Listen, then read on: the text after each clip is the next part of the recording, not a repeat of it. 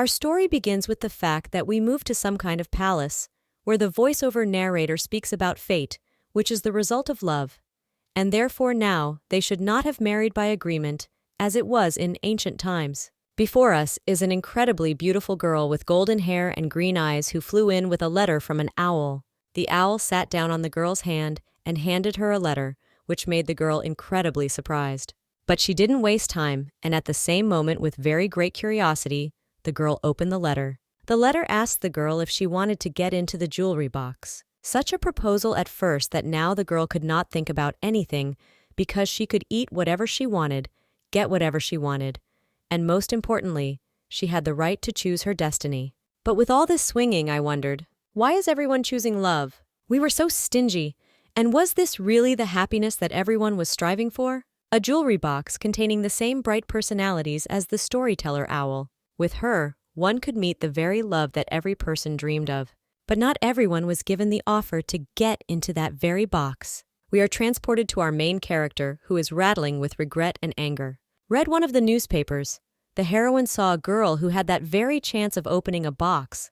Such a discovery was already the 5th in history, so it was an incredible sensation. Rereading everything about the box, she could not believe that true love really existed. Even if it existed, such a luxury was only available, and this incredibly drove our main character together, which is why she closed the leaf. After all, yesterday, our heroine married a man who was sleeping sweetly behind her. But the girl was not at all happy about such a marriage. After all, she had no choice at all, and this marriage was simply of convenience due to the fact that her family went bankrupt.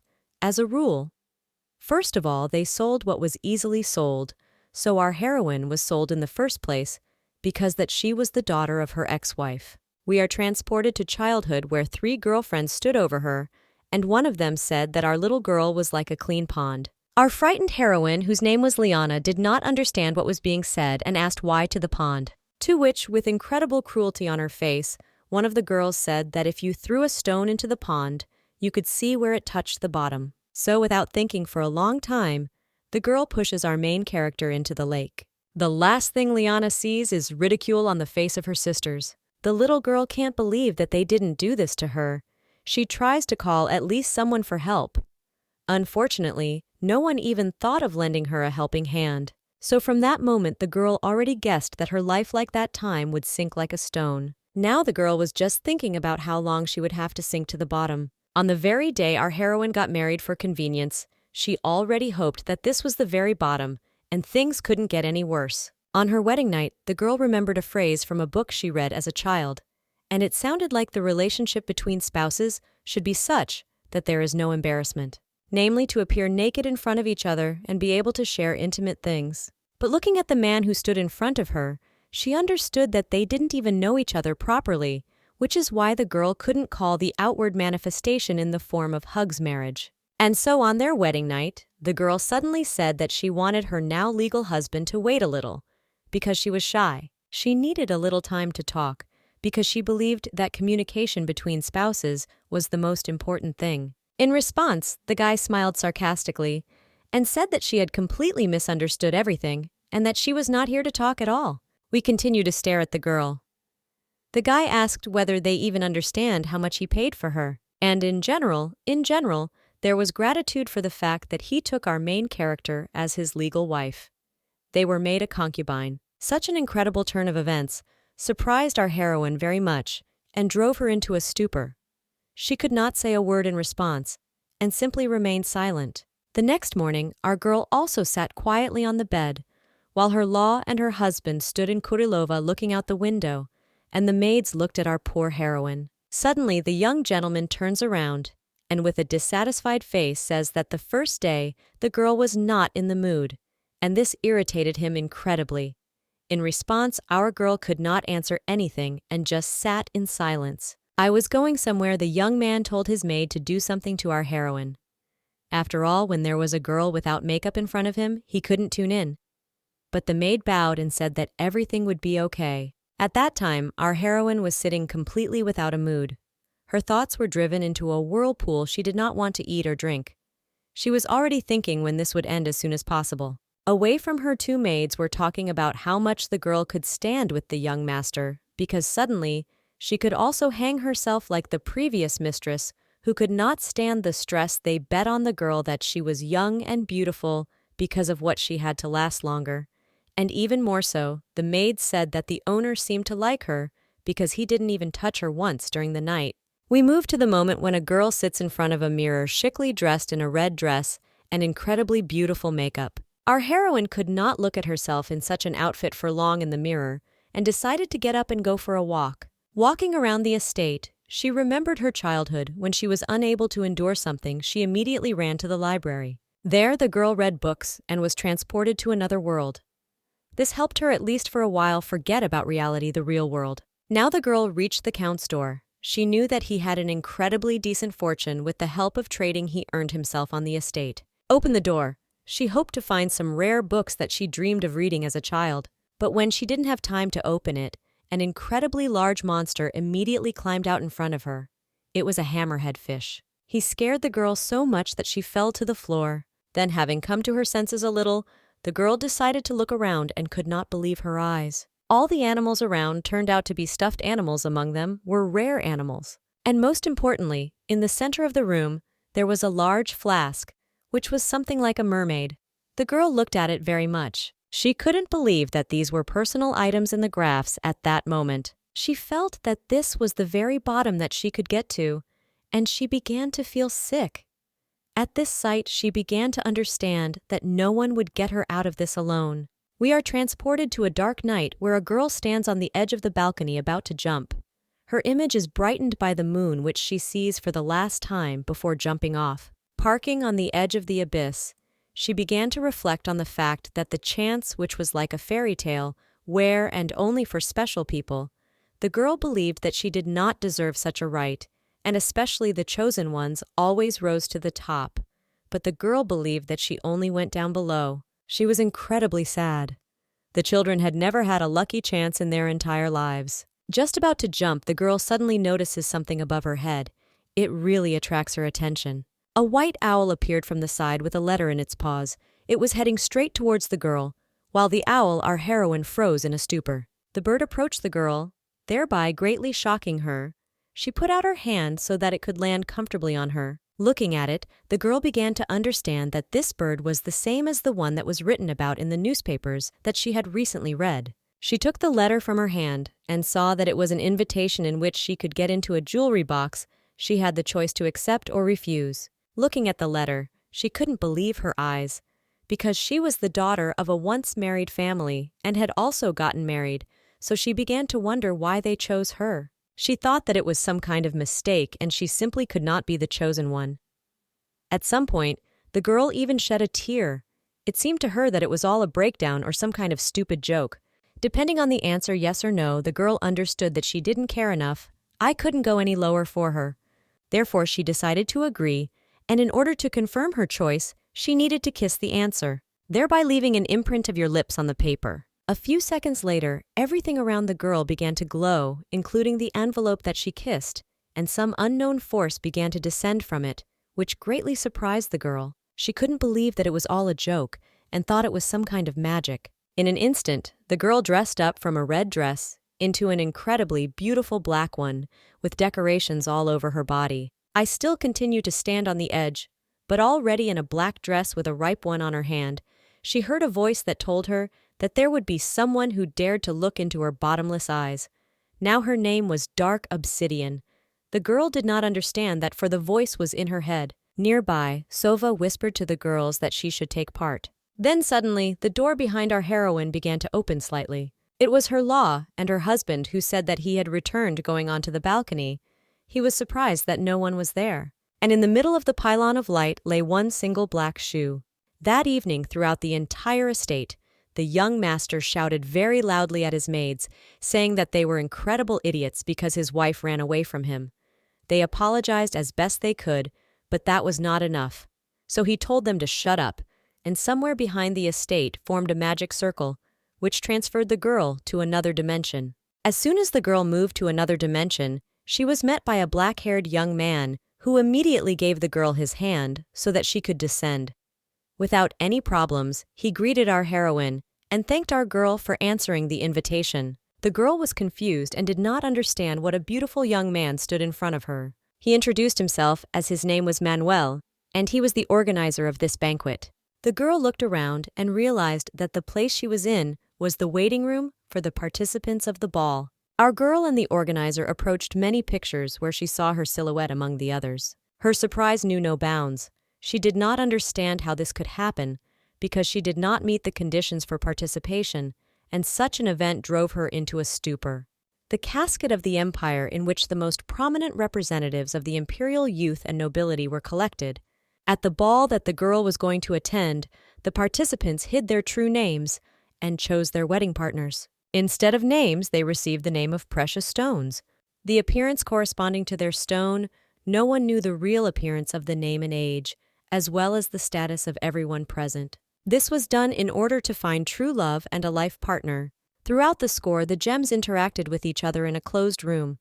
Those who found common ground revealed their identities at the end of the event. If there were no changes in the heart, they arranged a magnificent wedding in the capital of the empire. There is such a process that was recorded using a magic crystal, and all the inhabitants of the empire watched with interest what was happening. Once upon a time, the crown prince met his future wife in this way at the very first ball. The era of arranged marriages has long passed, and now the time has come for love marriages. What kind of relationships and personal lives of the highest aristocrats delighted the inhabitants of the empire, forcing them to endlessly discuss such topics. Also, thanks to everything that was happening, the interest of the aristocrats themselves also grew by such a ball, and therefore, as soon as they received the letter, they immediately rejoiced. Feathers provided a great advantage to those who married as a result of the ball. But even if the participants were unable to find a couple, they still enjoyed incredible popularity among the people demonstrating noble behavior.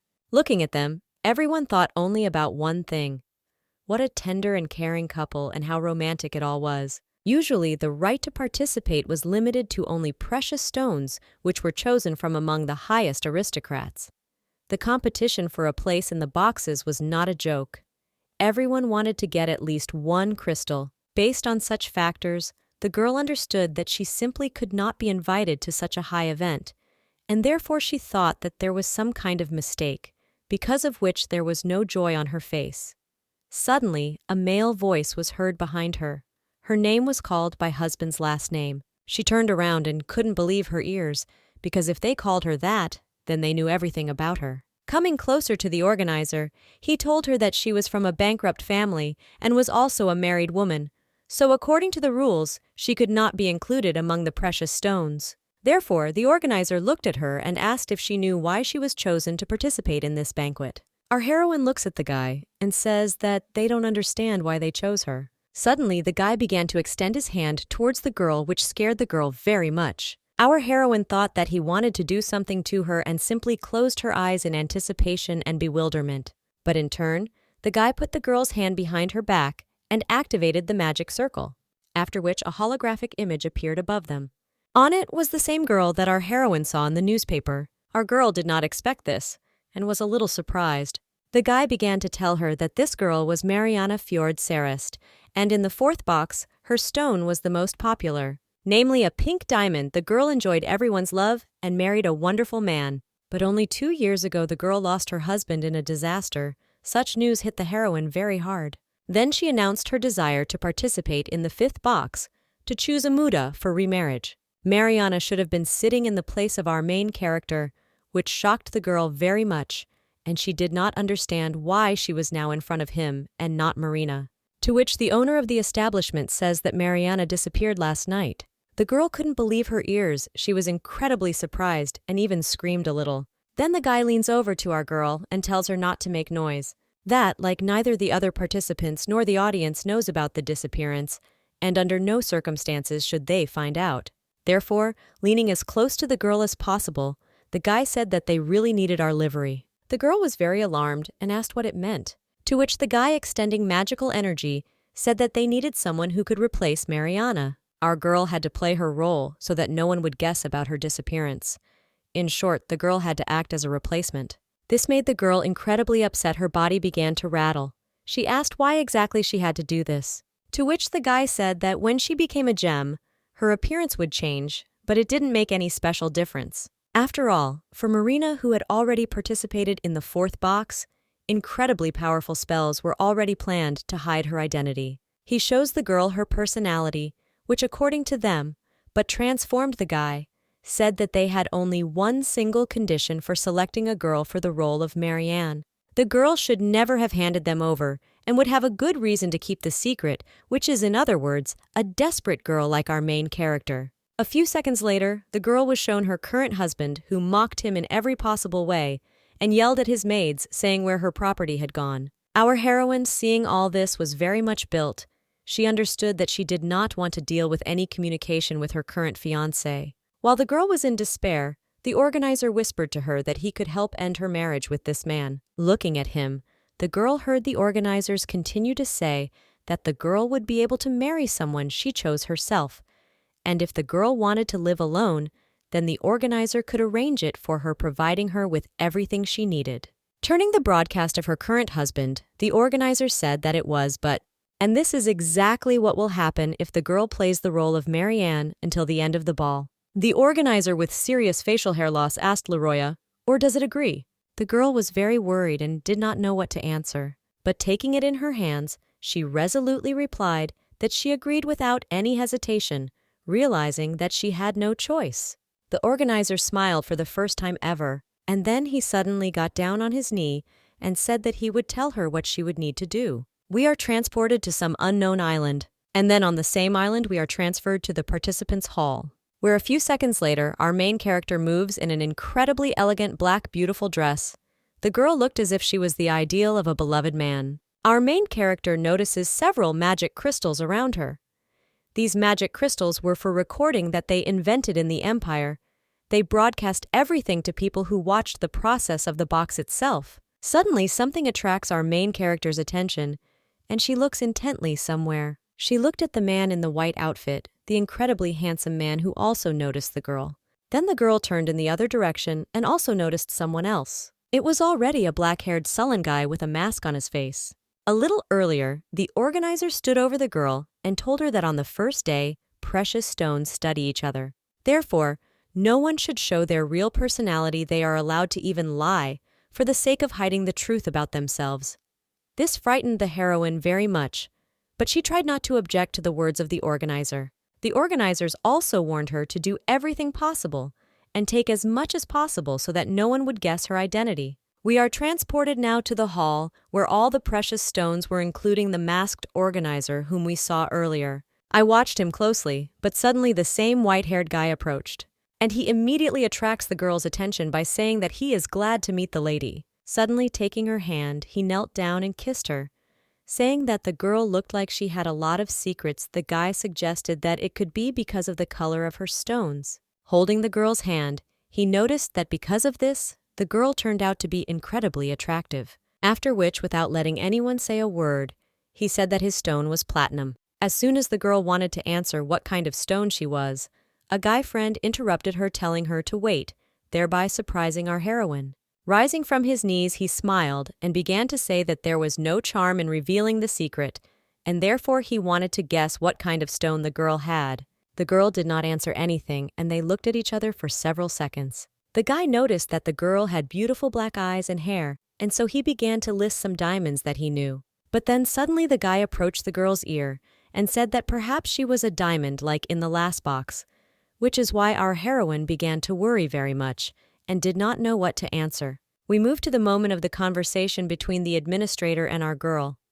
Leaning towards the diary, the guy told our heroine to remember one thing, namely, that she should behave like Marianne. That is a girl who charmed all the men around, and who, because of her incredible beauty, was never refused. The girl, immersed in her thoughts, came to the conclusion that she should not show her excitement to the guy, and at the same time, our heroine thought about what Marianne would do in such a situation. Suddenly, our girl, with a smile on her face, says that the guy didn't guess correctly, and therefore she will give other men a chance. From such an answer, the guy seemed to immediately fall in love with our heroine. Suddenly, their conversation is interrupted as they pay attention to something. He was a golden-haired guy with an asshole and an incredibly attractive appearance. He headed straight towards our couple, who still continued to stand silently. Their surprise knew no bounds, and they stood there for several seconds. The guy who approached them said that he was glad to meet them, introduced his hand to his heart, and he also named his stone, namely Alexandrite. The one who came up was the first to notice that it was really the same Alexandrite that changes its color. I thought that it seemed to have a dangerous character. Despite the guy's appeal, our golden-haired friend immediately turned to the lady and asked what kind of stone she had, thereby surprising the Linux guy who was standing next to him, and simply ignored it. Our heroine still sat down with a grin on her face and told the guy to guess what kind of stone she had. The potion-haired guy's name was Alex. He immediately said, without any hesitation, that most likely it was a dark stone, namely a black diamond. And then Linux intervenes in the conversation, saying that he missed, and most likely the chance goes to the third man. Our heroine is standing on the side and even smiled a little. And then silence reigned around again, and they turned their attention to the man walking behind. An incredibly attractive personality, a red-haired boy whose name was Rivers. He, just like everyone else, immediately went to the girl. They all stood together and waited for the boy to approach. Alex explained that the appearance of the participants changed, and in life, they could look completely different. Suddenly, Ricky sighed heavily, and I don't understand what kind of proportionality there is between men and one lady. Suddenly, Alex and Linux come up to the boy. They say that it looks like the rest of the ladies have not arrived yet. Linux joked that the boy is really afraid of losing to a competitor. Because Ricky was called a baby, it made him very angry, and he almost gave away his identity. But he stopped in time and fell silent, simply presenting his stone, namely, his stone was Grant. Suddenly, Linux grabbed the river and said that since he came, he had the opportunity to guess what kind of stone our beautiful lady had. Linux has already said that they both made a mistake and lost their chances, and now it was the river's turn. The guy looking at the girl thought intently and suddenly named a black diamond. This shocked our girl very much. 2 out of 3 guys guessed her stone, but they didn't know it themselves yet. While he was mocking Ricky, the guy was very angry at that moment, and now he was very interested in what kind of stone the girl had, while Alex and our heroine stood behind. But our girl did not give an answer and simply sighed heavily, realizing that something needed to be done. Alex notices that someone is approaching them and says that it looks like other participants are coming towards them. The other participants turned out to be 2 incredibly beautiful girls, which surprised everyone. One was fair-haired and the other was light-haired. Unexpectedly, 2 beauties notice our participants, while one is trying to make out them. The other is worried about something, looking around. Suddenly, the girl pulled herself forward while the other one was incredibly nervous. She simply couldn't keep up with her fast friend and asked her to wait. The girl was in such a hurry to get to her friend that on the way she caught something and fell face first onto the ground. It was so loud that her friend immediately heard it and froze in place, not realizing that it had fallen. Then, as soon as the girl turned around, she immediately began to worry about her friend and ask whether she was okay and what happened to her, as the girl was holding her forehead and was almost crying. Her pink-haired friend, giving her a hand with a smile on her face, said that she was probably not yet accustomed to her new body, so the girl immediately offered her help. She was very pleased with this act for her friend. She hesitated for several seconds, but then she still gave the girl her hand, thereby rising from the floor and heading further to our participants. All the guys, like real gentlemen, couldn't help but greet the ladies, and some stood in a stupor. While Ricky was incredibly concerned and asked if they were okay, the ladies, with smiles on their faces, said that everything was fine, and it looked like they were the last ones. The conversation is interrupted by a blue thing in the sky that was approaching them with incredible speed. It was the system's cute owl that greeted the participants in the 5th box. Ricky was incredibly surprised. I don't understand what was in front of him. His mouth opened, he just watched. While our holographic owl was talking about the fact that he was the host of this event, and his name is Manuel, our white-haired Lucas was surprised by such a reaction and asked Ricky whether he had never watched the broadcast. The owl asked them to take their seats, and they immediately did so. As soon as all the participants sat down at the chairs, the owl began his story about where they were. He began by saying that it was a special place created especially for them where they were. It was an island of people, and communication with the outside world was simply impossible. Since a magical protective barrier was placed on the place where they were placed, this was done so that their personal information would not be asked to be broadcast to them. The owl also wished them to choose a partner for whom they had romantic feelings. stones who choose each other to go on a date outside the island they were on. During the date, the magic of the protective data loses its power, and they could freely ask each other questions. What they learn about each other on a date should remain only between them. So we return back to the owl, which asks participants to look ahead of themselves. On the floor were magic circles that would transport them to another place where they could communicate freely. 3 people could stand in one circle, so the owl recommended that they gather in groups of 3 and stand in those circles. All participants were very worried, but most of all our heroine, who was undercover. Immediately the red-haired girl stood up first, and the magic circle stood up, while others were still hesitating, and the owl notices this, already thinking of taking some measures. Suddenly the red-haired girl turns to the participants and with a smile on her face asks who will go with her. Her friend understands that she may miss her chance, which is why she is very worried. Therefore she suddenly jumped up and immediately headed towards the girl, running as fast as she could. As it happens, the girl again falls straight down on her face. All the guys try to pretend that nothing happened except our Ricky. He again cannot hide his awkward face. Therefore Ricky was the first one to approach the girl and help her up, asking if the girl was okay and in her head, wondering why she falls so often. Alex, standing in the background, realizes that it seems the first 3 have already been chosen, and therefore he did not waste time. He immediately turns to our heroine. Ask about it or not. She doesn't want to go with him, which greatly surprises our girl. Without hesitation, our girl answers in a calm tone that she agrees. Lucas unexpectedly takes our heroine by the hand, saying that he wants to take her through. Smiling at the girl, the guy says that he wants to get another chance to guess her stone. The girl in her heart is very fascinated by the beauty of Lucas, but does not show it. Lucas. While the girl was thinking, he smiled at Alex, thereby letting him know that he was much more handsome and dominant. So the 3 of them stood on the magic circle. We are transported to some people where they were watching the show. In the center of the room sat a gentleman and a lady, and next to them were 2 unknown people. The lady asked how they could split up so unevenly, while the girl sitting next to her said that they didn't know anything yet, namely that they had already seen the interview with each of them. So we are transported to Lucas's interview, where he was asked about the ideal of women. But he thoughtfully answered that he likes provocative girls such as the pink diamond from the 4th box. Next in line was Alex. He was asked the same question, to which he coldly replied that he liked honestly me and confident girls like Marianne. An unexpected anthem asked a general question about the fact that they say that the pink diamond is going to participate in the 5th box. So are they sure that they can recognize her? That Lucas and Alex thought about this question. But then Lucas says that since this was his ideal girl, he will be able to recognize her immediately. Alex also calmly replied that if he recognizes her, he will immediately fall in love. We move to the white-haired gentleman who is sitting in the center. He says that they both really believe that obsidian is a pink diamond. He said this as if he was mocking them. 2 couples sitting nearby also began to talk, and the girl said that among all of them, 3-year-old obsidian gives the impression of provoking girls. But that the guy answers with a smile on his face that he also remembered this about Lady Mariana while he was looking at our heroine. One of the girls turns to the creator of this program with a smile on her face. The girl asks the question, is she really a pink diamond?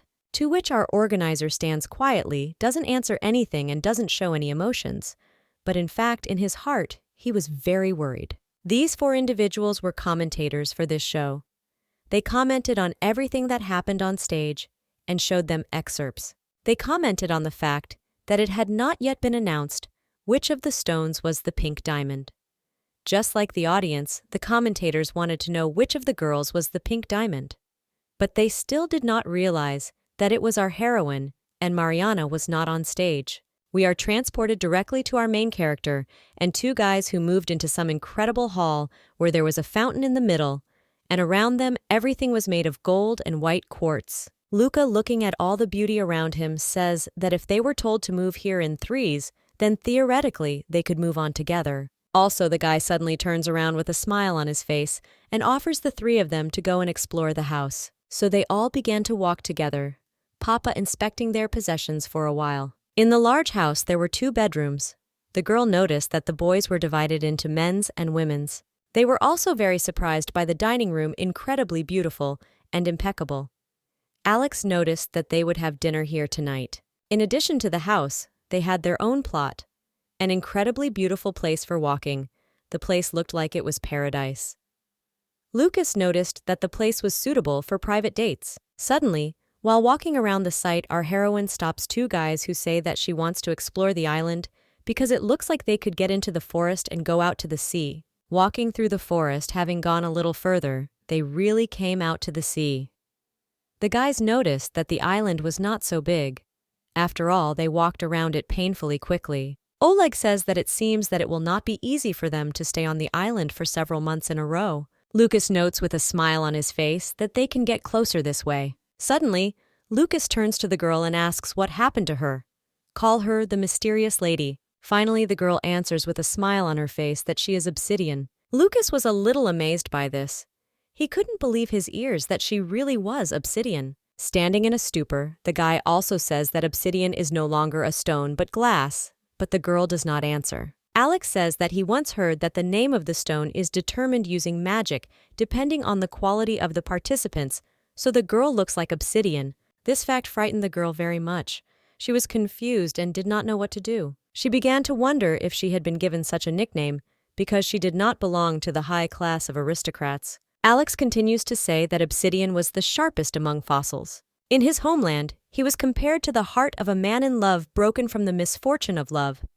This was exactly suitable for the situation of Marianne, who lost her husband several years ago. Laura realizes that Alex still thinks that she is Marianne. Silently for a few seconds from the awkward situation, our heroine says that she doesn't even know. Then a grin appears on her face and she says that they were not in a hurry to jump to conclusions, but the meaning of her stone, and tells them to think again. And now the girl, not confused with a smile on her face, says that they gathered here to find their love and not to talk about what stones they got. Lucas notices this and says that the girl said everything correctly, but he also decided to introduce himself and called his stone pure platinum.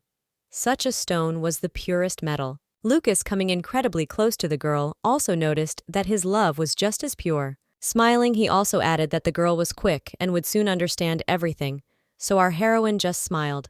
We move to the commentator's room. You are one of the girls saying that it looks like they already have something. The girl says that this seems to be a love affair, and the guy notices that the dress is not very active. The main commentators say that he shows incredible interest in Obsidian from the very beginning.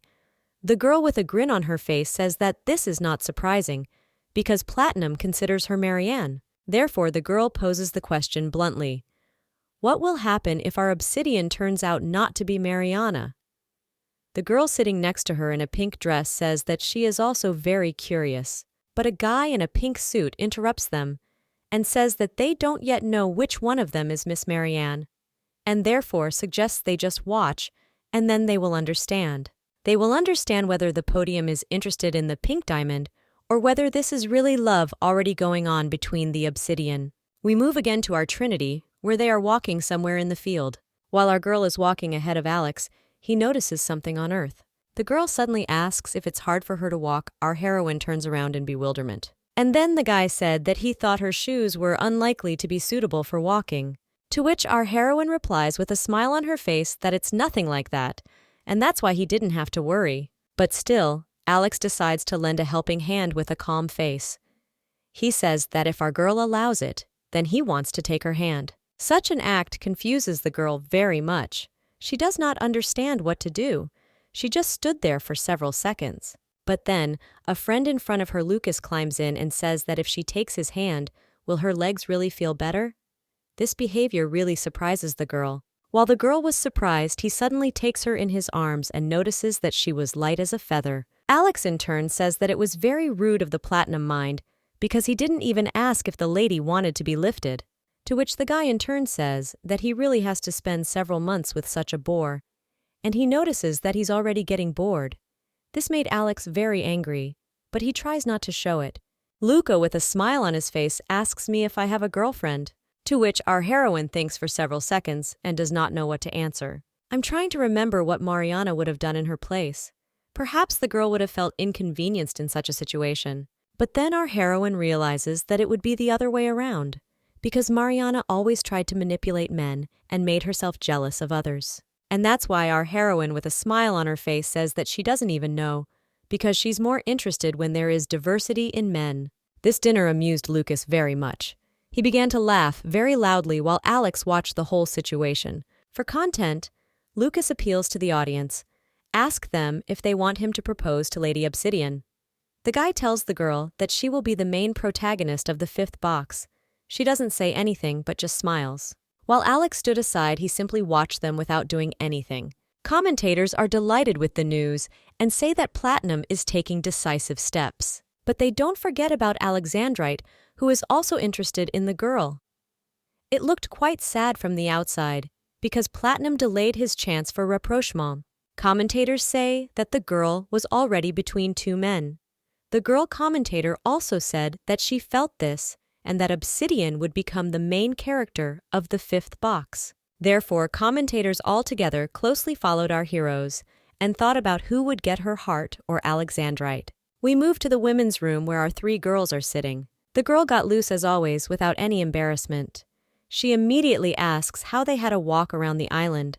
She asks our heroine if she walked with two gentlemen. The children were incredibly interesting. Our girl says with a smile on her face that they were both very nice people. The girl decided to ask our heroine directly or someone interested her.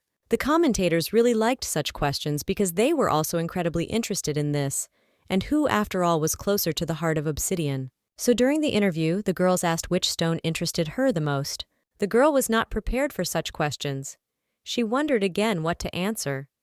Just as always, she wondered what Marianne would answer, and who was her type after all. This question and the interview with our girl were monitored by the administrator of this project. He stared intently without taking his eyes off the girl, and then suddenly the girls received notifications. It said that the girl could honestly answer the question. I don't think that Mariana would answer our. Laura was shocked by this. She was allowed to say her opinion, and this surprised the girl very much. But the girl was also surprised by that very voice in her head. She assumed that it was magic. At that time, the organizer began to tell the girl that he thought that it would be difficult for our heroine to play Marianne's feelings in addition to the image so she could answer as her heart dictated. The organizer directly asked the girl who she was more attracted to. Their views did not intersect on this question. But despite this, the girl still wondered which of the two men shadowed her more. Our heroine calmed down her feelings and said that she didn't like either of the two men. After answering the question, the organizer asked if no one really liked her. The girl with her eyes downcast says that she doesn't like anyone at all. And the owl girl in her head thought that because of the pretense, she was too worried that she couldn't look at them properly. So she thought that it was worth getting to know them better. A few seconds of the organizer's gaze and silence made the girl more and more nervous. But still, he simply replied that everything was fine. Looking at the organizer, the girl wondered if such an answer was appropriate. She became more and more worried. At that time, we moved to our commentator looking at the girl. They were surprised that she didn't like any of them. The guys thought this was an honest answer. Not everyone could say that. The girl commentator notes that Platinum tried so hard, but still could not please Obsidian, and therefore if he found out he would be very upset. But the girl also means that perhaps this was an opportunity for the Alexandrite, but also for Grant. That is for our Ricky, who at that time went for a walk with two other ladies. We moved to the men's room where three of our guys are already sitting there. Ricky was very excited and pleased at the same time. He told the guys that the girl was constantly falling and could not find where to go. She also could not open the door on her own. This, at the same time, made the guy very angry and embarrassed. He was angry that it was possible to be so clumsy. He even assumed that the girl had been locked up for a long time and came out for the first time in a long time. Such behavior amused Lucas and Alex a lot. Lucas says with a smile on his face that it looks like the girl who keeps falling all the time has caught his attention. But Luca, embarrassed and irritated, says that, how can one not pay attention to such things? Because as soon as he turned away for a second, the girl was already rolling down the stairs. Alex, still with a monotonous expression on his face, asked what the names of the stones were, because he had not heard when they introduced themselves. Ricky immediately answered that the girl who was falling apart had a pearl stone, and the one who was constantly falling had an amethyst. Lucas, with a happy face, still continued to tease our cooks, asking who he liked best. Although embarrassed, he answered that some time had to pass, before he could understand who they liked better. Lucas unexpectedly replies that he immediately understood within seconds. This woman or not, such a quick conclusion from the guy surprised Ricky very much. He did not understand how this was possible. To which Lucas replies that it was clear at first sight whether the girl could hold him or not. And so we are already moving to the platinum interview, where he was asked who interested him most, to which he says with a smile on his face that of course it was Obsidian, that is our main character. He said that he just felt that she was the one he needed. Then the presenter asks about what he said, that his ideal of female beauty was a pink diamond. So did the guy really assume that the diamond was Obsidian? He didn't give a specific answer. They say that maybe yes or maybe no. But what he was sure of for sure was that if she was truly a pink diamond, he was ready to marry her right now without any hesitation. We are moving. When they ask Alex questions according to the standard, he was asked who interested him the most, to which Alex calmly as always replied that he did not know yet. Then they asked Ricky. He also did not yet know who exactly. The same question was asked to the girl who was constantly falling. She somehow answered that she didn't know. After which the commentator noticed that they all behaved very carefully. Then it was the turn of the question to the girl with pink hair. She answered that, in appearance, she liked our platinum better, but she thought a little and said that it was still a changed appearance. Therefore it was difficult for her to say. Commentator Guy replied that this was most likely due to the fact that they had not yet seen the real faces of the participants, so they hesitated, and besides, no one knew each other. On the first day, the girl replied that many of them even talked to each other, but watching them, they assumed that perhaps their thoughts would change when they were all gathered together at dinner, and everyone was incredibly interested in whether the thoughts of our white-haired guy would change. Both commentators and viewers were curious to know. So we move to the kitchen where a magic circle appears from the air. A holographic owl flies out from there and says that on the first day of the box, they will have to cook their own dinner. An owl flying over a large cauldron told that in front of them was the most favorite dish of the inhabitants of the empire. This dish was called lurex soup. While the owl was explaining all this, our main participants in the show stood in front of a large table. The owl told them to choose one ingredient each and add it to the soup to complete the preparation of the dish. Think about it. Looking at the pestilence and potatoes, they understood this, so they just had to choose and no more, to which Lucas said that they needed to be peeled and chopped, so she advised Ricky to choose something that he could do himself. At that time, a nervous girl stood next to Alex and asked whether the one who successfully completed this task would really gain popularity among the inhabitants of the empire. But Alex replied that it was quite profitable to achieve the interest of the inhabitants, and therefore they had to try. While everyone was sorting out the vegetables, somewhere on the side stood the same girl who was constantly falling. But now she was very worried and did not know what to do. Rick looked at her and saw that she was taking the carrot and was incredibly confused. So he decided to approach the girl and said that peeling carrots was incredible. So he doubted that the girl could handle it, due to the fact that it was all unexpected. She was scared and blushed from embarrassment. Ricky said that carrots are hard and round. If your finger slips, it can cut you. Therefore, he took this vegetable from the girl and decided to help her cut it. While our guy was cutting carrots, the girl on the side was very confused and didn't know what to do. We are transported to the Logos and the fair-haired girl. She said that in the last casket, one of the participants in the number of potatoes cut himself, but that the guy smiled and said that he remembers this scene. The girl noticed that then the princess who lived in greenhouse conditions saw the blood and was very frightened. Lucas confirmed and said that especially royal blood is not prepared personally. Lucas, looking intently somewhere, said that that was also the first time he learned that it was necessary to cut off the sprouts with potatoes. All this time the guy was looking at our girl, who wielded a knife very well, cleaning fish with incredible ease. While the girl was minding her own business, she received all the attention around her. Suddenly she felt someone's gaze on her, and so she raised her head to check. Turning around, she sees everyone's eyes glued to her, and they don't understand why everyone is looking at her like that. And then the girl, distraught, turns to our heroine, saying that the pink diamond, taking a short pause, she scares our girl with this. She does not understand what she did wrong. And then the tension subsides when the girl smiles and says that the pink diamond simply hated blood and knives. After these words, the girl seemed to be struck by lightning.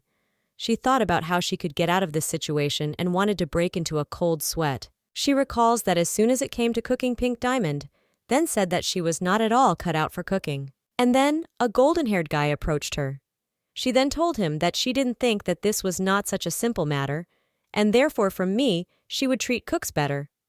So then divide by hair, and the guy asked her if she really wanted to learn prepare. To which then should the pink diamond answer with soap on her face. It's better to double the cook's salary because she doesn't even want to see those knives, much less the blood. So we move to the present time. It would seem to you that our heroine was aware of herself, and the fact that she was not a pink diamond, all eyes were intently focused on her. The fair-haired girl says that the girl is incredibly wolf-like in handling a knife. Here our heroine realizes that she has made an incredible mistake, which could cost her a lot. Once upon a time, an angry family treated her poorly. Even worse, as a maid, she simply had to learn to work around the house. But Mariana, in turn, never did this. Our heroine already simply had a reflex. We are transported to the present time where Luca stands up shocked. I don't know what to say to what he saw. The girl is still standing there. The guy doesn't know what he will answer because her reflex training made itself felt just at the most inopportune moment. The organizer also thought that everything was lost, and our heroine had failed her task. Suddenly, someone said from the outside that this was amazing, thereby shocking the organizer. The man also said that by looking at a person and how a person handles a knife, one could learn about his character, and by looking at a neatly peeled potato, he said that the girl was a very sophisticated person. All these phrases came from Alex, who could not stop admiring the girl's cooking. He said that he personally likes such people. After these words, their gazes converged at one point. Looking at each other, a spark of some kind of romance passed between them. They did not look away for several seconds. Alex asks our heroine, maybe she needed help. To which the girl, looking at him with a charming look, says that she will be very grateful to him for his help. So they started cooking together with Lucas standing in the background, who on the one hand was very disappointed and watched this whole situation and didn't know what to think. We moved to the moment when everything was prepared and all the participants in the show sat down at the table for dinner. Lucas tried the food and was surprised that it was all much better than he thought. The girl who was sitting next to him got upset and laughed at this and said that the guy was really worried about this. In turn, the guy replied that he remembers how in the first box, the participants dined on edible food on the very first evening. Rick heard this and asked in what way it was inedible, to which Lucas replied that they put too much butter, so the burnt soup turned black, and the meat on the contrary remained raw. The girl was a little surprised at such a strange situation, and then Alex says that he remembers that moment very well. The stone was peridot.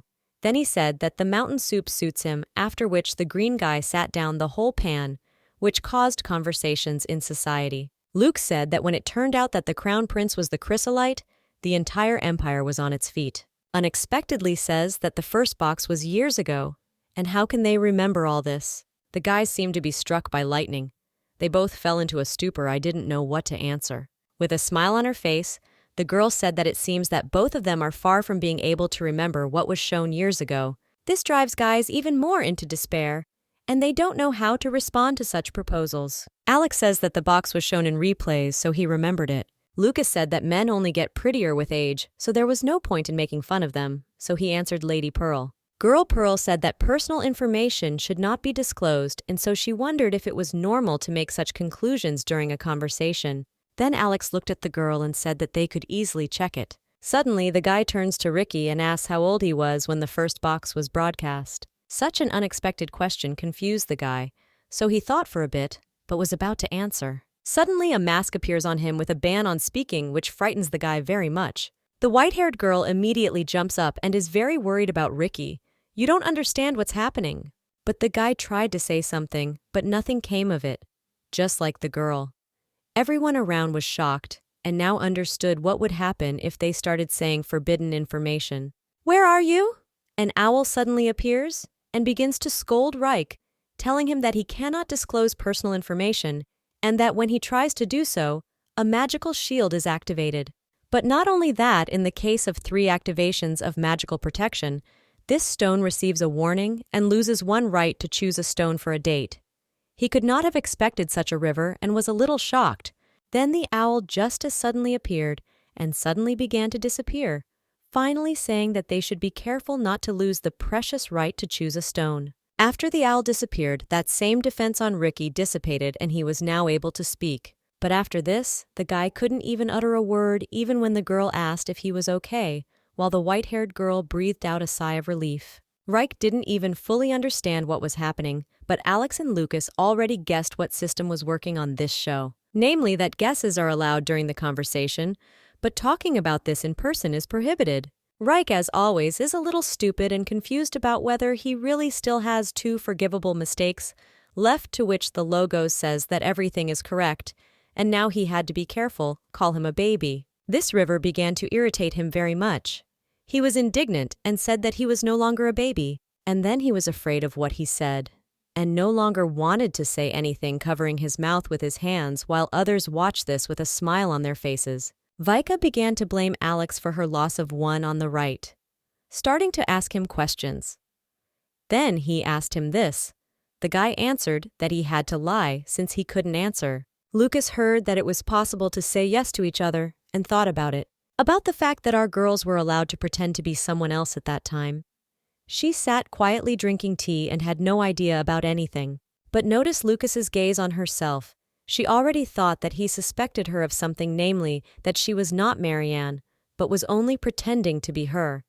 And all this was due to the fact that the girl showed that she could prepare. The fair-haired girl closely watched our heroine and saw how nervous she was.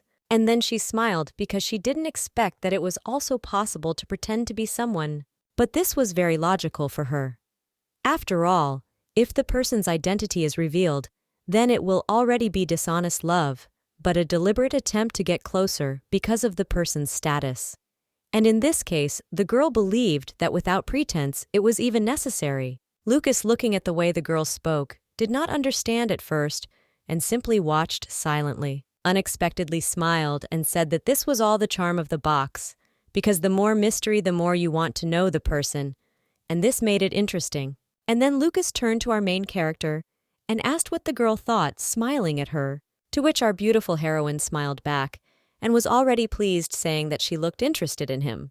With a smile and a little blush, he says that this is exactly so, and so much so that he will soon go crazy. Commentators simply went crazy at this turn of events.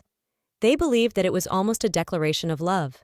But commentators had doubts that the girl was Mariana, since it was a little strange, because for Marina she cooked too well. And which of the commentators did the pearls also remind you of Marianne? To which all the comments agreed.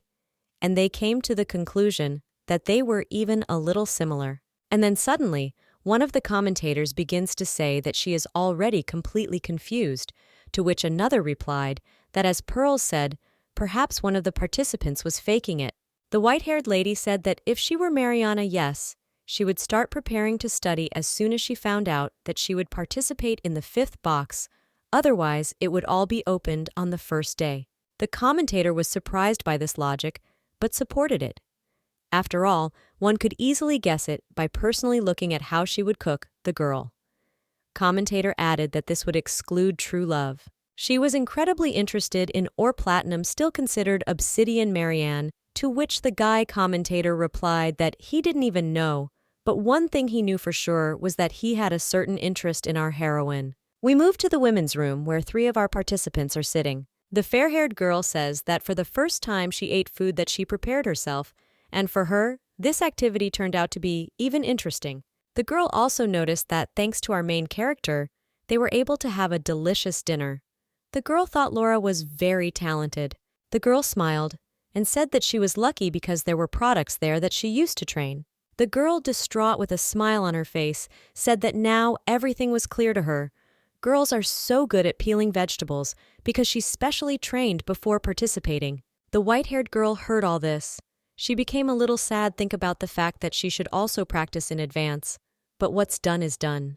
The girl was almost crying, say that it was the first time she had done something like that, and she was also very worried and noticed that she was causing inconvenience to others. Her friend immediately started laughing, saying that it was not like that at all, and that was all very tasty, and the girl did her job well. So we move. We move to the men's room where Lucas asks the red-haired guy where his homeland is in warm countries or in cold ones. Ricky, of course, gets very nervous from such questions and asks to stop asking leading questions because he won't answer them anyway. Alex on the sidelines sipping hot tea says that this is the first time they have all gathered together to talk, and so he asks how the guys were impressed. Lucas, of course, did not expect such a question from Alex since he was busy with Reich, and so the guy asked what exactly the guy wanted to hear. But what Alex says is that during the conversation, there were those to whom he changed his mind. Ricky notices that he too changed his mind about some people. This surprised Lucas very much, and he said that the guys were somehow not constant. Alex already directly asked that Platinum really didn't feel any changes. He threw his head back on the chair and said that he didn't even know. Looking at the ceiling alone, he knew for sure that if he was interested in something, he most likely would not rest until he got what he wanted. We are transported at night to the Owl where he gathered everyone one by one. In front of the participants, he said that it was time to express their sympathy to the one they liked. All project participants were given unusual cards on which they had to write exactly those with whom they felt the most sympathy. If they said the name of a person they liked, then the magic circle connected to that person's room. The guys had to put their card in the middle of the magic circle. Their chosen one had seen their message. Everyone was then given a pen and told to make their choice. At that time, the commentator was wondering whether all the participants had decided on their choice, to which the guy replied that, and he guessed some of them, but nothing more. So we move to the moment when the participants put their cards in the magic circle. One person could receive several cards and vice versa. There may be those who will not receive any. While the commentators watched as all the participants put their leaflets in the magic circle, and my husband was very interested in whether I had changed after dinner or remained the same. Everyone was incredibly eager to find out the results. We moved to the rooms of our main character where a magic circle appeared in front of her.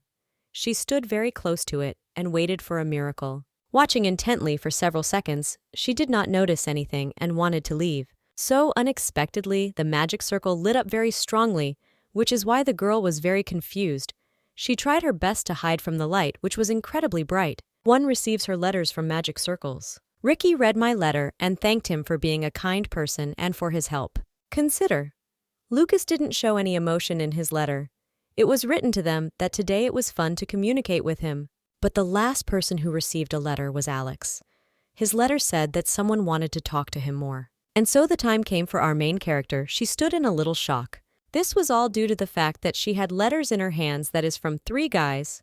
One said that she was holding a knife in her hands and she looked great in the other. That she had many secrets.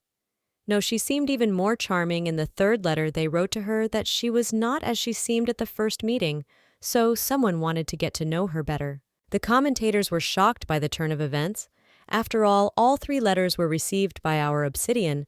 They had never seen this before. According to the calendar guy, he said that Obsidian was really very charming, but the girl said that she didn't think that the Grant would choose our girl. During the interview, the brother said that he made his choice in favor of Obsidian because he simply liked the way she handled the knife. After all, at first she seemed cold-blooded to him, but that she had him from the beginning of others. Alex also sent a card to Obsidian.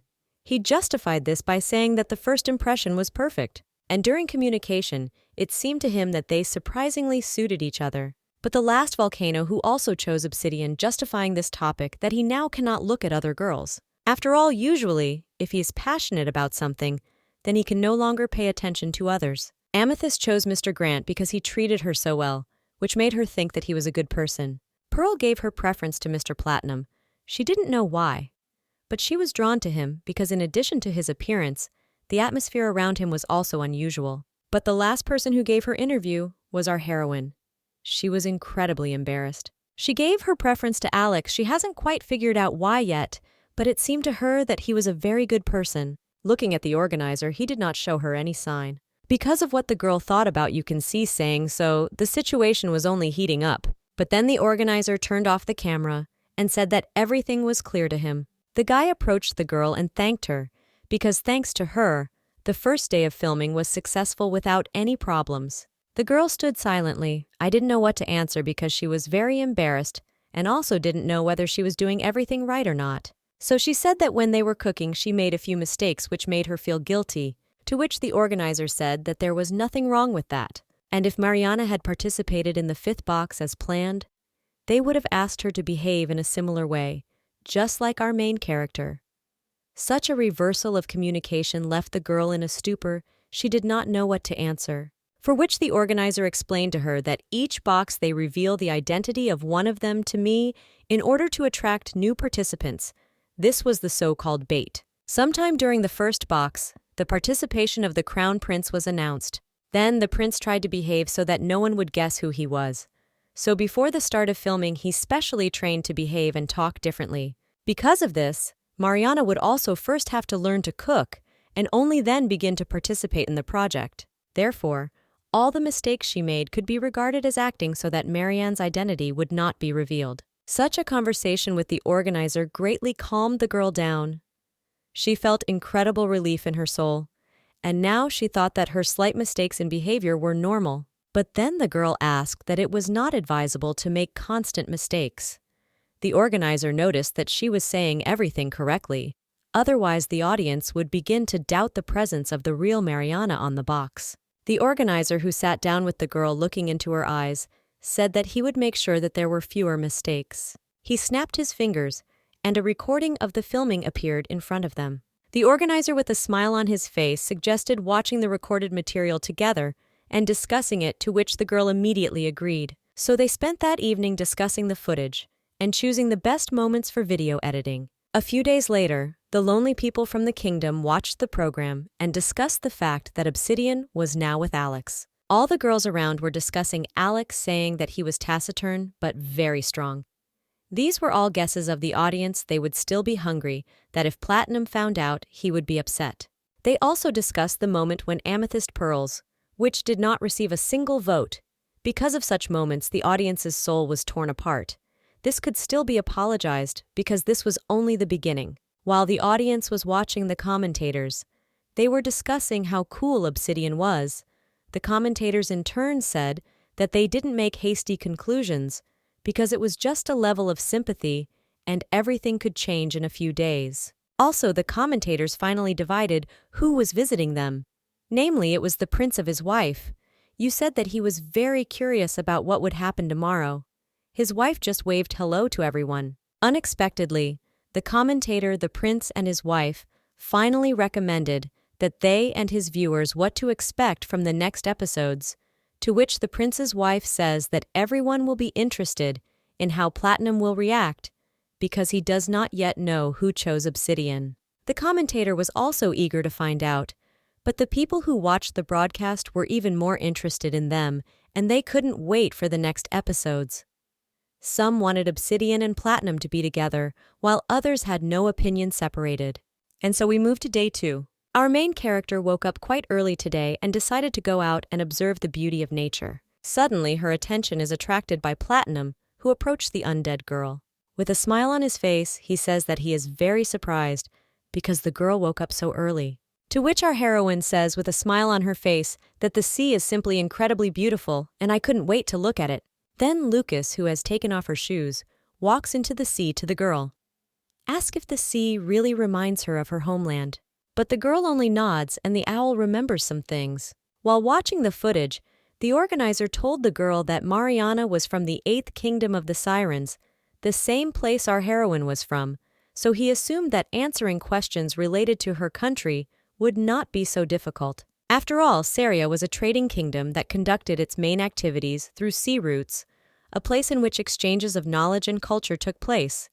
The inhabitants of the kingdom quickly got used to changes and were quite open. Like our heroine and Mariana, which is why the girl assumed that this was probably why she was chosen for the role of Marina. We return to the moment of communication between our main character and Lucas.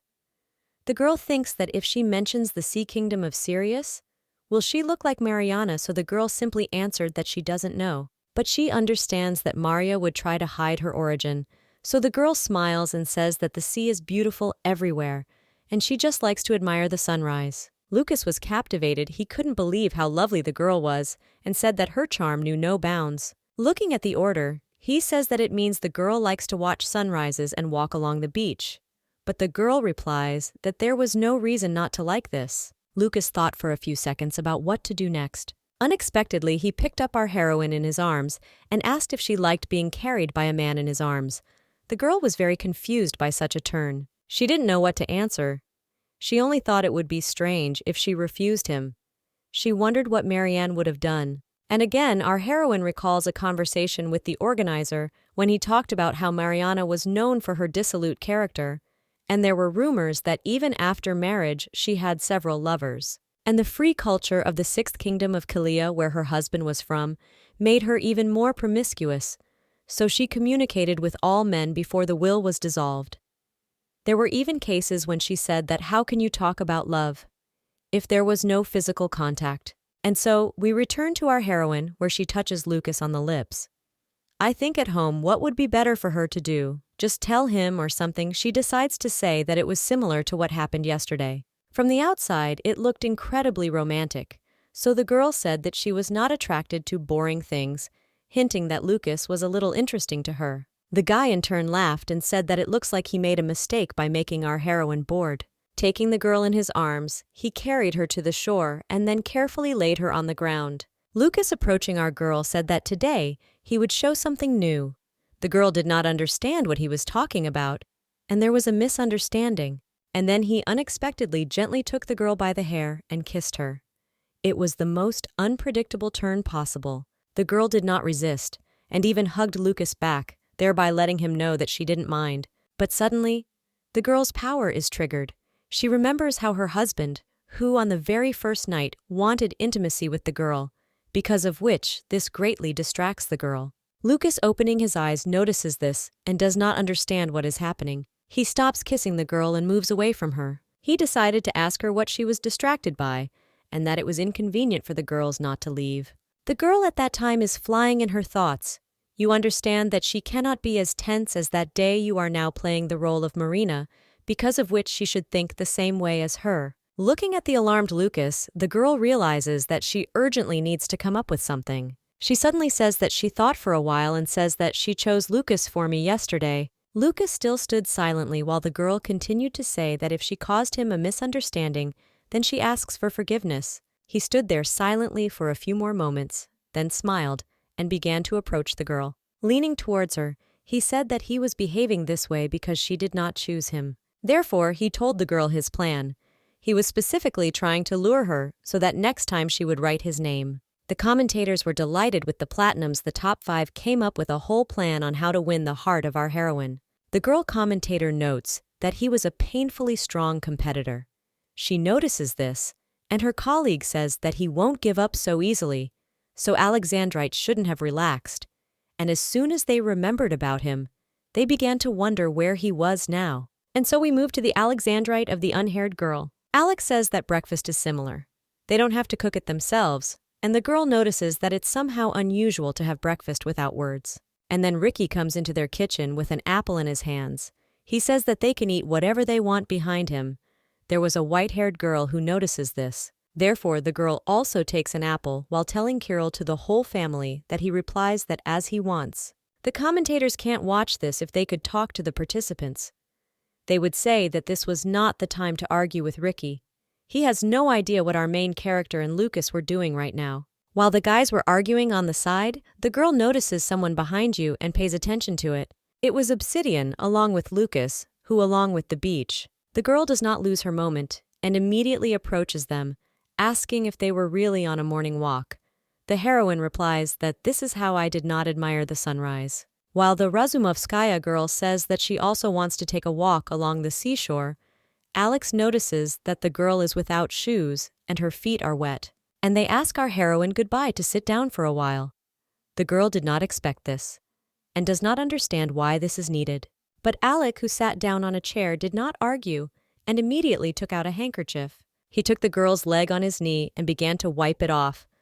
At that time, she felt like a queen and was very embarrassed by this guy's behavior. While Lucas was talking to the girl in the background, they didn't notice it right away. Alex turned to the girl and said that it seemed to him that she was uncomfortable because of the drops of water. After a few seconds of eating, he said that everything was ready. In the background, Lucas says that his feet are also wet. hinting that Alex should wipe them too. But he pretends that Lucas doesn't exist and asks the girl if maybe she wants something else. To which the girl embarrassedly says that she will look and choose, since she doesn't even know what to eat yet. Alex did not insist, but decided to help the girl put on her shoes, and her turn did not object. The girl's unexpected attention is attracted by Lucas's voice, who asks her whether the girl loves a cinnamon bun. The cake itself attracted the attention of the heroine. Luca, with a smile on his face, gives the girl a cake and tells her to try it because Paka, it is very tasty.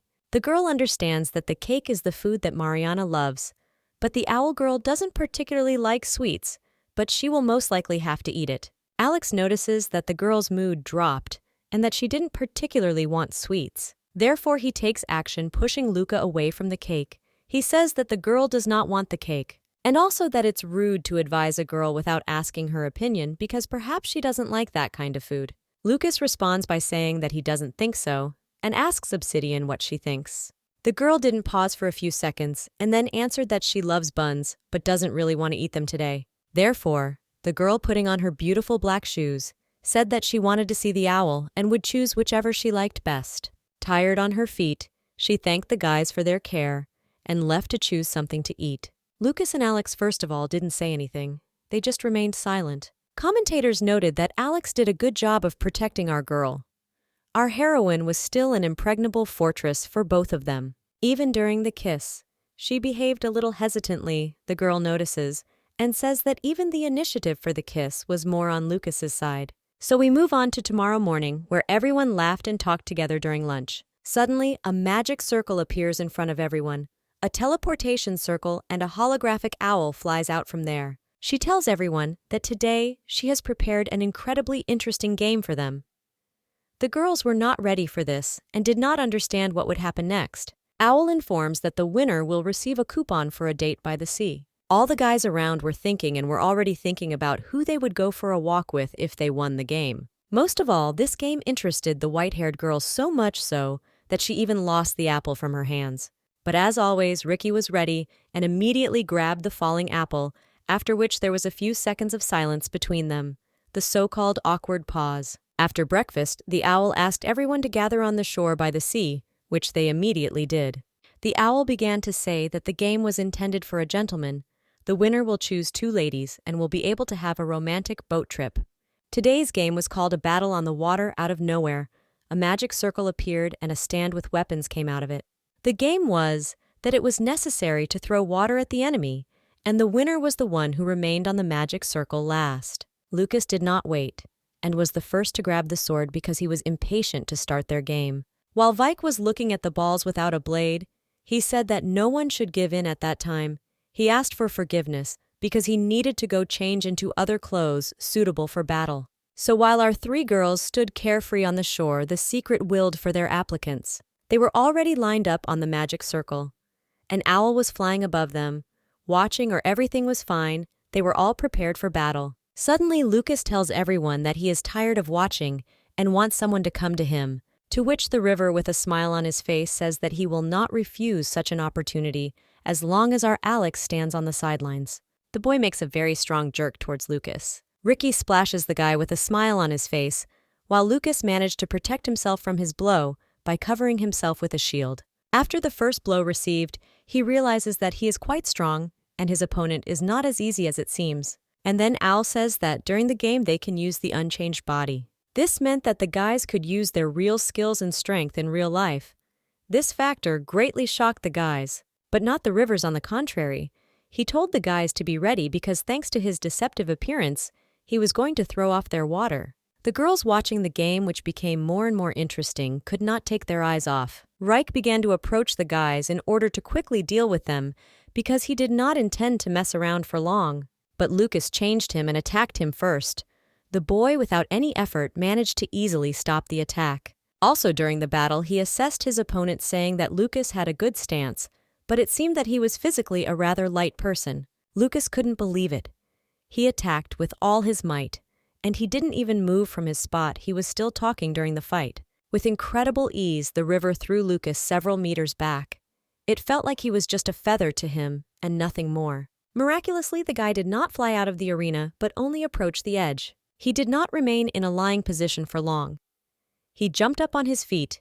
He understood that it would be difficult against such an opponent, and most likely he himself would not defeat him. And so everyone returned to their original positions, exchanging glances with each other. And then the river got tired of it, he asks with a smile on his face.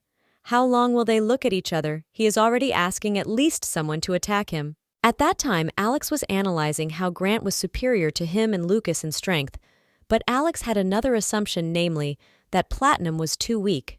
The guy needed to check this, so he aimed at Lucas, who was standing almost defenseless at that time. He attacked the guy with a jerk. He didn't expect this, but somehow managed to defend himself. The guy, when he was defending himself, laughed at Alex and asked if he really looked like an easier opponent than the kid who stood to their left. Lucas didn't respond, but simply analyzed the fighting abilities of his opponents. Suddenly, the guy dodges the attack and shouts to Alex not to underestimate him, at which time the guy realizes that things are bad. Somehow he managed to dodge the attack. He realizes that Lucas is incredibly fast.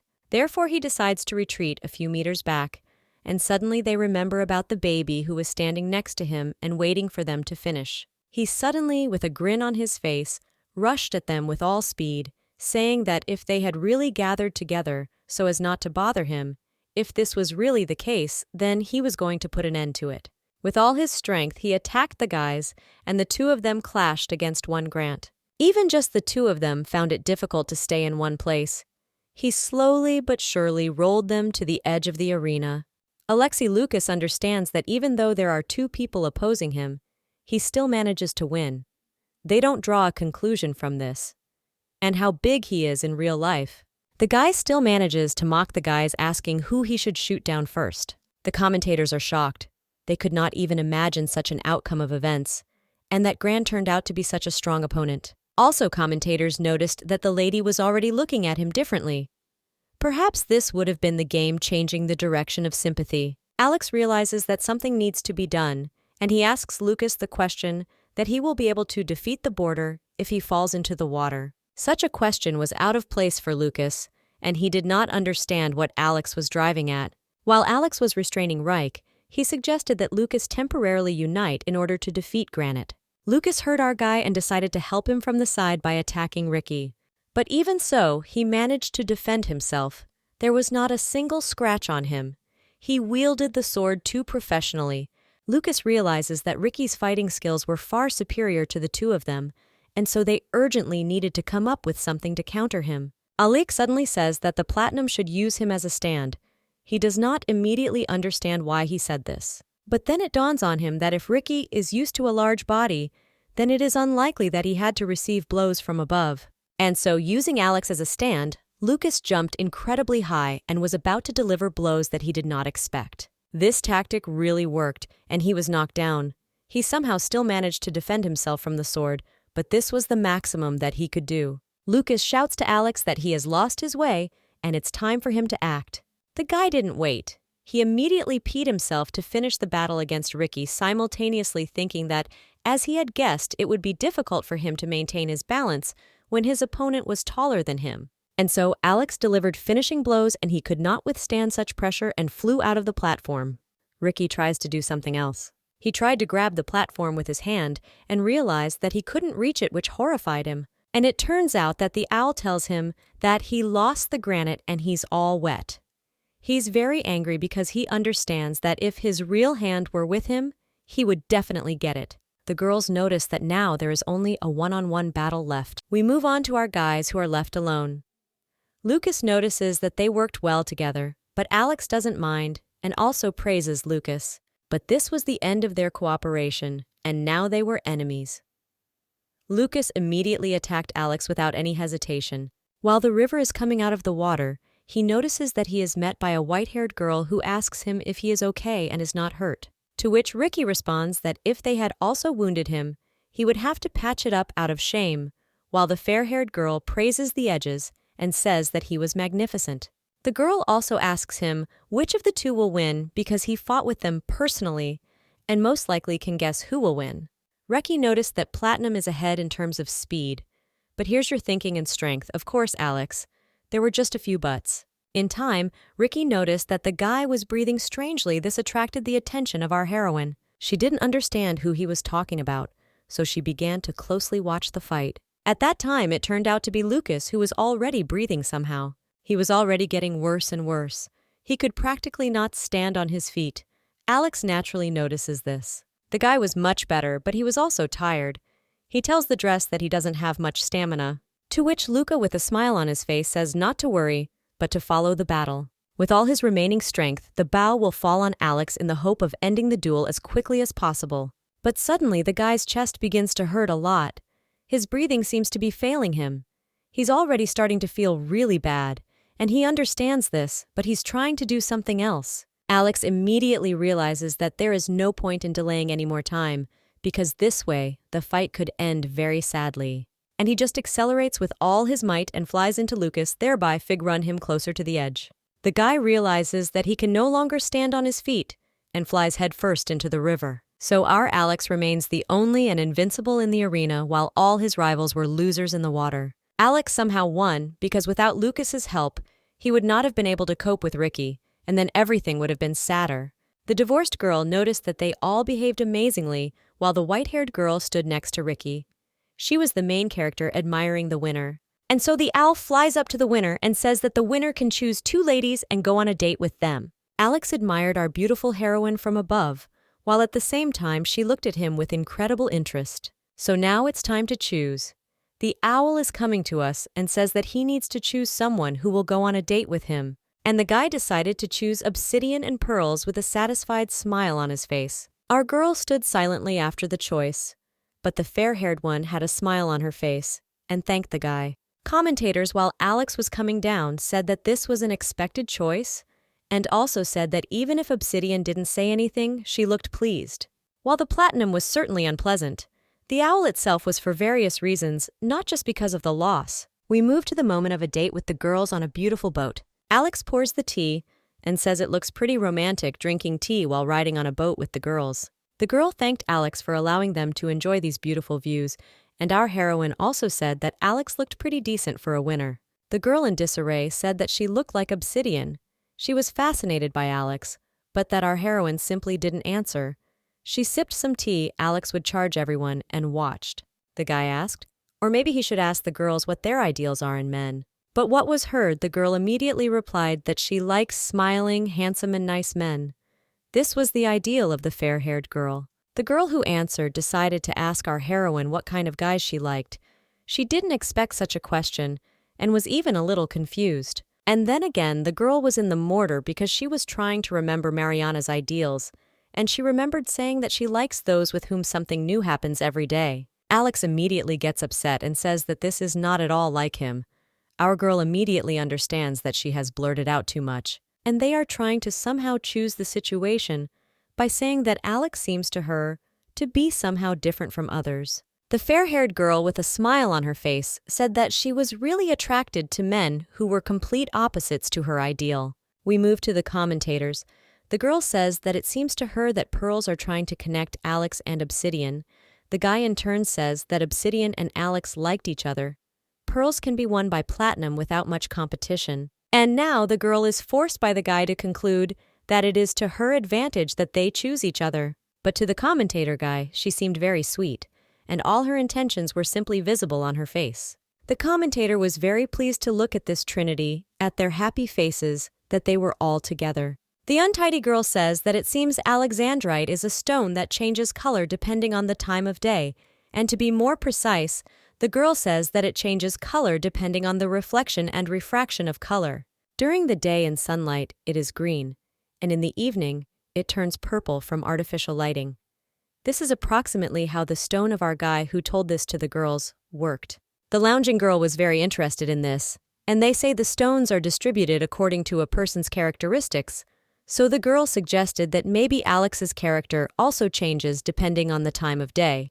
But the fact that the guy doesn't answer that he doesn't even know and offers to come to him one evening, such an answer amused the girls. Our heroine asked Alex what he likes to do in the evening, and he answered that he prefers to read books before going to bed.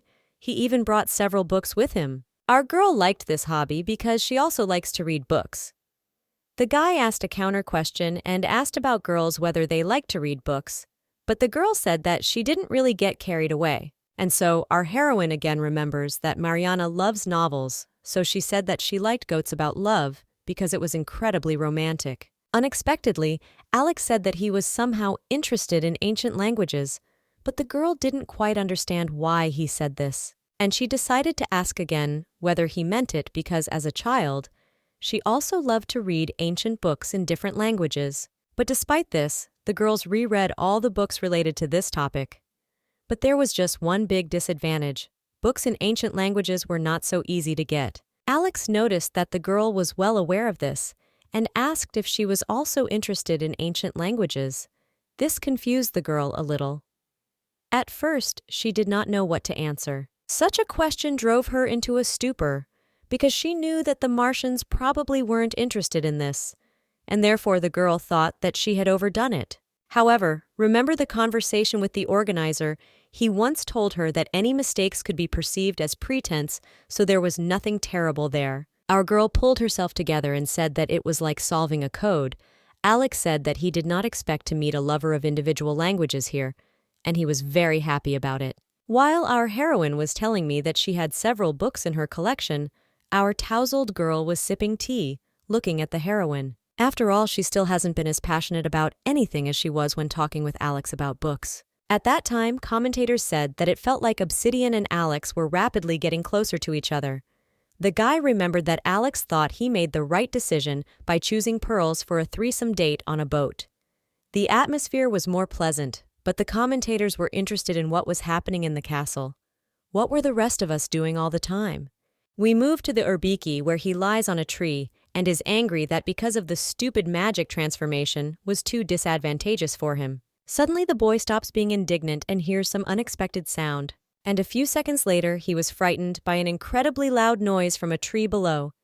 He did not know what had happened, so he decides to look down and find out what's going on. It turned out to be a girl Amethyst, who climbed a tree and then fell from it to the ground and was now sitting in tears. As I saw, Rinky immediately came down from the tree and immediately said that she falls all the time anyway. So then she climbed the tree, giving her hand along the way so that the girl could get up. But what Amethyst replies is that the guy looks upset. Help her get up. He doesn't understand what this girl said and why she thinks that he will win upset. Amethyst says, "You can't. I like the magic of transformation, which is why he got angry." And he says that it wasn't that he didn't like it.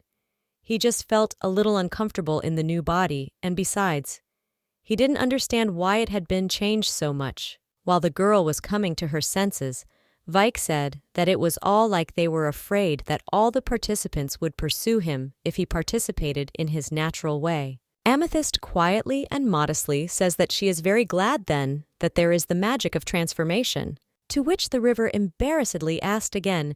She pretended that she had not heard. The girl replied that it's not like sleeping like that. There's always someone nearby. If the guy were even more popular, that girl would be very upset. She said all these words very embarrassed. I don't know what to do with myself. After a few minutes, Ricky's stupor and misunderstandings make themselves felt, and the girls gradually become awkward. And our commentators on this show say that if it really happened, Amethyst mustered up the courage to confess to Ricky. But the boy was caught tight and didn't quite understand that this was a confession, while the girl was very embarrassed and even turned around out of awkwardness. Ricky was bombarded with questions. I don't know what she usually answers, or does he just stood there in a stupor for several minutes? We move to Ricky's room, where he sits thoughtfully and does not understand why a girl would be upset if his popularity increased. He comes to the conclusion that she wants the guy not to be popular. If she likes that he is not popular, he comes to the conclusion that Amethyst hates him, and this is a great shock from the guy. He no longer knows what to do. Ricky was not sitting in the room alone, but with Lucas, who didn't understand whether the guy was pretending or whether he was serious. He looked hot in his eyes. S already thought that all his energy went not into the brain, but into the muscle. So he looked at him with contempt. Ricky did not understand why and what Lucas was talking about. He was freaking out about this very much. After all, he simply couldn't understand why a girl should be upset about eating, and he would become popular, but Lucas just turned his head in response. And then, he unexpectedly said that, it seems that she really doesn't like you very much.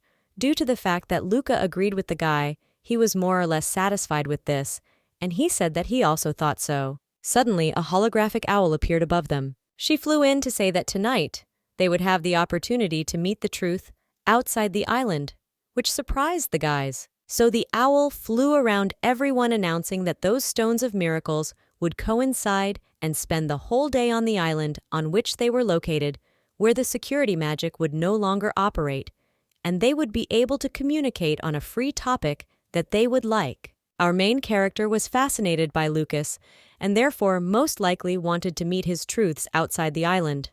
The owl told everyone to make their choice before dinner. Lucas noticed this and was not going to waste the opportunity, and became incredibly serious. He changed into an incredibly beautiful outfit and wanted to try to regain the attention he already believed from his girlfriend. Having returned to the castle, our main character and her two companions who were with her on the boat see an unusual picture. In the center of the room sits a bun with which the lady asks the name of both. I liked everything how they spent their time on the boat. And then he stood up and said that he would like to chat a little before lunch. Therefore, holding out his hand, he asked whether Obsidian would allow him such an opportunity, to which our embarrassed girl agreed, seeing no reason to reject the young man's proposal. Then they turned around and were about to leave, and Lucas said that they would see each other at lunch and said goodbye to Alex and the brown-haired girl. Alex watched intently as the couple left, but he couldn't do anything because it was Obsidian's choice. Watching our couple go, they stood in a stupor for several seconds. I don't understand what just happened. And then someone behind them catches their attention. It was Reg who said that he would like to fight again when they all get together. But this platinum immediately washed away, which is why Ricky was dissatisfied. And then suddenly, the girl is invited to play a game for them. This immediately attracts Ricky's attention because he did not expect that Pearls could handle a sword. But she responded by saying that she did a little training as a sport. And a moment later, Ricky was impatient to go with them to the arena. The Pearl asked whether Alex would also go with her. He said that he didn't mind at all because they still had a lot of time before lunch. At that time, Amethyst watched from the balcony as everyone around dispersed, and she was simply left alone. She was a little sad and offended that no one invited her anywhere, but the girl didn't want to impose herself. We move already to the moment where the girl all dressed up on a horse and with a sword is fighting against Ricky. The guy notices how nice the girl was and gives her a compliment and also receives a small compliment in return. Alex is on the sidelines. In the end, he praises both of them. They say that not both are excellent riders. Suddenly, Ricky notices that there are balls around them and says that if only there was another person and they could play. The girl finally pulls up and says that she and Alexa could be on the same team against Grant. She asks what the two guys think about such a proposal. Grant accordingly agrees to such a competition and says that he will never lose to Alex. The one who scores more than 3 goals wins. Somewhere around the corner, someone was watching the 3 guys play. This was a girl who did not dare to go out to the guys because she was very shy. Looking at the horse, she thought about taking it and joining the fun game. But the girl's insecurities greatly hindered her. It was obvious. After all, the girl did not have such an open character. And so our commentators say that Grant and Pearls were a surprisingly good fit for each other, and the girls were wondering if there was a chance for them to get closer, or if they would just be friends. The guy doesn't answer that it was unknown, but it seemed to him that they suited each other like no one else. The girl responds by saying that it was clear how the Pearl saw a masculine young man in Grant, and asks, or by chance another commentator didn't think so. The guy just replied that he had a presentiment that today there would be changes in the lines of love. And besides, if Platinum again wins the heart of Obsidian, the changes do not promise to be grandiose.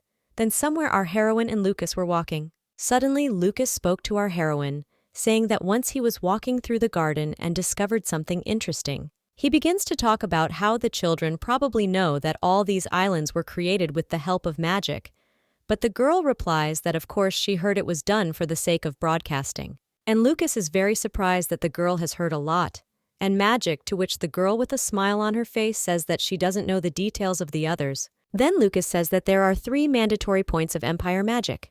The first is mana, the second is the magic circle, and the third is crystals. The magician used his own mono to create a magic circle, but to support this circle, constant replenishment was necessary. And for this purpose, they use crystals made by magicians. These crystals are the source of mana instead of people. Therefore, Lucas asked the girl to look at the magic circle. Look at it, you could immediately determine the level of magic in it. The older the circle was, the more energy it required, but the quality of the crystal would be higher. He showed such an example on a crystal in a garden that he found while walking. The girl was surprised and asked if there really was magic in the garden, to which Lucas replied that it was not just magic, but magic that required a lot of energy. This surprised the girl very much. She asked what kind of magic this was, then Lucas offered to show it to her. Raising his hand to the tree, something in his palm glowed bright yellow. Then the row of trees, which was completely green, turned into a beautiful sakura.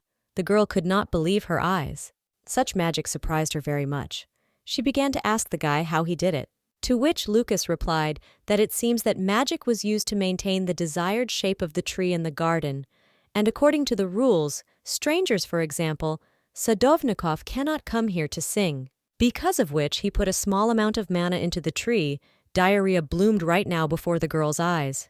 Lucas caught a small flower, and he caught one from a tree and asked the girl if she liked it, to which the girl smiling modestly accepted the gift and said that she really liked it. And then Lucas said that he liked her smile more than her surroundings. Then Platinum said that if the girl wanted, he could make other trees bloom. Don't finish this sentence, he felt as if lightning was piercing him. The girl notices this and does not understand what is happening to Lucas. He stops talking and cannot do anything. It hurts so much that he grabbed his chest and began to breathe heavily. As soon as a girl notices that the guy's behavior with you is already too bad, she tries to approach him and help. But that he sharply knocks her hand away and tells her not to touch him. The girl is shocked and does not understand what caused this behavior, but the guy did not do it out of malice and could not do anything about it. He asks for forgiveness for his behavior and says that this will not happen again. She says that there is nothing wrong, but asks if everything is fine with him. He tries to hide his trembling and pain. They say that he almost sneezed because of the pollen. And then, after a few seconds, he realizes that he behaved unworthily in front of the girl, and once again asks for forgiveness. Watching as Lucas averts his gaze and apologizes to the girl, our heroine thinks in her thoughts that perhaps Lucas is sick because his breathing was somehow uneven and his complexion was pale, and this was all possible due to the fact that then he fell into the water and caught a cold. Behind the guy, the girl notices a bench and invites him to rest a little, to which Lucas replies that he is fine and does not need rest. The girl understands that the guy behaves this way because he most likely does not want to show his pain or because he is bothered by cameras everywhere. Then the unexpected girl decides to say that her legs hurt, and that's why she would like to sit down, for which the guy immediately agrees without any hesitation. So after a few seconds, they sat down on a bench and were simply silent. Lucas caught his breath and felt much better. Suddenly he notices something near him. It turns out that all this time he was holding the girl's hand and she didn't even notice it. Because of which our heroine blushed very much, as well as the worries that she still had about the guy did not go away. Then Lucas raised the girl's hand and kissed it, and asked again for forgiveness for his behavior. The girl is perplexed.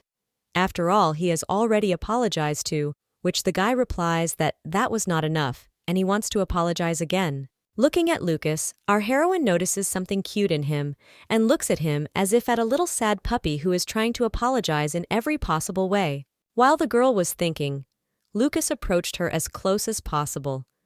Look into her eyes, he turned to her, and said that most likely she now thought that he looked like a little puppy.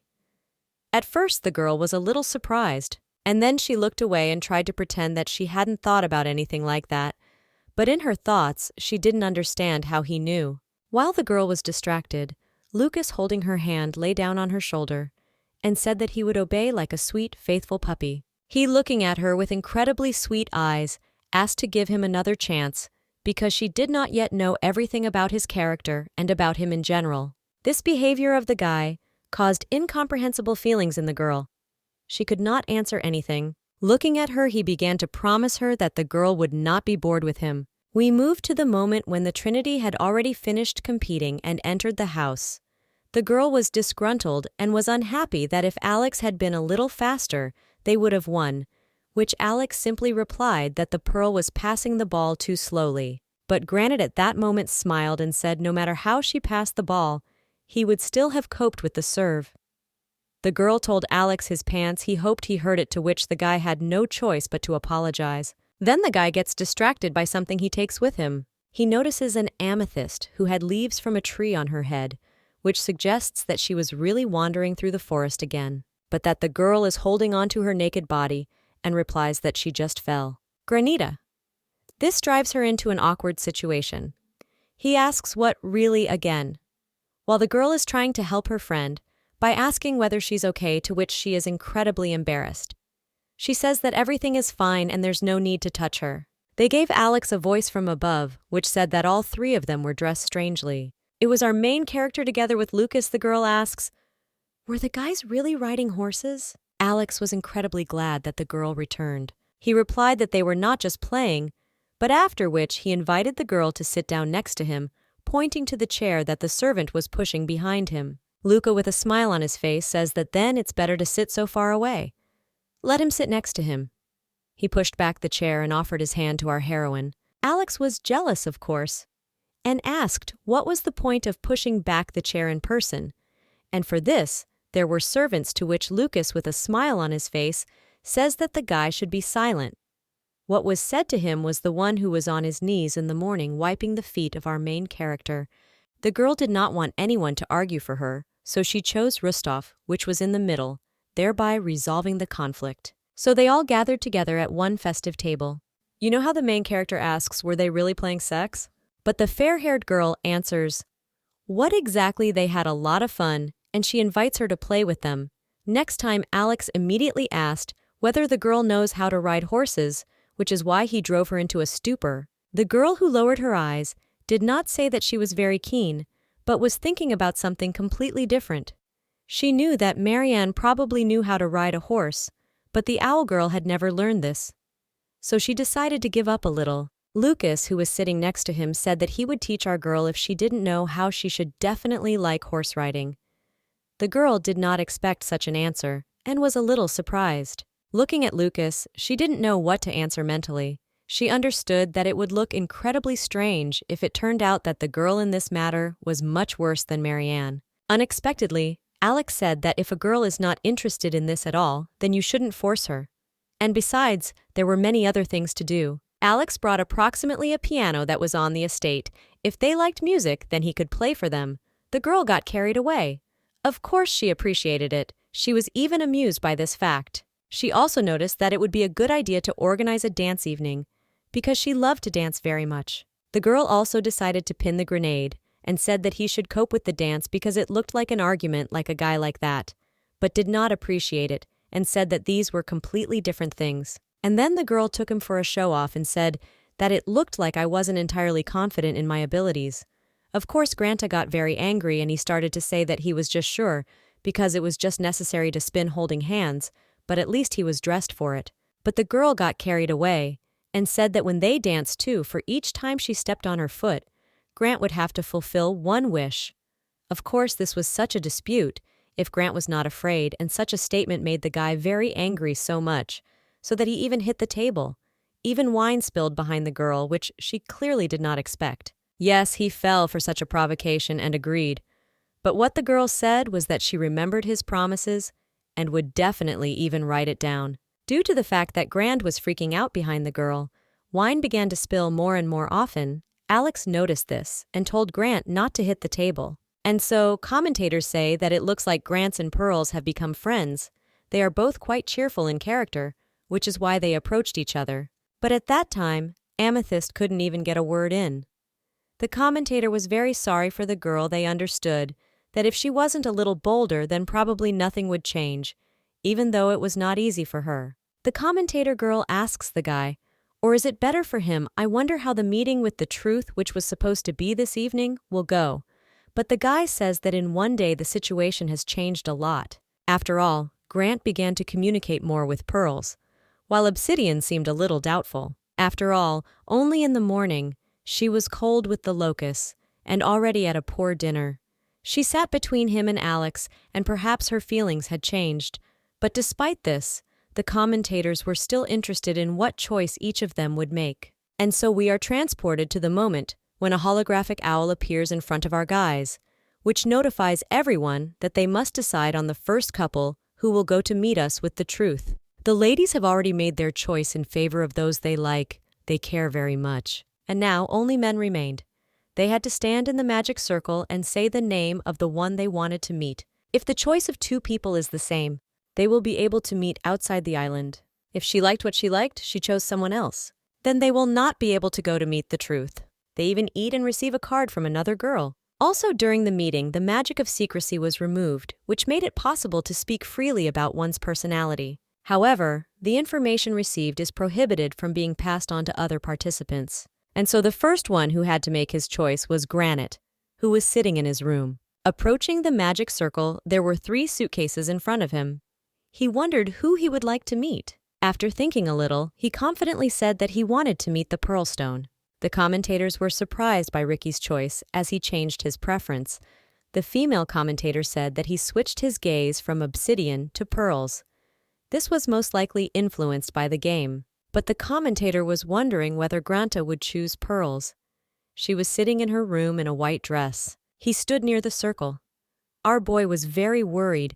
He didn't know whether he made the right choice or not. He made a choice from his heart. Therefore, he really hoped that pearls would come to him now. And the girl who appeared in front of him really turned out to be a pearl girl with a smile on her face. She was approaching the river. As soon as the guy saw the girl, a smile immediately appeared on his face, realizing that maybe this was his destiny. Commentators were surprised because pearls also chose him. It turned out to be the first couple. Although at the beginning they did not show much interest in each other, this whole situation turned out to be amazing.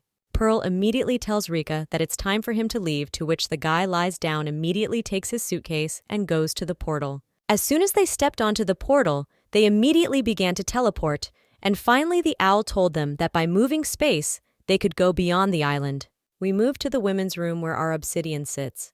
She thinks that no steps can be heard coming back. This only meant one thing, that probably the choice of pearls coincided. Amethyst was very worried but tried not to show it. And so it was time for Platinum to make its choice. Same as with Alexandrite, almost unanimously, they said about her that the stone with which they want to send her to a meeting with the truth was our main character Obsidian. And so the commentator said that they chose the same girl. So they were very interested in who she would choose. The guys stood waiting for several minutes. I was very nervous, and then suddenly they hear our girl's steps and are very worried. I don't know what to expect next. Looking at the incredibly beautiful girl, they immediately become speechless, and besides silently watching as the girl chooses one of them, they can't do anything else. And suddenly the girl turns towards the locust. The guy was incredibly happy. He couldn't believe that she chose him. But as soon as she came down the stairs, he extended his hand to her and said that he had been waiting for her. As soon as the girl gave her hand, Lucas got down on his knee and kissed her. And incredibly happy, he added that she would not regret her choice, and he would try to do everything so that she would like it. Commentators cannot believe their eyes. It was an unexpected turn for them that Obsidian chose Platinu. The girl suggests that our main character was influenced by the same image of the cute puppy. When they were walking in the backyard, the guy says that he was so cute that he made her change her heart. But in reality, everything was different. We go back an hour before choosing our partner. When the owl flew in and told the lady to choose their partner with whom they want to go to meet the truth, our heroine did not know what to do. Just as she was about to text her partner, suddenly the organizer appears out of thin air and asks the girl who she decided to choose. The guy was confused by the girl, but she said that she thought for a long time about who to choose. After all, if she chooses Alexander, then she will be calmer with him. The organizer asked the reason why she would feel calmer with him, but the girl replied that he had a calm character and similar interests, and when he was around, she felt comfortable with him. With difficulty, the organizer exhaling notices our main characters and asks, "Were there really any problems?" The organizers began to explain that Alex was from the 5th kingdom of Urkan, and the guy had heard that he often visited the neighboring state of Kayla on trade matters, and therefore the organizer suggested that the guy probably saw often with Marianne, who married the king of this kingdom. This fact shocked her very much. She had no way of knowing that Alex knew Marianne. The organizer has difficulty saying how closely they knew each other. Unfortunately, he does not have such information. Perhaps they were just seeing each other or passing by. But if he managed to personally communicate with the Marana, then this was a rather big problem. When the guy looked at the girl, He could guess that she was not a Marana. This shocked our heroine the most. The organizer also says that because of the magic of protection, everyone on the island tells lies and also pretends to be someone else, so Alex might think that the girl is also just pretending and nothing more. But when it comes to meeting the truth, there will be no magic, no Imperials, and no talking in private. But the organizer did not know at all whether Alex had the opportunity to personally meet and talk with Mariana, so the guy was worried that as soon as the conversation turned to the past, he would no longer be able to help the girl, and everyone would guess that she was a fake. The girl was very worried and did not know what to do then, to which the organizer sighed with difficulty. And he said that the girl just needed to choose another man. The organizer asked whether the girl liked someone else besides Alexandrite. The girl became very thoughtful and didn't know what to do or who to choose. And so we moved to the present time where the girl finally made her choice and stood in a circle with Lucas. Their magic circle began to move. The commentators at the same time noticed that Platinum looked incredibly happy, and he had a face like he really didn't expect Obsidian to appear. But immediately the commentators realized that if the girl chose Lucas, it meant that Alexandrite was left alone, and Obsidian did not choose Alexandrite, which greatly shocked him because he could not believe his eyes. A holographic owl flew up to the guy and said that he would not be able to get to the meeting with the truth today. Therefore, he had to return to the room. And for such information, the guy looked very depressed. It was not surprising because he won the game by winning the girl, and no one could have thought that everything would turn out this way. Commentators say that frankly speaking, they were also shocked by the choice. Commentators say that this was all due to the fact that even on a walk, Obsidian was favorable to Alexandrite, and therefore they could not have expected such a turn. And so those who remained on the island were in incredible confusion. In addition to Alexandrite, Amethyst was also left alone. We moved to the Pearls and Granite, who were looking around wondering if they had already arrived. We also simultaneously moved to Obsidian and Lucas, who also could not believe that they were already there. In the first case, the couple had a desert around them. This upset them very much. They couldn't believe their eyes. You didn't even have any bases in the area. But in the case of our main character, she and her partner ended up in earthly volumes. Lucas cannot believe that it was the land of permafrost, and besides, it didn't look like there were people there. The girl can't say or add anything. Suddenly, a holographic owl appears in front of the guys. She told the guys that at balls and in high societies, it was easy to fall in love.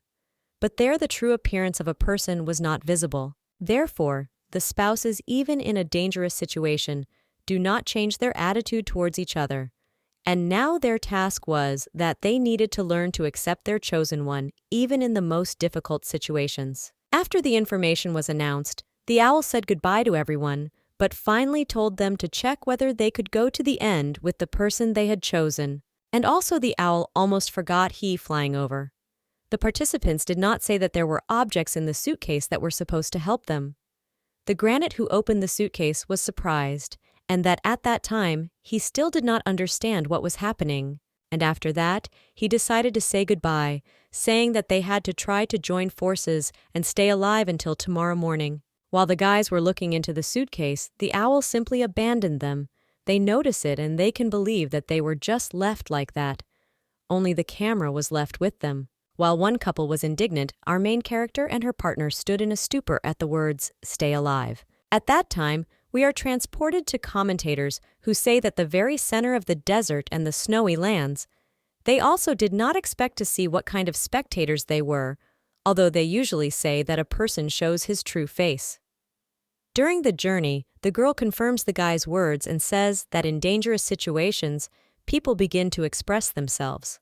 But the guy says that there are couples who, after traveling together, quarrel and break up, and there are relationships between which it becomes even stronger. Therefore, I watched our couples. They were interested in what our couples seemed like. At that time, Lucas was already shivering from the cold and did not know what to do. He tried to somehow warm up. The girl saw that Lucas was not feeling well and asked if he was in order, to which the guy said that she would need to dress up first. They took off all their jewelry. After all, since they were close to you, the iron easily froze the skin of the pavement. Then unpleasant, painful sensations. Then they took out a winter robe from the suitcase. The girl had an incredibly beautiful blue cape, and Lucas had a white cloak which also warmed him. I look at my clothes. Lucas noticed that now at least they won't die from the cold. The girl remembered that there should be survival items in the suitcase, and so she invited him to look. Lucas didn't waste time putting it in the suitcase on the floor. He wanted to open it. The girl couldn't wait to see what was in the suitcase itself. As soon as he opened the suitcase, they couldn't believe their eyes. A very bright light was emanating from it, and they didn't understand what exactly was in it, no matter how much they looked at it. As soon as they opened the suitcase, which they were given the way to, there were several crystals, also 4 boxes, and a lamp. The girl looking at the crystals noticed that they were very expensive. While the guy in the background was looking at the boxes, he guessed that these items were for sleeping.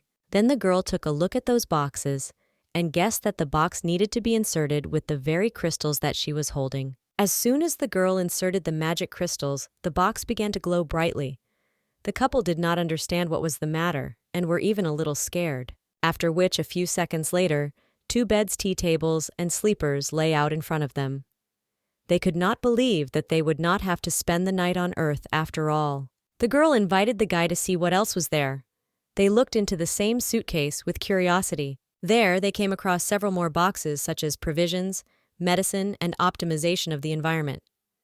They were curious what it was, and they inserted a magic crystal there. We are transported to our main character, where they have also already opened the suitcases and taken out a box with environmental optimization. A large magical dome appeared around them in which they were located. In it, the guys noticed that the air became warmer, which is why they felt calmer in their souls, and it also doesn't become interesting. What else is there besides optimization in the suitcase? The guy was very glad that they were not sent there to die from the cold, while the girl, looking at several other items in the suitcase, said that she thought that they could spend the whole day in the capsule, and noticed that there were also items for sleeping in the suitcase, personal hygiene products. While the girl was admiring the chest inventory, the guy noted that it was written on the box that the crystals were consumed very quickly when activated, so they should have been activated after stopping. Lucas suggested that the girl walk further into the place where they were moved. There was a rather gloomy landscape. The girl and Lucas went on a journey for a long time. They had already been walking in search of a beautiful landscape. Our heroine, looking at Lucas, notices that he is very ill and offers to stop anywhere under the pretext that he looked the same around him. The guy just grabs the heroine's hand tightly, and he says that they arrived there together and doesn't want to stop anywhere. After all, despite the fact that it was quite cold, he would like to spend time with the beautiful landscape, because he thought that it would be great to admire the night sky on the hill that was in front of them. The girl replies with a smile that the guy means business, and that's why they continue to move on. So for a few more minutes, the girl's head was filled with thoughts that the guy could be from a very noble family, and that's why he was looking for a romantic place. At some point, their eyes were directed at something beautiful. They found the very place where they could set up their camp. Lucas noticed that the snow was so white that the girl stood out even more against its background. Our heroine liked the compliments, but she didn't say anything in response, simply smiling while looking at the guy. In the box, I remembered that if this place was not far from the northern sea, then perhaps they would see the northern lights. The girl notices this and says that it would be wonderful. The guy was holding the box in his hand and couldn't even imagine that he would admire the starry sky with our heroine. He was very happy. Because of this, as soon as he laid out the box, he said that he was not even sure that he would be able to sleep at all today, being under the same dome with our heroine. We are transported to the Commentators, where the guy says that Platinum was looking forward to the upcoming night, but that the girl replies that next to her even a gentle storm will seem hot. So the guy was not at all cold, the Commentator thought so. Unexpectedly, not a single voice said that they had, but how were things going with Granty and the Desert Pearls? We moved to the Pearls with the Grant, because they also set up a small camp. The girl was glad that it was very cool, and the guy in the water notices the fish and invites the girl to fry it. The untidy girl of course agrees, and Grant immediately catches one of them, and the girl in the background is incredibly happy. So we are already moving towards the evening, where the girl with Grant Tom fried the caught fish on the fire, while the girl wants to quickly eat the fish. Grant something in the background. Vanya was knitting from leaves. The girl notices that Grand was very good at knitting. He says that he often did this, showing off his work, adding that during training he did it almost every day. The girl asks in bewilderment what kind of training, to which the guy replies that the training was based on self-control, because in today's country, a member of the royal family must undergo it. In Years Old, everyone had to spend a week in the desert. Grant talks about his life so easily that he completely forgets about the protective barrier and suddenly gets scared, not knowing whether such a thing could be told. The girl answers in a calm tone that most likely it is possible because there was no magical protection there. And immediately the girl said that she was the princess of the 7th kingdom of Hida, and her name was Layla Vaughn. The guy was surprised by the girl's courage because she was not afraid to receive a warning. He was so surprised that he froze for several seconds in a stupor. Then the guy saw that everything was fine and was happy. The girl smiled and said that now it was his turn to tell his real name. The guy immediately said that he was Ralph and was not the current prince of the 2nd kingdom of El Salvador. The girl looked surprised. Asked the guy if it was not in the south by chance, because he was very familiar with the desert.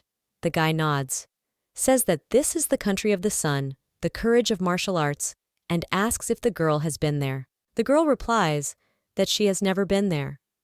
After all, she was the one who lived very far from Hit U.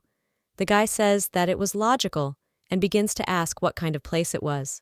The girl says that being thin is a place where anyone who is not able to cope with the sea wind will not survive. Is there any swimming there just like that? Most likely the guy will be carried away by the waves. Our hero guesses that it was the sea, and now understands why the girl swam so well. The girl asked how old Grant was. It seemed like the Pearl was the same age as him. The commentators who were watching all this were surprised that they talked more about personal topics. The girl replies that they couldn't ask each other questions for a long time, and there were probably an incredibly large number of them now. The girl also noticed that, judging by their names, they were both from royal families. The conditions for participation in the box were to be a member of the royal family or relatives of the royal family of one of the 8 states. The guy says that if they use the name of their kingdoms, it means that they are descendants of the royal family, but the commentator that the girl replies that most likely they were heirs to the throne. So we are transported again to the guys who were already asking each other questions about the family. The guy said that he had 5 older brothers. This greatly surprised the girl that they were all brothers. Pearl replied that she was the only one in the family, smiling at the guy. Due to the fact that the girl was the only one in the family, she had a lot of thoughts, because her father wanted to pass the throne to her, which made her very worried. The guy asked if the female knight could also inherit the crown, to which the girl replies with a smile that her father needed to take it. Because of this, she also decided to ask how things were with this in his homeland.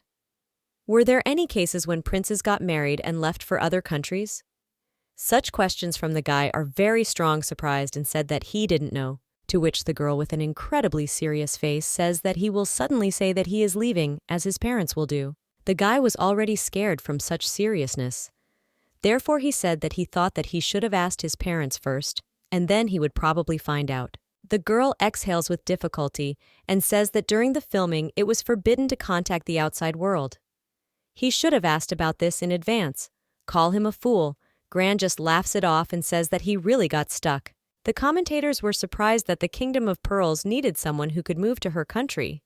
The guy replied that it seems the girl and the owl would like to get married and take the throne. After all, the empire gave the power to rule in their own kingdom when they got married, thanks to the box. Having received such a right, the wife acquired power that was higher than even the appointed governor in the kingdom. Commentators with a smile on their faces say that this all meant that the Pearl was looking for that person who could travel with her to her country. It all made sense if the girl married not the firstborn and not the heir, but the second son of the ruler, or lower.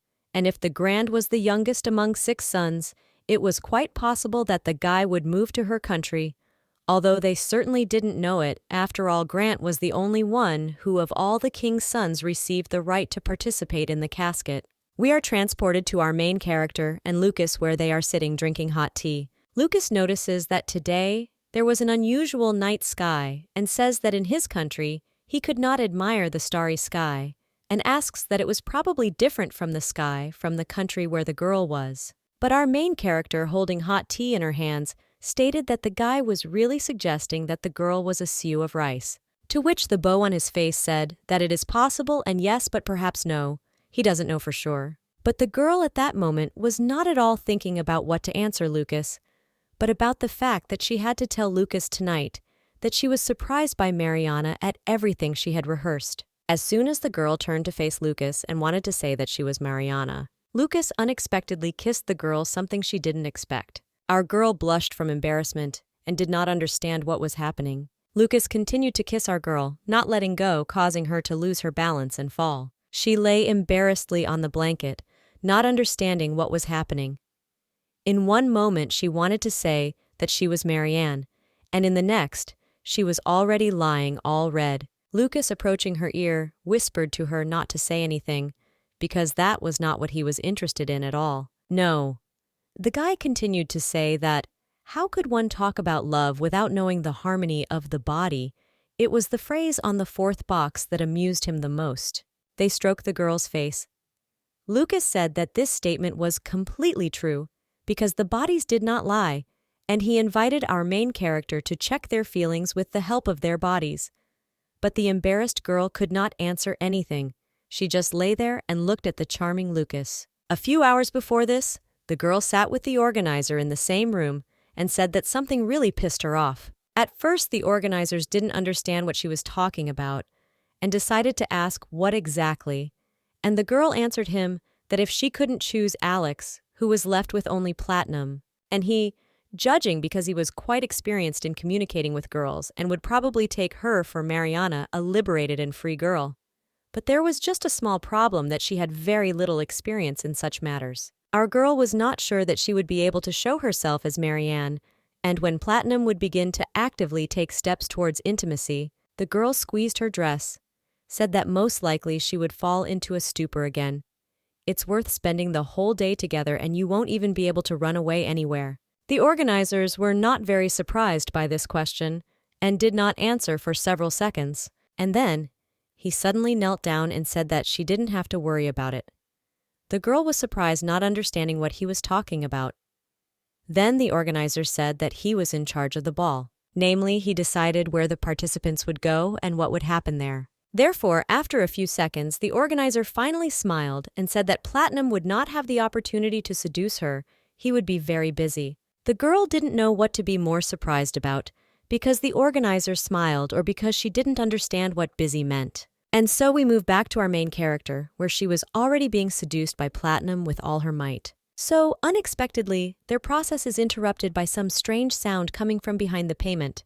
Of course, he does not ignore this. As soon as they turned back together, they were surprised and at the same time scared. I don't understand what it was. But after a few seconds, a pack of wolves appears from the darkness, which are clearly aimed at our main character and her boyfriend. Lucas, of course, did not expect such a turn and did not understand where the wolves could come from.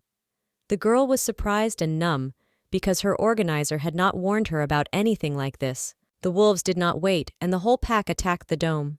But they were unlucky, and the dome was protected by electricity, which is why a few seconds later, one of the wolves was electrocuted. The wolves were no longer so brave.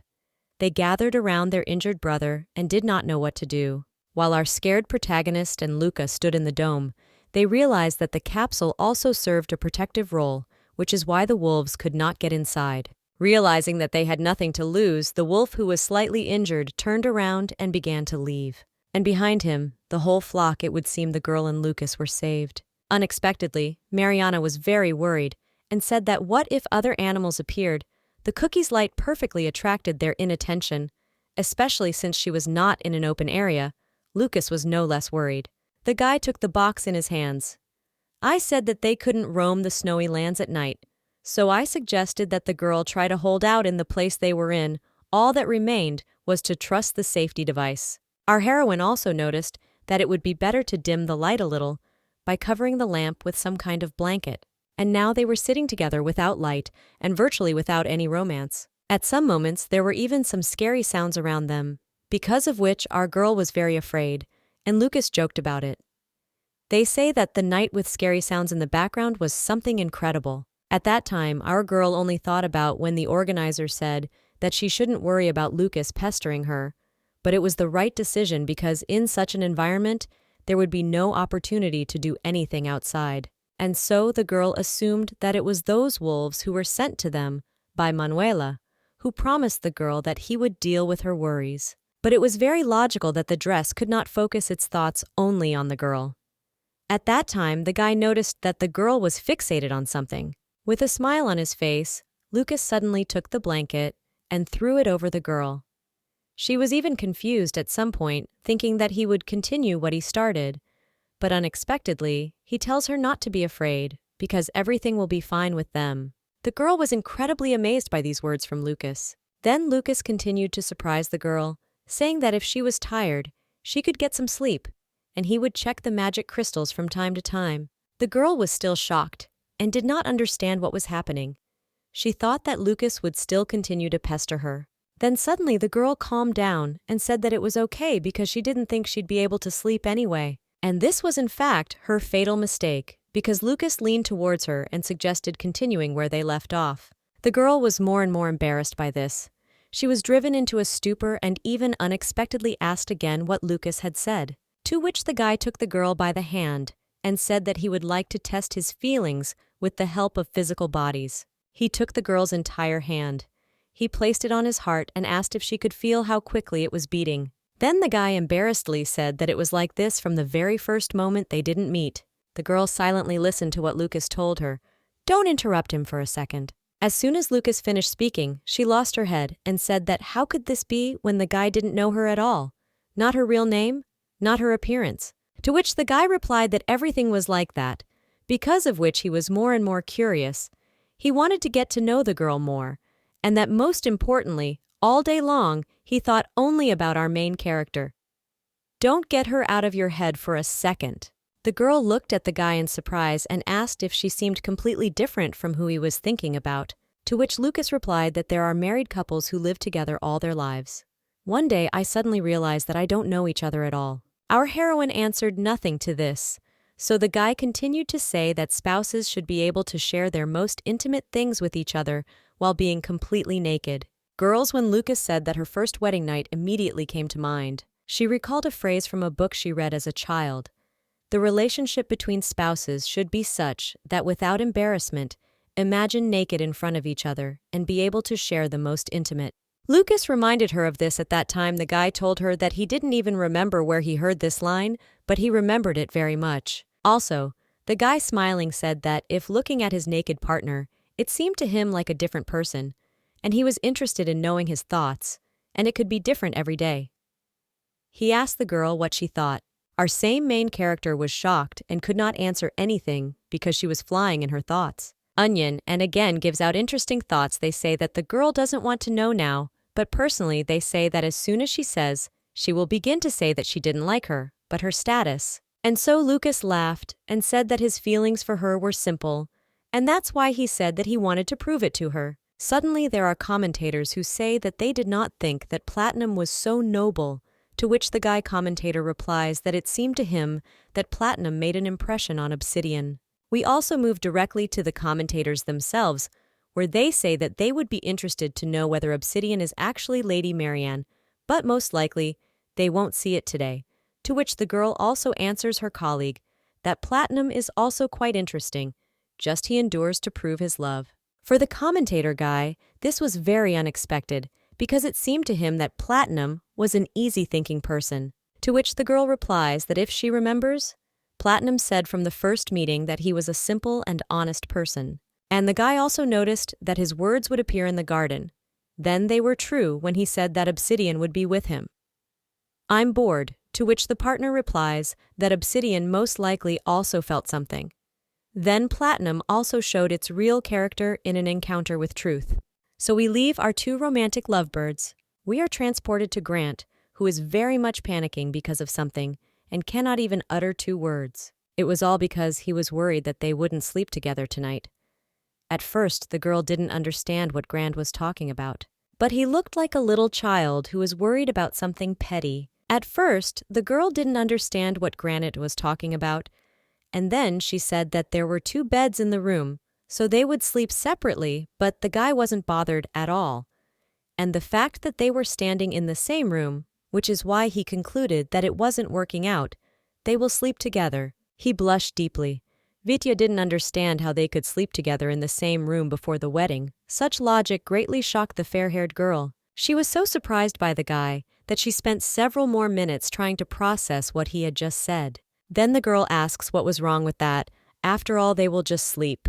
To which the guy stuck into the pillow says that he can't do that. After all, it will all be in a dark room and they are alone. Plus, he will hear her breathing. We asked the fair-haired girl what was wrong with this, but the guy still couldn't do it and hid under the pillow. They found a way out. The girl was sleeping under the dome, asking the question, what was happening? While on the verge, it was behind the dome, wrapped in a sleeping bag. The girl, driven by the absurdity of the situation, decided to ask again whether the guy would really sleep there in the desert on a cold night, to which the city guy replied that the warrior of El Salvador is not afraid of the cold, and the girl still wondered how it was possible to sleep on such a narrow bed. At that time, we moved to the organizer, where he monitors all the participants in a large magical laboratory. He orders his minion to activate the monsters in the desert, which he immediately does. Once again, we cut to Grant, where he reveals that during training, he slept inside a sand pit, and it was much more comfortable than some small bed. Suddenly, the guy hears some sounds similar to gurgling and lowers his eyes downwards. He notices many scorpions crawling on his sleeping bag, causing him to become very scared, starting to shout across the whole desert so that it could even be heard through the dome. While the embarrassed Grant came back to his warm bed and was embarrassed lying with his back to the girl, who at that time was laughing very hard. The girl could not contain her laughter, and moreover decided to tease the guy, and said that it seems that warriors are also afraid of scorpions. He stood up embarrassedly and said that it was a red-tailed Scorpio from one of his courses, was instant death. Somehow the girl forced herself to calm down, but continued to tease the guy, asking how he slept on a narrow bed, to which he became even more angry, and said that in fact he was initially short. Because of which the girl laughed even more times. She could no longer hold back her tears. Then Pearl says that he thinks it will be interesting to live together with him. The guy was a little shy, but did not answer anything, pretending to be asleep. But the girl continued, saying that they were about the same age and their personalities suited each other. Their hobbies also coincided, so the girl was incredibly happy. The guy embarrassedly decided to answer by agreeing with the girl, but still continued to look at her embarrassedly. And so, under the night sky, the girl began to ask Grant that no one from his kingdom had yet been married. After participating in the box, to which the guy confirmed all the information, tell him that his uncle participated, but his last choice did not match. This girl was amused, and she decided not to answer anything. The girl commentator is observing this whole situation and says that there was just a strange moment between them, the guy. This also notices that Pearls had an interest when he was there, but it seems to her that it will not be so easy to marry him, despite the fact that they are not so ideally suited to each other. But who knows, there are couples who overcome problems with their love. This was not the power of the box. We are transported at this time to the island where Alex and Amethyst are sitting at dinner. Suddenly Alec notices that the girl doesn't eat at all and asks her if she really didn't like the food. The girl did not expect that the guy would talk to her and was surprised he replied that not at all, she was just thinking about something else. She was actually very interested in what others were doing now. But what Alex replies is that judging by other issues of the box, they spend time alone in some unusual conditions.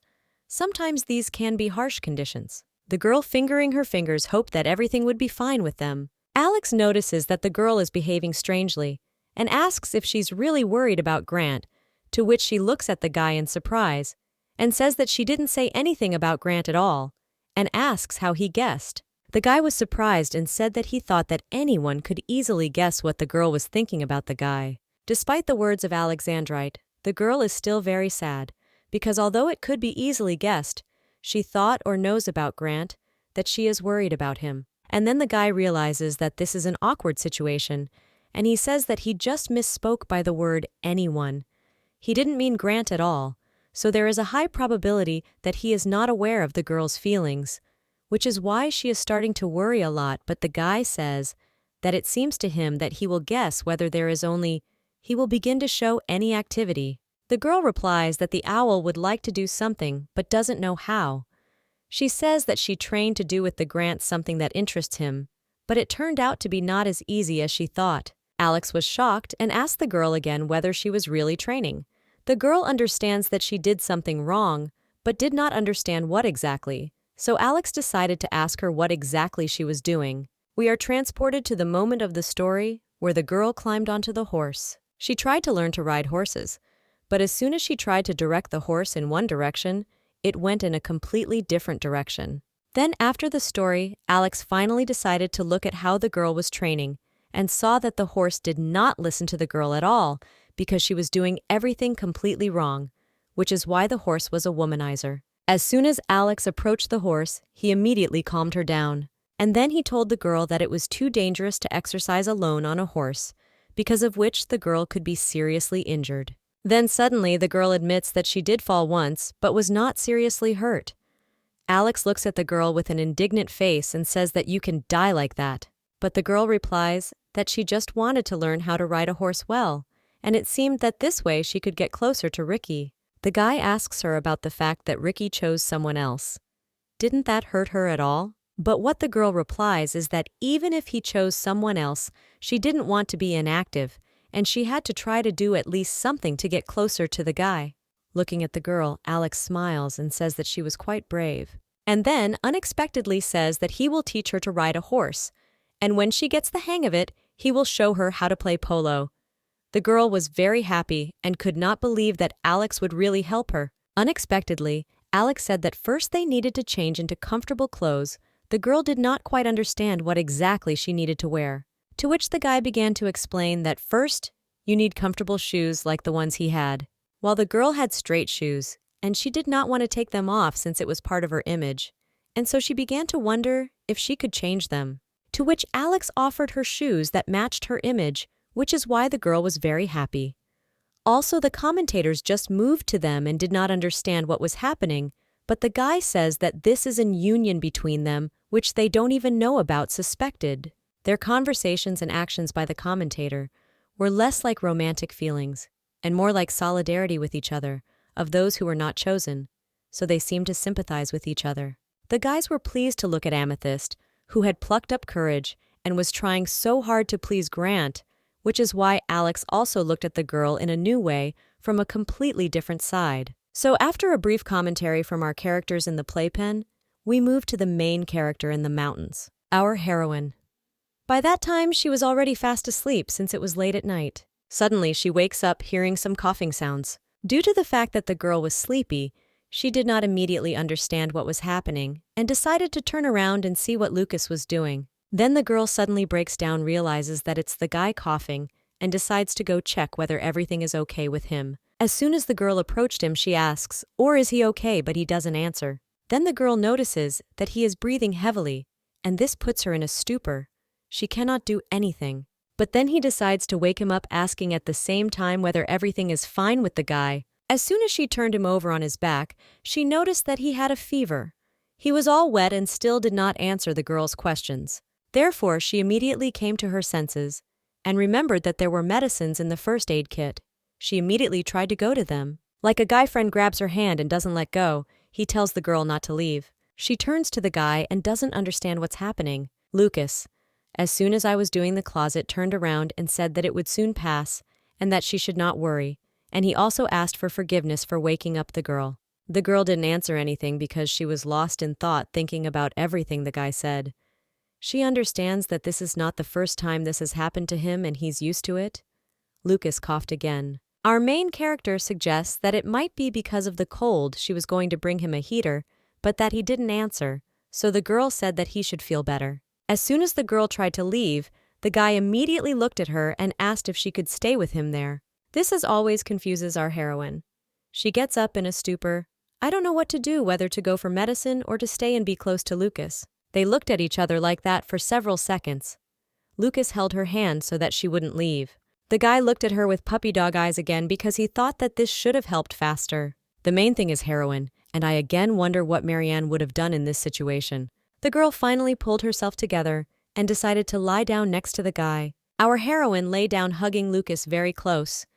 They felt the awkwardness of this whole situation with their bodies, but they didn't try to show it, just looking at each other. Then the girl suddenly asked Lucas if she could sing him a lullaby, calling him a cute little puppy. This behavior surprised the guy very much.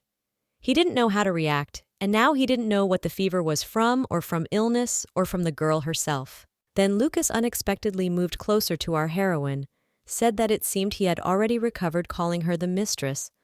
The girl was surprised by this behavior, but she didn't pay much attention to this behavior, letting him know that she didn't mind a little affection. As soon as the girl hugged the guy, she noticed that his breathing became even and his coughing stopped. Unexpectedly, the guy thanked the girl for staying by his side, and then he added that if there was anything needed, he would definitely thank her for her kindness today.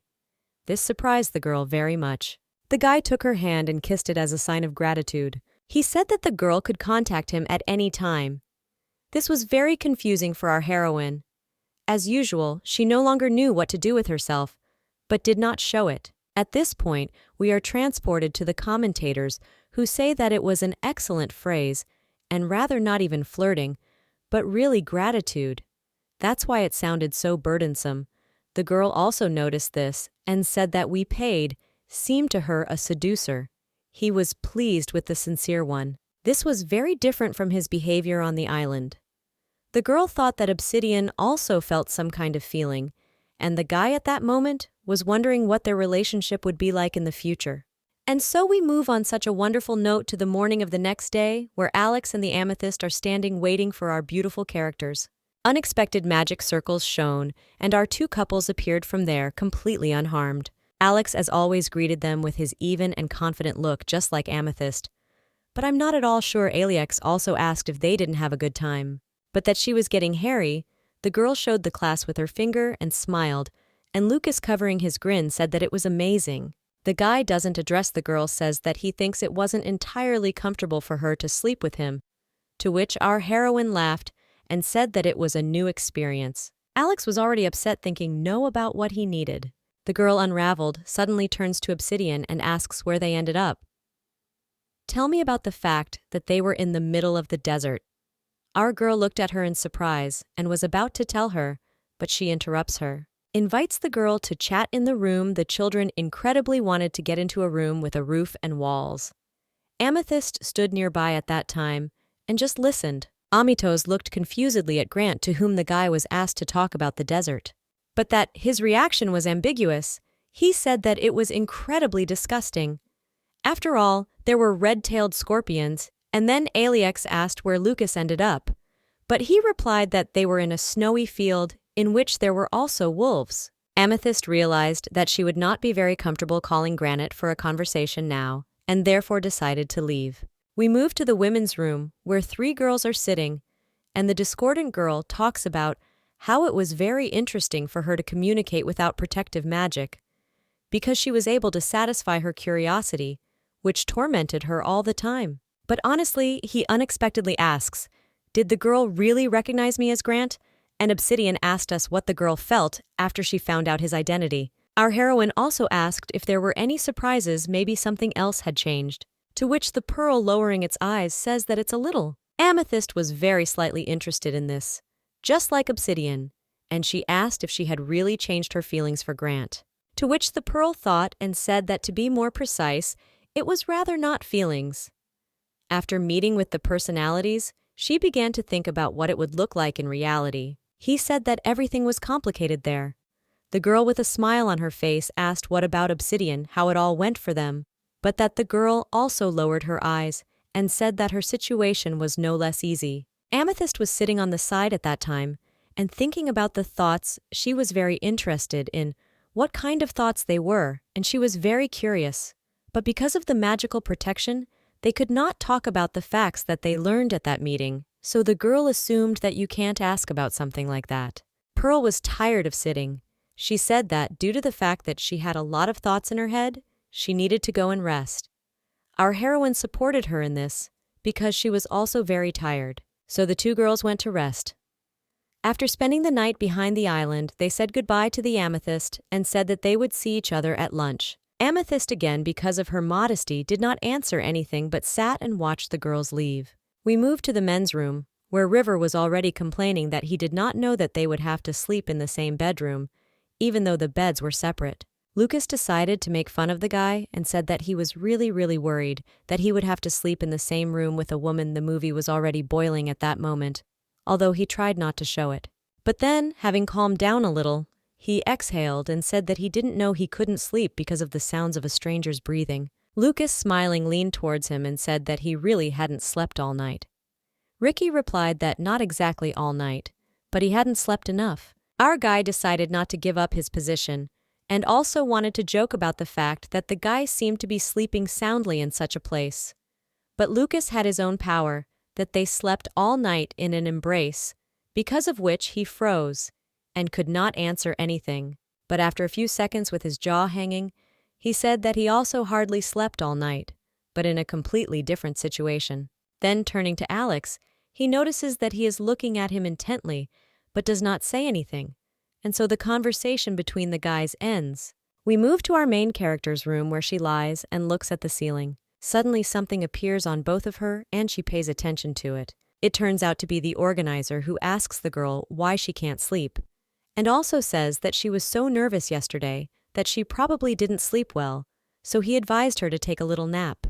To which the girl sits on her knees and says that she cannot sleep. And suddenly the girl asks the organizer, or can she ask him a question, to which of course the guy didn't mind.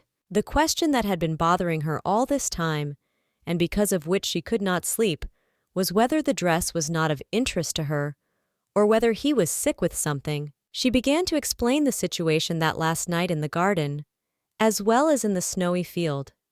He looked sick, which is why the girl began to worry very much about him. The organizer, who looked at the girl for a moment, didn't even answer for a few seconds, and then said that it was painfully strange. And such an answer surprised the girl very much. She did not understand why he said it, and what exactly was strange. The organizer said that he thought that the girl was now asking him how long she still needed to take part in the broadcast. This answer surprised the girl very much, and she replied that he told her that she would participate until they will find Lady Marina. The organizer did not deny his words, and said that he said everything correctly, and also promised to do it as soon as possible. But he did not expect that she would adapt to the show so quickly. These words embarrassed the girl very much. She did not know how to respond to them. Then, somehow, gathering her thoughts, she said that it was all thanks to the tips he gave. But then suddenly the guy said that he was not talking about her pretending. The organizer, who sat down next to us, will continue to say that it seemed to him that communicating with Platinum would be a burden for her. But he noticed that the girl acted incredibly skillfully with him, that he was even a little surprised. Our main character was very nervous, and said that she was only thinking about what Lady Marianne would do. The organizer interrupted the girl and asked if it was because she had feelings for him. Obsidian tried to answer somehow, but she didn't know what exactly to tell her. Then the guy continued and said that he thought that if she had feelings, it would be much better. This surprised the girl. She did not expect such words from the guy, and therefore asked him what he meant. To which he replied that he had already told her once that a date with Alexandrite could pose a threat. But if the girl had feelings for him and she would not have chosen him, then there would be a completely different conversation. The girl sat humbly and listened to the organizers. He continued to say that other participants would have doubts. The girl did not understand why the guys should have doubts. And suddenly, the organizer interrupts and asks the girl if she wants to develop a love story with Platinum. This question shocked the girl. She blushed all over and did not know what to answer to the organizer himself. This question greatly shocked the girl. She no longer knew what to do with herself out of awkwardness. The organizers noticed this and asked if she didn't like Platinum, to which the girl replied that it wasn't that she didn't like it, but there was something that really embarrassed her. The organizer continued to put pressure on the girl, telling her to try to get closer to him. Our heroine was very worried and said that then Platinum would think that she liked him, and the very embarrassed girl said that then there would be more of the same thing. The organizer did not immediately understand that there would be more of the same thing, but that the girl, very nervous, answered that, for example, a kiss or something like that. The organizer still wondered, because he didn't understand what was wrong with it. Then he asked whether the girls really disliked physical contact. There was an incredible system in the box that physical contact was possible only if both partners agreed. A girl sitting on her knees looking down listened to the organizer as he said that he thought that he had explained everything to the girl before the start of the broadcast, and she understood everything. Our heroine looked away from her head and said that she understood everything, but she had the misfortune of not having any experience. The organizer asked if the girl really meant that she had few relationships before marriage, to which the furrier replied that this too. Here, after all, our heroine decides to admit that she has not had any experience of intimacy with a man. The organizer was in shock. He did not understand how to react to this. What the girl said meant only one thing. Looking at the girl, the organizer continued to say that although she did not have the happiest life in marriage, there was still a marital duty of obligation, and so on. She said very loudly that even this did not happen, period. Thus she greatly surprised the sitting guy. He didn't know what to do. While our heroine was already dying from the awkwardness that had arisen between them, then the girl decides to tell the organizer her story. When she became an hour of marital duty, the girl asked her husband to wait a little longer. What her husband said she looked like. She came up with something for herself because where she was, there were no developers. He gave her an ultimatum and said that she had any idea how much he paid for her, she was the daughter of a bankrupt aristocrat. Because of which she should have been grateful to him, and for the fact that because of her pedigree, she became not his mistress, but his lawful wife. Such facts killed our girl very much morally. She did not know what to do.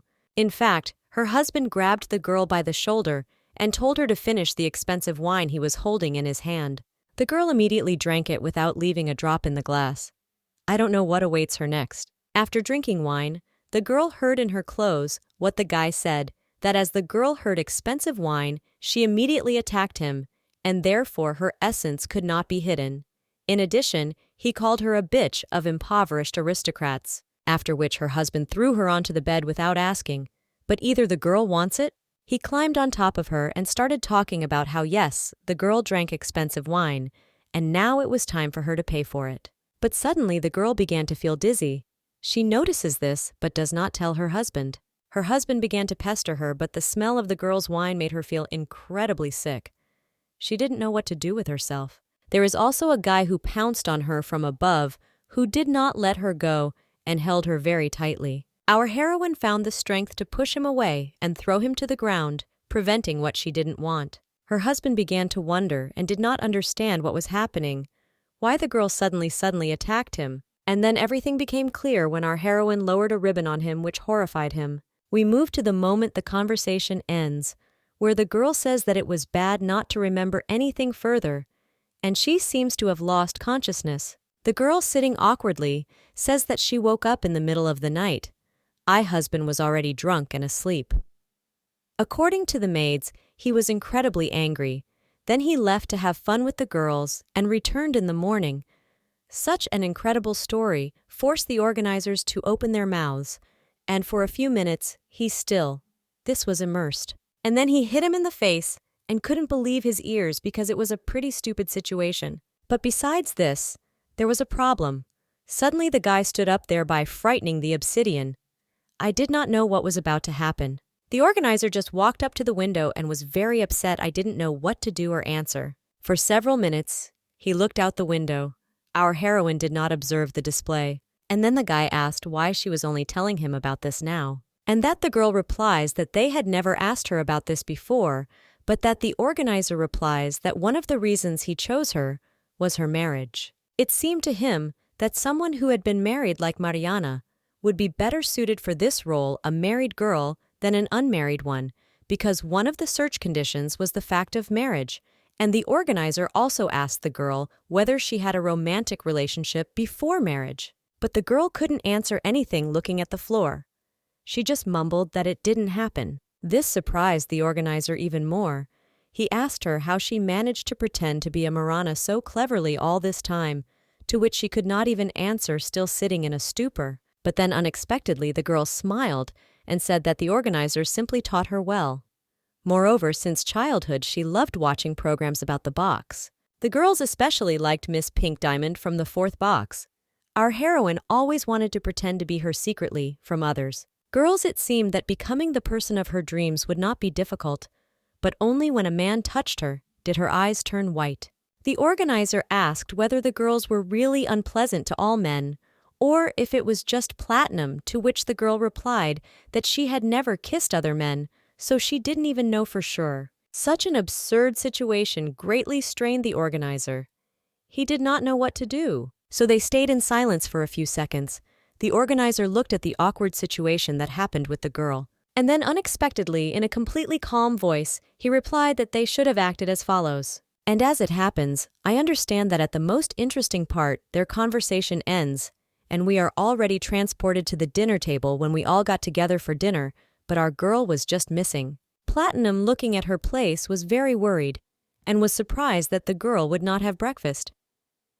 Amethyst said that she was a very tired girl, and told her that she wanted to sleep some more, so she did not bother her. At that time, Pearl, looking at her empty place, said that she was especially given a breakfast room, so she didn't have to worry because she probably had a snack. But Platinum was not satisfied with such answers, and he was still very worried about the girl. When everyone left after dinner talking about their own things, only Platinum remained at the table. He deprived our main character of packing a small lunch because he was still worried whether she had eaten. Having gathered, he suddenly heard someone stomping down the stairs. Then, seeing who was walking there, he was incredibly happy. It was our main character who was coming down the stairs from her room. The guy immediately ran up to her as quickly as possible and asked how she was feeling and whether she had breakfast, which the girl said that everything was fine and she had a snack. The guy said with a smile on his face that they had cinnamon pie for dessert, and he was just about to take it to her. Lucas was very embarrassed, and therefore holding his neck, he said that if the girl did not want to eat him right now, she could refuse this behavior. Greatly surprised the girl. Then suddenly the girl heard from the side someone asking her how she felt. It was Alex, who had just finished eating and decided to approach our heroine. The girl thanked the guy for his concern and said that everything was fine, and then lower than the girl he said that she wouldn't mind. Then he would like from the day a little time of our obsidian beauty. Luca, who was standing next to him, was already upset and understood that she was now asking him and would leave with Alex. The girl recalled the words of the organizer, who told her to act in a certain way. He waited a little and didn't answer anything. The girl stood at first just looking at Alex, and then she suddenly grabbed Lucas's hand and said that she had plans, which made Lucas very surprised. Both Lucas and Alex both did not understand what was happening because they did not expect such a turn of events. I grabbed the girl's hand and said that they would see each other at dinner. Alex was very tired of this turn of events. He didn't know what to do. It was as if the earth had just disappeared. Our commentators were shocked by such an event. The first shocking news was that the girl grabbed Lucas by the hands, and the second was that obsidian at the end cut off any thread of hope for Alexandrite. Commentators noticed that Platinum was no less surprised, and our commentators were about as surprised. Everyone stood in a stupor and did not understand what was happening, while the guys commented that it seemed that the guy's meeting with the truth was effective, because after only a couple of rounds, they had already decided on their feelings. Alex, who lowered his eyes, was very upset but did not interfere. He bowed and said that they were deviating from them so as not to disturb them. After our heroine watched Alex leave, Luca stood in shock and did not understand what it was. And then, suddenly, the girl with a smile on her face takes her cake and tells Platinum that they need to have a serious talk. This statement surprises him very much. He does not know how to react and is embarrassed. Suddenly, the guy picks up the girl in his arms, thereby surprising our heroine. He asks where to take the sweet girl, calling her his mistress. To which the girl with a smile on her face responds that they should go to a quiet place where there is no one. So we are already moving to the moment when the girl is sitting with a cake on a horse and Lucas is riding her in a circle. The guy with a smile on his face says that he wanted to carry the girl in his arms, but thought that it might bore her. Unexpectedly looking towards the camera, they notice a bench there, and the guy invites them to sit there. The girl accordingly does not refuse, after which Lucas safely offers his help to get down, which the girl does not refuse but only for. As soon as Lucas helped her off the horse, he hugged her tightly. And then there was a romantic kiss between them that they did not expect. In general, the girl didn't mind.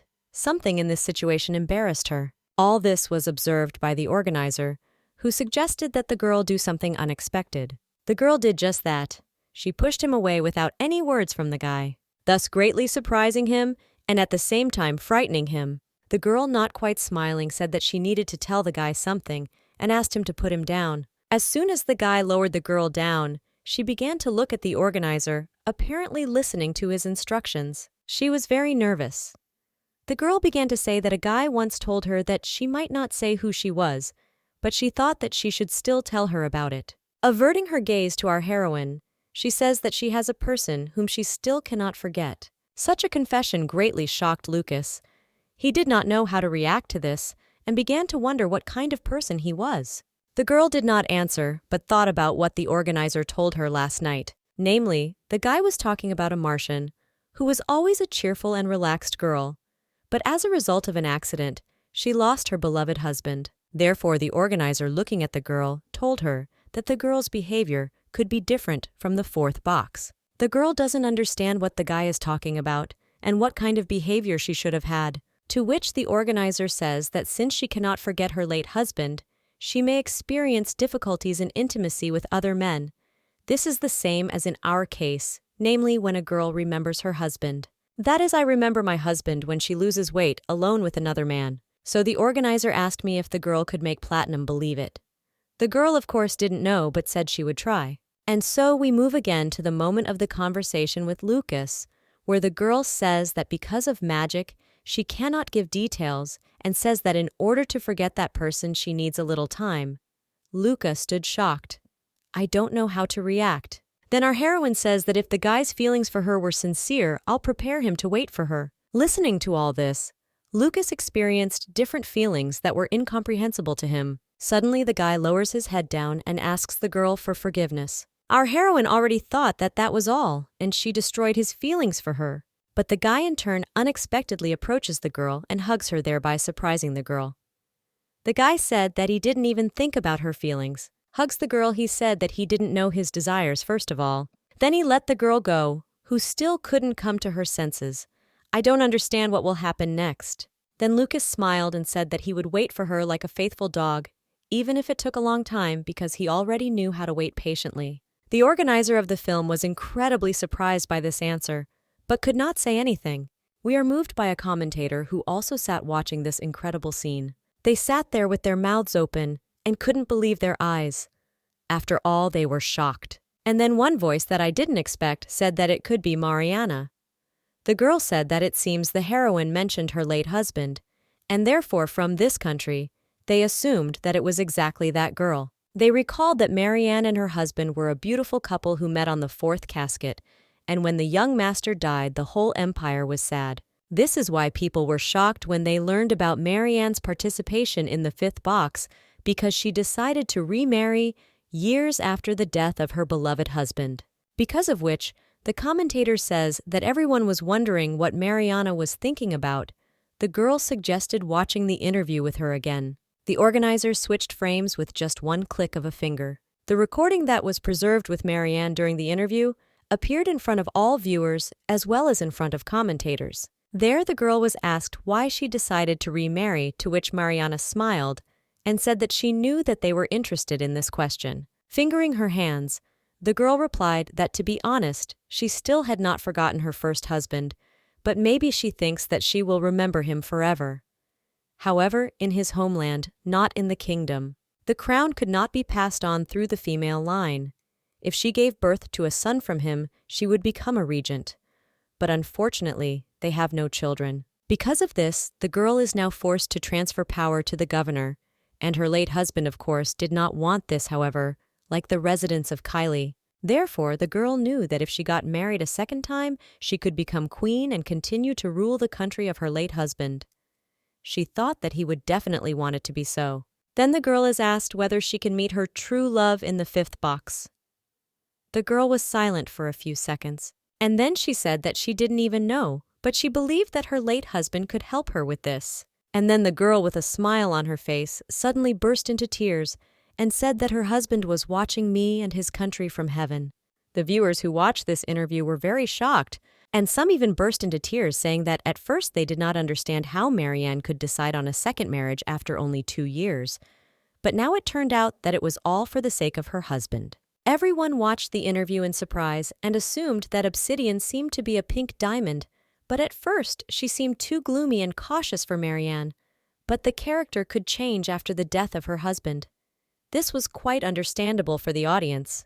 And now, there was only one question.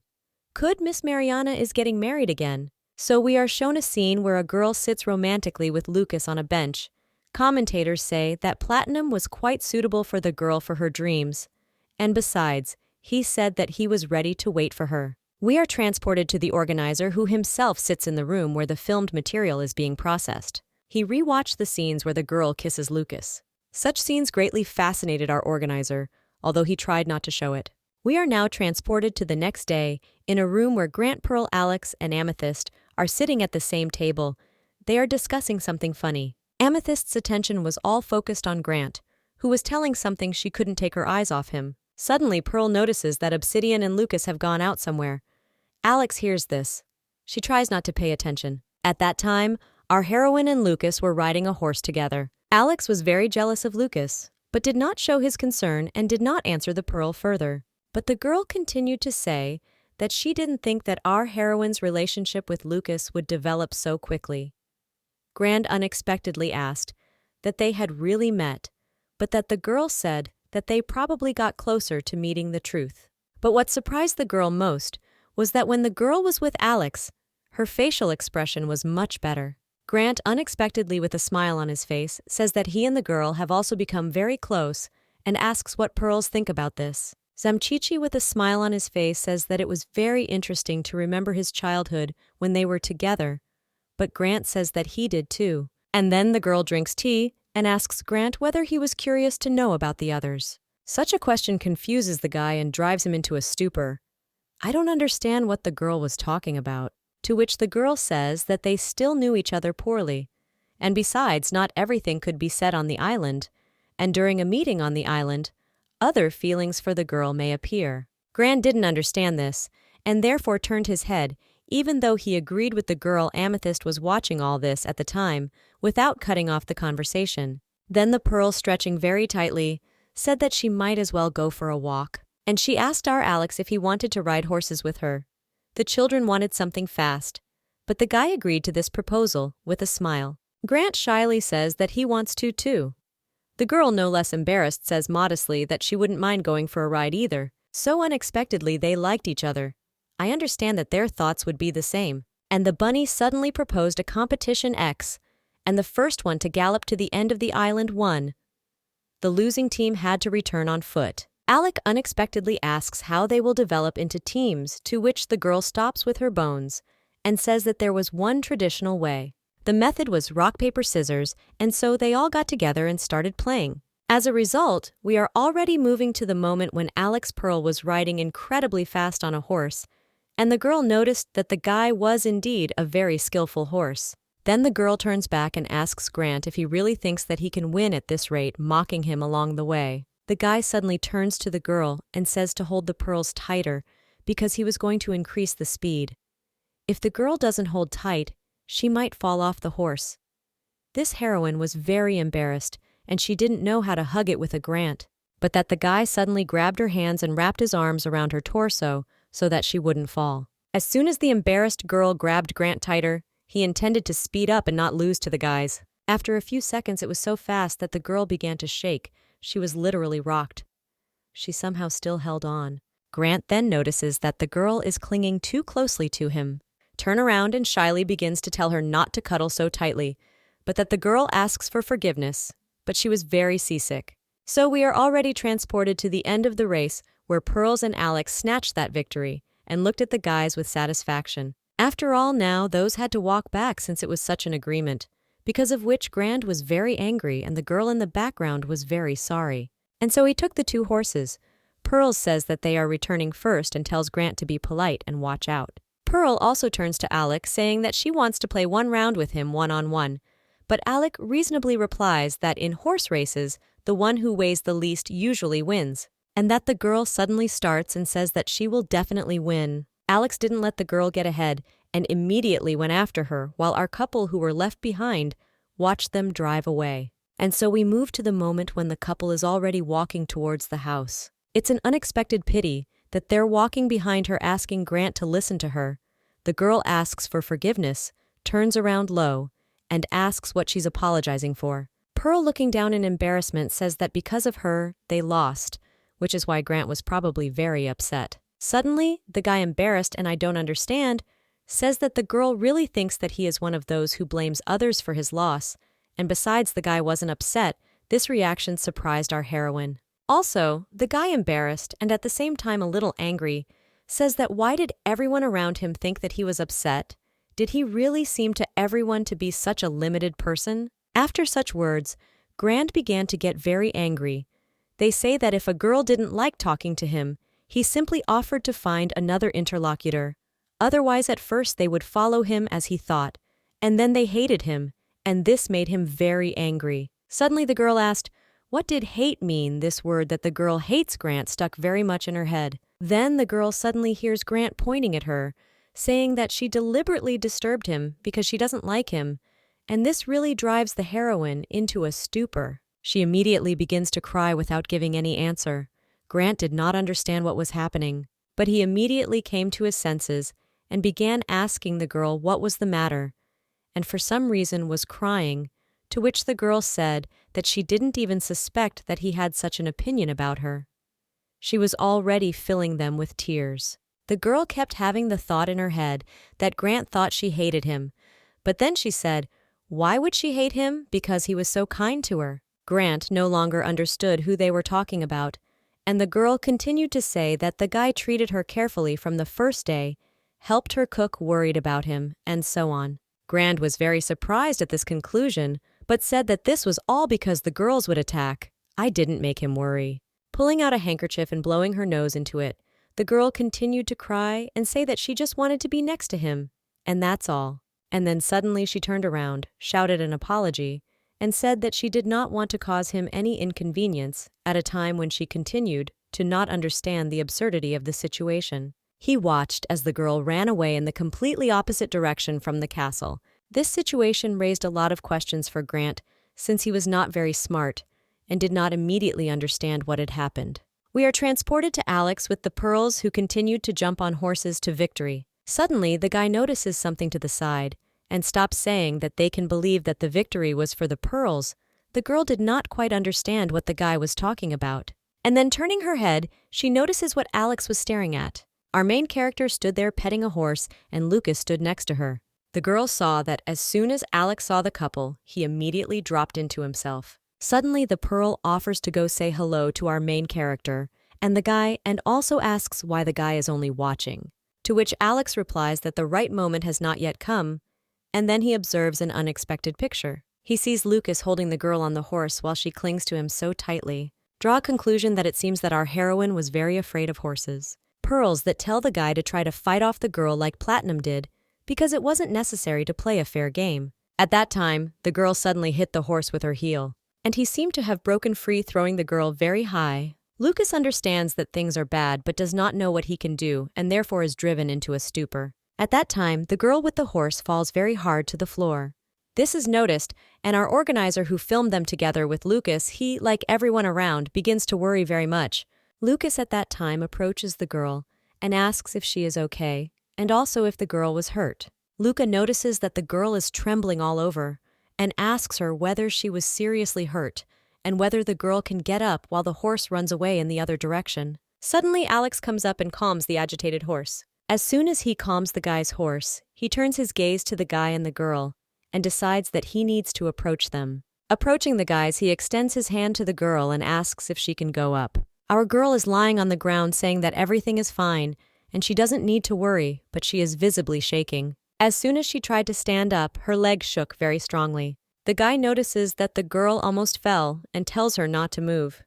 He is very sorry. He says that they will not return to the castle and he will call the girl's doctor. He took the girl in his arms and carried her to the castle while Lucas watched and calmed his horse. Lucas thought this was his good chance, but he didn't take advantage of it. We moved to the moment when the girls bandaged their leg and used healing magic.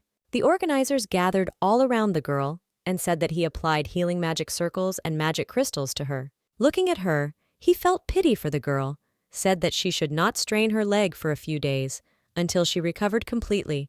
The girl smiled in response and said nothing. At that time, Luca stood nearby feeling that he was very guilty and forgave the girl because he believed that it was all because of him, to which the girl did not understand why. Because of him. She said that it was her mistake, and there was nothing like that. Alex was standing nearby at the time and said that the girl said that she didn't particularly like horseback riding. The guy began to be afraid that the girl might not be disgusted with her at all.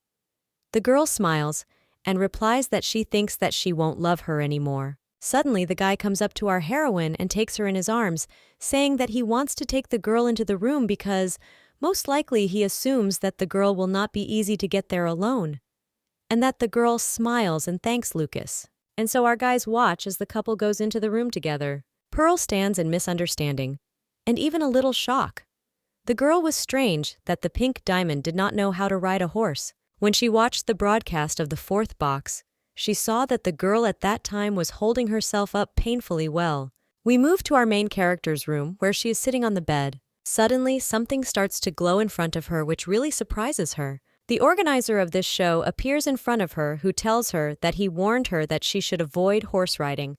Our heroine was experiencing a slight misdeed, and then he lowered his head and said that Platinum put her on the saddle so suddenly that she could not refuse. She once again asked for forgiveness. Now the girl was afraid that everyone would perceive this situation that happened as very strange, or they would not think that this was also a pretense. The organizer was very nervous and said that he would have to do everything to make them think so. But most importantly, the capacitor told the girl not to try to jump over her head, even if this could be passed off as Marianne's acting, because otherwise the difference between them would be even more noticeable. The girl immediately realized that this was not good and blamed herself very much, but agreed with everything that the organizer said. Then the organizer unexpectedly says that after their last conversation, she noticeably reduced the number of contacts with Platinum, which made him happy. After all, if the love line had continued to develop like this, then Platinum would have sensed something was wrong, and he would have seen that it was not a matter of shyness, but a lack of experience. The girl continued to avert her eyes and agreed with everything the organizer said. The guy noticed this but did not say anything. And then he unexpectedly said that the girl would not be able to last long in a romantic relationship with Platinum. She suddenly came to her senses and turned her attention to the organizer, asking what he was talking about. But what the organizer said was that he was pleased that he was an experienced and liberated person in intimate matters. He would have guessed her characteristics, and there were only two ways to react to this. The first was to put an end to the romantic relationship between a guy and a girl, and the second was to find a way to gain experience in an intimate nature. The girl began to get incredibly nervous. She didn't understand how to find a way to gain experience in intimate matters. The organizer immediately said that he thought the second option was more difficult. You see, such changes required a lot of time. So he suggested that the girl use the first method that he suggested, but there was just a small problem. He didn't know how to do it. Suddenly their conversation is interrupted by the door, to which the organizer immediately draws attention. The girl understands that things are bad, and it was most likely Platinum who asked to come into her room. With just one click, the organizer disappeared in a magic circle, leaving a camera nearby that was keeping an eye on the girl and the guy. As soon as the girl told the guy to come in, he immediately opened the door and said that he had brought her something to eat because he thought that it would not be very convenient for her to go downstairs. But Obsidian, smiling, replies that it wasn't worth it because she could walk.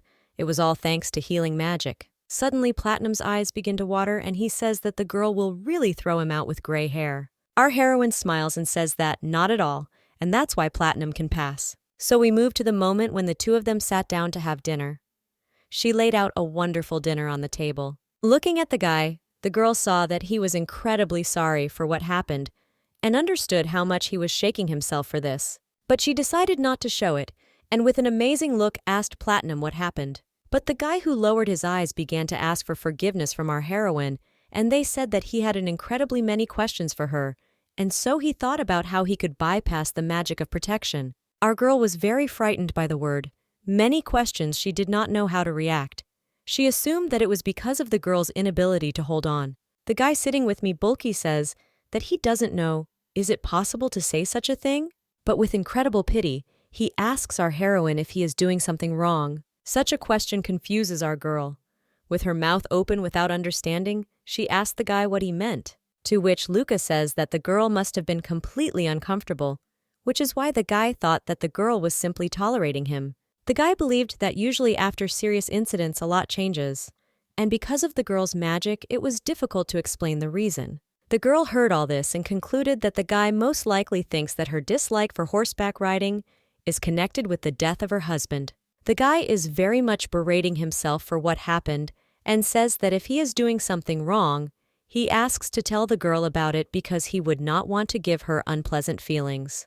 The girl did not answer anything and thought for a while, and then she sheepishly said that she thanks him for his understanding because she cannot tell everything he wanted to know and therefore asks for forgiveness because of this. There was an awkward pause between them. Lucas did not know what to do and answer in the same way as the girl. Suddenly the guy takes our heroine by the hand and immediately takes it all red, and the embarrassed girl does not understand what happened. He immediately asks her for forgiveness, saying that this is not some kind of trick. He just wanted to lift the squirrel for her so that it would not be so hard for her. He just wanted to thank her for helping him when he was feeling bad, and therefore he had a great desire to help, and he didn't have any other intentions. And that's why he said that both the girls weren't worried, because he would still continue to dutifully wait for her. This behavior made us blush, who could not say anything in response. At that moment, she was only thinking about how she should have stopped communicating with him on the advice of the organizer. We are transported to the moment when the organizer stands observing the entire process of workers in the department. One of the guys asks our organizer Tom, or whether they leave the scene of the fall of Obsidian, or send it as it is, but what he replies is that the guy cut out this scene because today's heroines are for me. He wanted to leave Grant and the amethyst. Suddenly, someone again disturbed our organizer by calling us. It was the director who asked him when the second meeting with the truth would take place. After all, according to the plot, there should have been changes in their love lines. But at the moment, it felt as if the relationship between Platinum and Obsidian had already been established. To which the organizer says that it seems the time has come to bring a little chaos into the plot events. It was the 5th day of the project in which our main character participated as always.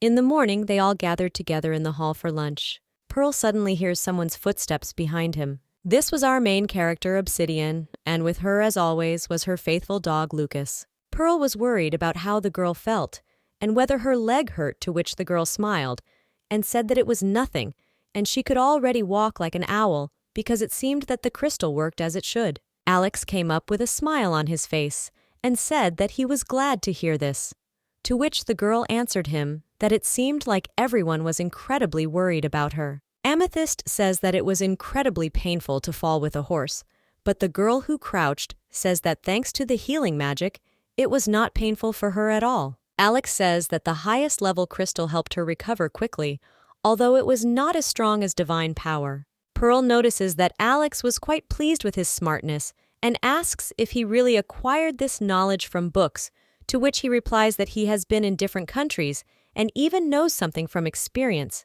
He began to talk about how he had once been in the sacred kingdom for a baptism, how suddenly he was interrupted by a holographic owl that appeared out of nowhere. She began to talk about the fact that today she had prepared a game for the participants.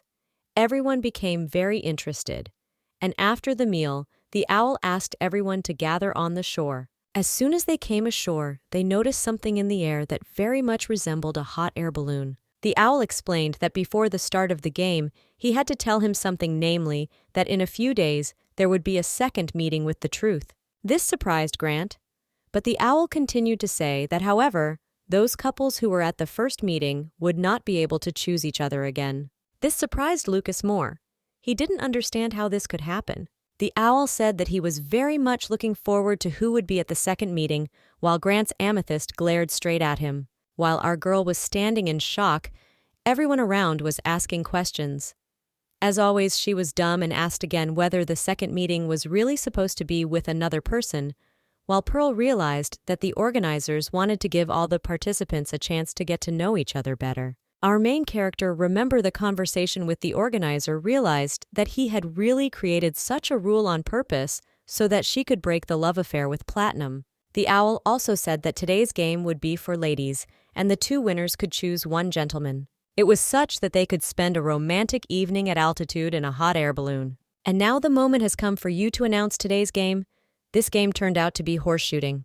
The owl explained that after the horse race, the girls had to shoot at a target. The person who hits the target faster than others will be the winner. Here, our comments join in and watch how the girls are mounted on horses, and they say that this game will be incredibly difficult for Amethyst. The guy also notices that Pearl stayed well in the saddle and suggests that Obsidian should also have ridden well if she really is Mariana.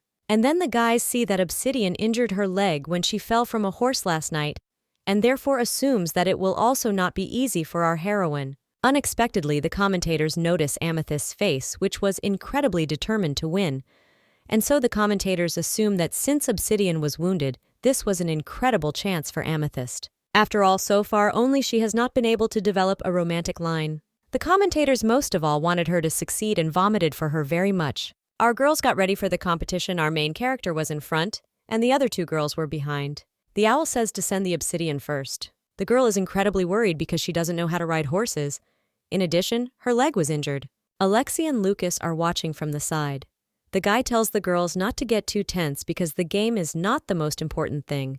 And Alex also adds that the girl should be more careful with the recoil when shooting because the horse could get scared and rear up. Commentators noticed that both guys were very worried about the girl, but tried not to show it. The commentator, the girl, also added that even for an experienced rider, it is dangerous to ride with a wounded leg. This caused the guys to worry about the girl who had already started on a horse. The girl found it incredibly difficult to shoot with the horse, but she tried her best. In the end, the girl was able to cope with her fear and take part in the game. After her results were announced to her, namely a minute of a second, the girl exhaled with relief. I understand that everything went smoothly. Lucas vomited very hard for Obsidian and said that she was incredible, well done, while Alex just watched. Then it was the turn of the Amethysts, who started their race incredibly quickly. Everyone around noticed that the girl had become much better at riding, and commentators said that it was not for nothing that Alex taught her. The girl became much more confident in herself. The girl saw her first goal. I stopped the horse. Commentators at that time said that the girl wanted to communicate more with the Grant, so she started training on horses, and today Amethyst simply shone. To begin with, the girl arrived at the shooting site faster than Obsidian, and then she began to focus on shooting. As soon as the first shot was fired, the girl noticed that her target did not burst and was very surprised.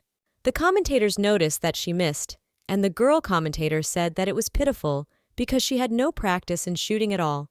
Due to the first miss, our Amethyst became incredibly nervous and tried to focus on the shot again. At that time, Grant asked how many bullets the girl had, to which Lucas replied that there were about 6 in the gun, and so we are transported again to the Amethyst, who fired all her bullets. The system tells her that the girl lost, which makes her very upset because she started off so well. The commentator was just as sorry as the Amethysts. Everyone saw how the girl was incredibly upset about this, and suddenly she heard someone's voice behind her. It was Alex, who told the girl, "Don't be upset because she will still have a chance." Moreover, he praised her for the fact that she began to control herself much better, and next time the guy wanted to teach her shooting. The guys were incredibly happy that the guy was comforting the girl, and the guys also noticed that they looked painfully good together.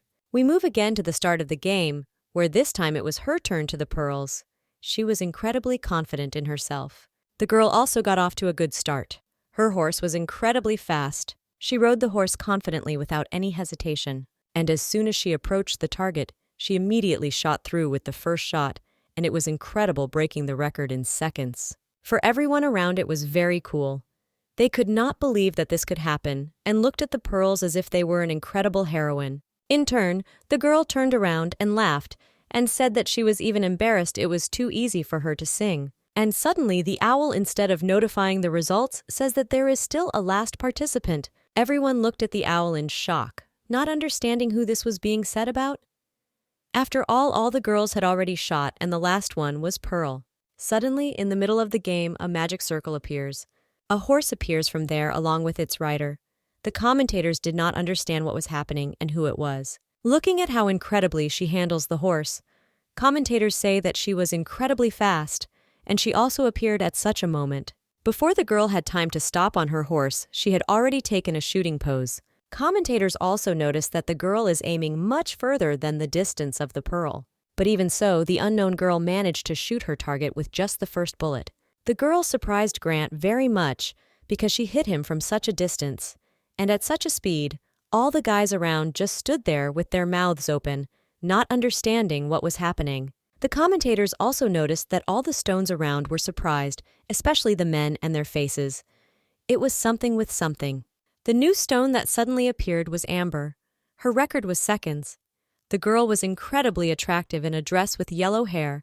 The owl announces that it is Amber who wins the game, who was not particularly modest and looked just like everything. Yantar already knew that you would win the prize, but the owl, just in case, reminded that a girl can choose 2 men for a date after thinking a little. With a smile on her face without thinking for a long time, she points to the 2 guys. These guys turned out to be Platinum and Alexandrite, who stood in a stupor and could not believe it, just like the commentators who said that she chose Obsidian men.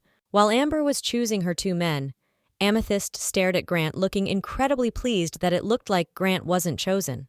We again move to the commentator, where the guy says that the new girl quickly burst into the show, to which the girl replies that it was so breathtaking, and besides, the girl was beautiful and knew how to impress. Now the commentator was wondering how the situation would change now. We move to the balloon, where Yantar, along with Platinum and Alex, are sitting drinking tea. The girl says that she was very pleased to meet the guys. Our intelligent 2 guys were mutually pleased. They even noticed that the girl's abilities impressed them. Alex was most surprised that the lady had excellently honed her horse riding and shooting skills. Amber replied that she really adored horseback riding because there was some kind of freedom in it. Based on the girl's answer, Lucas said that since she could shoot, he assumed that she was good at hunting.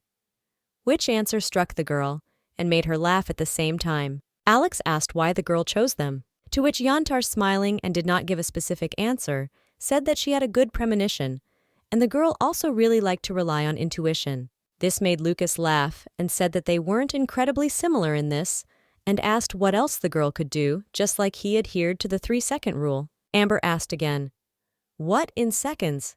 But then she understood and asked Lucas that, has he really already chosen his betrothed? To which the guy with a smile on his face did not hesitate to say that he felt attracted to her. As soon as he saw her commentators are back in action, and say that Platinum was straightforward as always, not hiding his feelings. Amber, smiling at that time, said, "Just that this is how it turns out." The commentators immediately understood that Lucas was drawing a line between them, so that she would not immediately count on anything. The girl also unexpectedly asked the guys what their favorite type of girl was. She really wanted to know more about them. While Lucas responded happily, the commentators noticed that Platinum did not show any interest in the girl. The guy liked this, but the commentators' girls seemed to be too indifferent to the girl. We move to the commentator, where the girl says that Platinum does not seem at all interested in anything other than Obsidian, to which a colleague sitting next to her says that at least he is not giving false hope to the girl. However, the guys notice that Amber didn't seem to be embarrassed at all, and she continues to smile and talk to them. She looked incredibly confident and relaxed compared to the other girls, and in my opinion, Alexander said that he appreciated sincerity and honesty in girls, meaning of course Mariana, so the commentators thought that he should like her. Alex also responded by asking the girl what her ideal type was, to which the girl replied that once she did not have him at all, and she loved all men equally. But she smiled and said that life goes on and people change, and so she said that she thought this should be a person who will not leave her. Moving her head away, she continued to say that this person had to be reliable and above all healthy. Platinum continued to ignore the girl while eating cookies on the side. At that time, the girl was sipping tea and smiling, saying that it would be great if they had common interests. Our guy was serious again and said that probably the girl would like to meet a hunting enthusiast, and shooting and horse riding were just her hobbies. To which the girl said that under no circumstances would she want to meet such a person because she doesn't like hunting. Alex asked why, to which the girl, again looking away, said that she hates blood and death. This time the speech of Amber attracted our Lucas, and this time he listened attentively just like Alex. The girl smiled. Looking down, Paul began to say that life was too short and should have been at least filled with happiness and laughter, and not something like a hunting video, and so on. The guy noticed that the girl spoke like that as if she was carrying a heavy burden on her soul. The girl just laughed and said that the guy was mistaken and she was a happy person. She asked for forgiveness for the fact that my reasoning might seem depressing to them, but she was glad when there was dessert on the table, and there was good company at the table that was enough for happiness. She smiled. She asked, "Didn't the guys think so?" To which Alex, smiling, said that he completely agreed with the girl and asked whether to serve the girl dessert. She thanked him and began to eat, making her incredibly happy, and then suddenly the smile disappeared from her face and the girl suddenly became gloomy. Alex notices this and asks her what was something wrong, to which the girl says that everything is fine, continue to eat your cake, but adds that the cake would be tastier with cinnamon. Both Lucas and Alex were surprised the girl continuing to eat her cake asks the guys whether they liked cinnamon, since, for example, our heroine Amber was very fond of cinnamon pie, as well as cookies, and most of all, she loved bananas. Unexpectedly, after the girl finished speaking, Lucas spoke for the first time and said the phrase, "fried bananas with cinnamon." The girl was very surprised by this phrase. She did not understand what the guy said and gave him an explanation, but what Lucas sheepishly said was that his favorite dish was fried bananas with cinnamon. And then our commentators were simply torn. They could not believe that Lucas was talking about a general topic for the first time. The guy suddenly looked at the girl and asked whether he had heard correctly, but what the girl said was that it seems Lucas likes fried bananas with cinnamon. It seemed a little strange to them. Since in the last season, the Gold series taught Pink Diamond how to cook them, since Pink Diamond did not handle a knife well and was afraid of cutting himself, Gold supported her and brought bananas, which are easy to prepare, and then the commentators remember that this was the first dish they cooked together. The commentator thought this was a rather strange coincidence. The girl's words about the disgust of blood and so on were very similar to the girl's diamond. After such a conclusion, suddenly both commentators were blown away and began to speculate that the girl said that her type had changed. Now she loves reliable men. They began to make their own guesses about the type that it could be because of the man who left early. The guy said that Bede Rice died after an accident during a hunt. The girl added that this explains why she didn't like what Alex said about hunting. Everyone then began to understand together that Amber was Mariana, but then everyone was interested in who was hiding under the personality of Obsidian. We moved to the men's bedroom where 3 men are sitting together at one table. Grant asked the guys how the meeting on the ball with Amber went. Lucas and Alex were just sitting silently and thinking about something, while Grant didn't understand why no one was answering him and decided to ask them what happened. Then Lucas, suddenly downcast, says that in the box you could pretend to be anyone. But Grant answered that my rules did not prohibit it. And then Lucas says that of course she could play by deliberately maintaining someone else's identity. Alex then directly asked Lucas who he thought she was. But the guy didn't know he was incredibly depressed and didn't want to talk to anyone. Commentators say that it seems the guys had already guessed that one of the girls was fake, but they didn't know who it was. While the guys were talking about a topic that only they accepted, exchanging incredibly sad glances, Grant wondered what they were both chatting about. Then Lucas suddenly got up from his seat and headed somewhere without saying anything to the guys. Grant was surprised by the behavior of the guys, since only Alex remained in the room with him. He asked what happened to Lucas, but Alex did not give him an answer. So we moved to the commentators, where the girl says that Platinum looked confused, to which her colleague replies that it was understandable because everyone now was in shock because Obsidian never revealed her identity at the first meeting of truth. If she had confessed to Platinum right away, then they would now know the truth. But now the commentator like our Lucas had to wait for the second meeting and just wonder who in life is not a real diamond. But the saddest thing was that only one of the precious stones would know the truth. The crowd watching the show was confused because everyone thought that the Obsidian was Marianne. But now when Amber appeared, it seemed to everyone that the girl was more like her than Obsidian, because our main character from the very beginning raised questions in everyone, and from the very beginning she walked gloomily. But that was normal because the girl's husband died, so they thought spectators. Everyone depending on what they learned that for Platinum and Alexandrite, Mariana was the ideal woman. But now everyone was wondering what would happen now. At that time, our main character was sitting incredibly depressed in her room, not knowing what to do. We are moving to some tavern somewhere in the Empire. There are two guys arguing about who really is Mariana. Someone believed that our obsidian is deliberately acting awkward to hide his identity, and Amber seems to be waving a flag. What do you mean, look, I'm Mariana? But what else answers him is that he was clearly delirious not playing, and that really was her nature. And besides, the red-haired guy brought up the argument that from the very beginning the girl was strange, something like withdrawn and awkward. The other one agreed with him from the side. In short, an incredible commotion began in a bar somewhere due to the fact that the fourth girl among the precious stones had appeared, and the previous day of broadcast caused serious controversy. Commentators were inundated with letters asking who Obsidian was, what they were trying to do, although they themselves do not know, and besides, like all the spectators, they were simply interested in watching, and they commented on the events. The guy says that one of the girls is pretending to be Marianne, to which the girl replied most likely to hide her identity. The girl suggested that suddenly it could actually be a stunning celebrity. The guy was surprised at this logic, but it was a rather interesting assumption. The guy said that it seemed that the entire empire was suffering from insomnia, waiting for a new day, so the girl did not bother and told them to start releasing it as soon as possible. We move to a moment when everyone is gathered at the dinner table where Amber is telling some story. The girl told a story about how she chose jewelry and told the merchant that there was nothing worthwhile there, and all she had on his counter were crafts. Everyone around was interested in what the merchant answered. Grand even suggested that he answered something like this: "I swear to my mother, no, madam."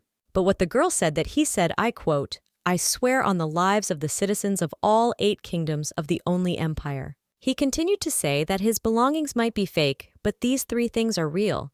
This made everyone very happy. They became very close friends with Amber. Grant could not believe that the seller said so, but that the girl replied that let her tongue dry out if she lied. Pearl couldn't laugh and said that Yantar was incredibly cheerful. This was also noticed by Alex, who was sitting next to her, and noticed that the girl knew a lot of funny stories. The girls didn't even bother about the story, just like they laughed at Grant non-stop. The girl tells Grant that he hasn't heard what she's saying in the bedroom yet, but the guy says what you'd like to hear. Pearl asks for Amber. Repeat the story about a group of magicians, to which the girl smiling said, if they were so interested, then with joy. The girl said that a long time ago, when there were 9 kingdoms on the continent of Cardia, think that the great Epiderm Empire was also a kingdom. There lived one stupid magician. Everyone listened very carefully to the girl with incredible curiosity. Don't even dare interrupt. Commentators join us and say that Yantar just appeared, but became the life of the party. It was her first breakfast, but she was already capturing the attention of all the guys.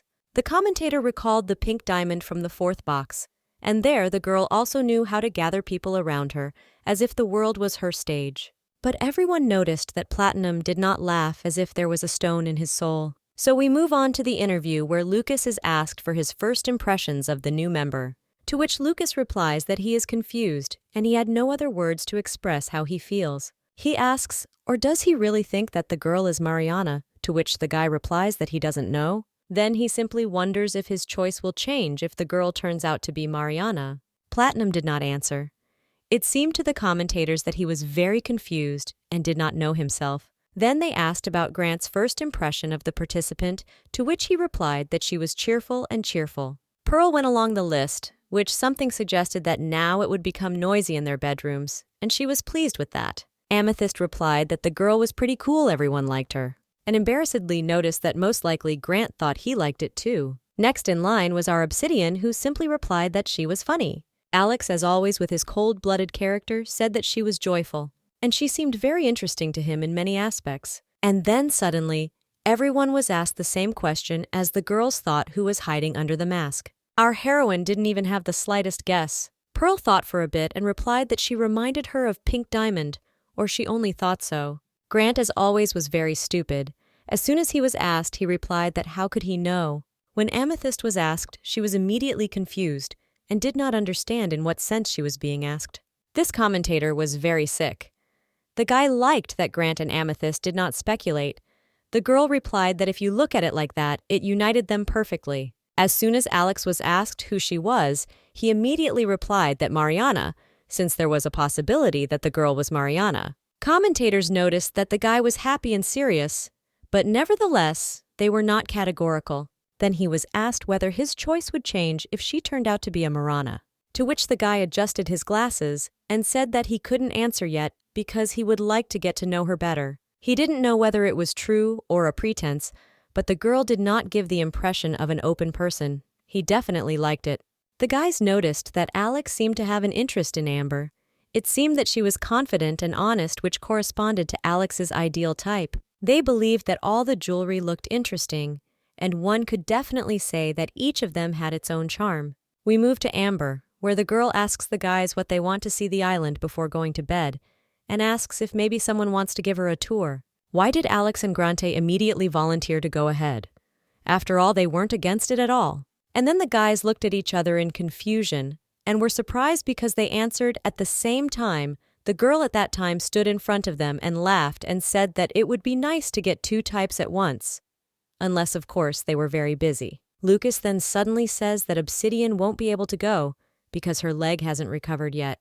Because of this, the guy with a smile on his face asks for forgiveness for not being able to keep the girl company, since he would like to look after our main character. The girl just smiled in response and said that it was okay. Suddenly, behind Grant, the Pearl Girl said that the three of them should have some fun, to which in the background, Alex suggested that the girl put on more comfortable shoes since the island was large, and the girl thanked him for this. Grant was very alarmed and asked if the girls really wouldn't go. While the guys were having their own conversation, Luca, with a smile on her face, suggested fermenting obsidian in the living room and trying desserts. Commentators noticed how Platinum ran away from Amber because while everyone was going for a walk with her, the guy remained with our main character. The guy commentator said that he believed in Lucas and knew that he loved a person, not the past. He liked Obsidian, not Mariana. We move to the commentators themselves, who are no longer speaking behind a background voice. The guy says that, first of all, the office is attracted to the interest of two men. The girl also adds that Alex and Ricky were completely interested in the girl. They drew the line in rivalry, and perhaps I was very interested in the new jewel. The appearance of Amber became a shock for other stones, and commentators felt that this someone would change their relationship, and everyone was very interested in how their picture would change. While all the other guys were walking, Lucas and our main character sat in the hall and ate cake. Platinum was thinking about something and had been pounding tea for several minutes, which had almost become cold. The girl notices this and tells the dress that the sugar has been mixed for a long time and he can already drink his tea. This pulls the guy out of his submerged state a little. He smiles and asks for forgiveness and says that he seems a little lost in thought. So the guy finally starts drinking his hour while the girl watches him. As soon as Lucas finished his tea, he said with an incredibly serious face that he wanted to ask the girl a few questions. The girl, looking at the guy, of course, was curious what question he wanted to ask and answered. For several seconds he sat silently and thought about asking the girls this. Then, having put down his tea, he decided to ask that when they were choosing a partner to meet the truth, why did the girl still choose him? In response, our heroine smiled and did not know what to answer and thought very hard.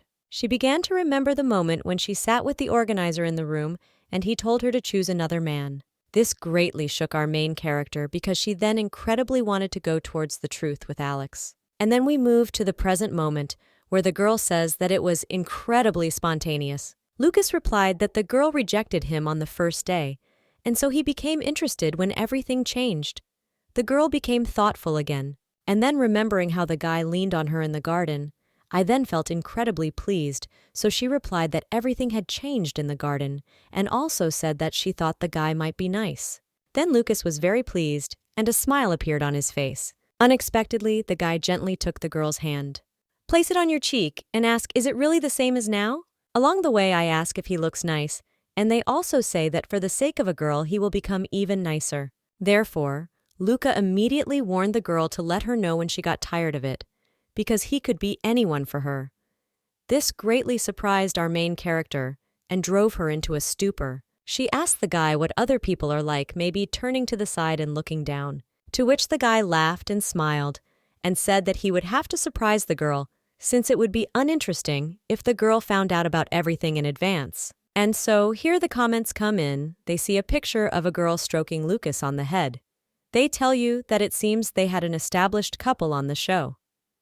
The female commentator Platinum seemed incredibly charming, especially when they were together with Obsidian. And suddenly the commentators began to wonder how the new participant Yantar felt there, to which the guy responded by saying that they had already finished exploring the island. We are transported to the women's bedroom. Pearl asks Amber how they enjoyed the walk, to which the girl replies that she really liked everything, especially in the company.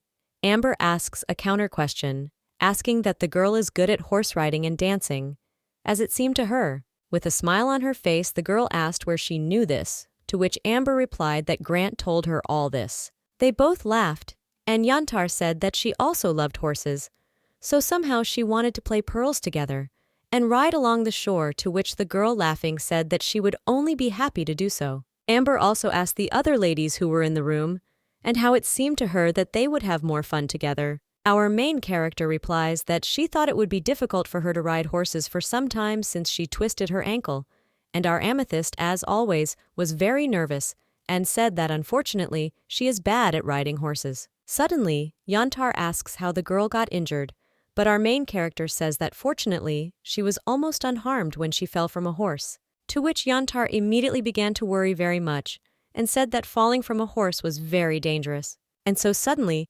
Yantar grabs the girl by the hand and says that she is very glad that the girl did not receive a more serious injury.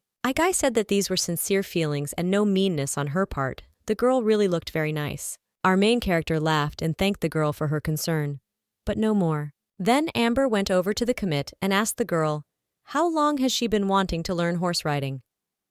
But the girl replied that not much time of day and no more. The girl was very surprised by such a period, and for such success, it was necessary to ride horses much longer. In her opinion, Amethyst was happy and held himself well in the saddle. She found nervously, she said that she was trying very hard, and even the girl embarrassed Amethyst a little. Our commentators were surprised. After all, with the appearance of Amber, the atmosphere of the girls changed a little. The guy noticed this and said that the girls' room had become a little lively, and the girls' conversations were similar to the 4th season, where Pink Diamond set the atmosphere of the whole room. The guy also noticed this. But the commentator also remembered that there was still the possibility that Mariana was Obsidian, and she also looked more like a person experiencing a loss, and from that side looked more natural. But in the end, the commentators were incredibly interested in who Amber was. They couldn't wait to look at the second evening of truth. We move to our main character, who sits at night looking at the beautiful starry view from her window. Suddenly he hears a noise behind us and turns around to see who is there. It was the organizer who appeared with the help of the magic circle. The girl noticed that he was late today. The guy replied that he was late for an organizational meeting, and the girl did not say anything more. The organizer only asked how the girls felt on their feet. He looked at her. She said that she was almost fine and thanked him. Then the organizer said that when the magic stone loses its power, whoever is on the roller can disappear. But he warned the girl to still be careful. The girl completely agreed and turned around to look at the organizer. She clearly wanted to ask something, but the organizers noticed it and told her to ask if she had anything. Our girl, looking away, said that if the organizer remembers, then the girl once said that she wanted to end her love affair with Platinum, which in fact is what she is trying to do now. The girl also asked Amber if she really showed up in time for the girl to quickly break off the love affair for free. The organizers replied that these are details that girls are not worth knowing.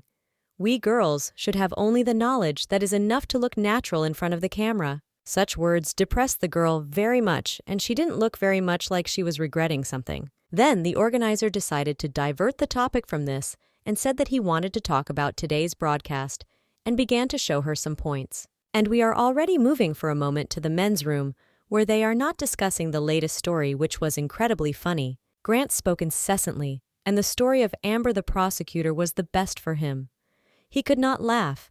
Even now he remembered the story. Luca noticed that the guys seemed to be delighted with the walk, to which Alex said that Yantar is a talented storyteller, because even an ordinary story would be interesting. Grant also continues laughing, and said that the Pearl would definitely appreciate the last story. He even liked it so much that he was going to retell it. But Alexa became interested in why the Pearls refused to go with them. But Grant, smiling, said that it would be interesting if they all went together. River was so excited that next time he wanted to go together and offer horse shooting, because he thought that it would probably be fun. Lucas sat without any reaction, just watched. And then he said that it's great when you have a friend with whom you can laugh. Or did Luca ask? Or should he call it interest? To which our Grante again did not understand anything, and wanted to ask again. The guy with a smile on his face asked Alexander to decipher his words to the guy. To which Alex immediately asked Grant whether it was pearls or amber, if the guy had to choose who he would choose. He added that Platinum asked about it. Grant still didn't understand anything about what choice was being discussed. He was even more driven by questions. To which Luca said that the decoding had failed, and told Alex that the guy didn't understand, to which the guy replied that he also had a limit, after which he was also embarrassed to speak badly. We moved to the commentators, who also laughed at this situation. The girl said that it seemed to her that the Pearl had won Grant's heart. But the guy sitting next to him said that either she could have just been a friend, but he really had an interest in the Kendir, but everyone there was a feeling that for him they were both just friends. In addition, the commentator was interested in Granty remembering in general the meaning of this program in which he participated was also an amethyst, a feeling that the guy he did not see. They wondered in what forest Grante was raised after all, but they didn't decide not to dwell on this and return to the Canary, but that the girl agreed because in the girl's opinion now, it seemed as if the interest of many stones was leaning in her direction, but it was not clear in whom the owl Yantar was interested, and we still had to find out. We moved to the moment of the amber interview where the girl was sitting against some beautiful background. The girl was asked if there was a person to whom her heart lay, what the cakes were up to. Six looked away. Smiling, she confirmed the words and said that there was a person whom she liked. This answer greatly surprised the commentators. They were incredibly happy. The girl remembered the words of the path, which he said that they believed in the rules of 3 seconds, and therefore she thinks that she experienced something similar, and the guy was interested in the girl at first sight. But she doesn't know why, because they didn't have time to get to know each other properly.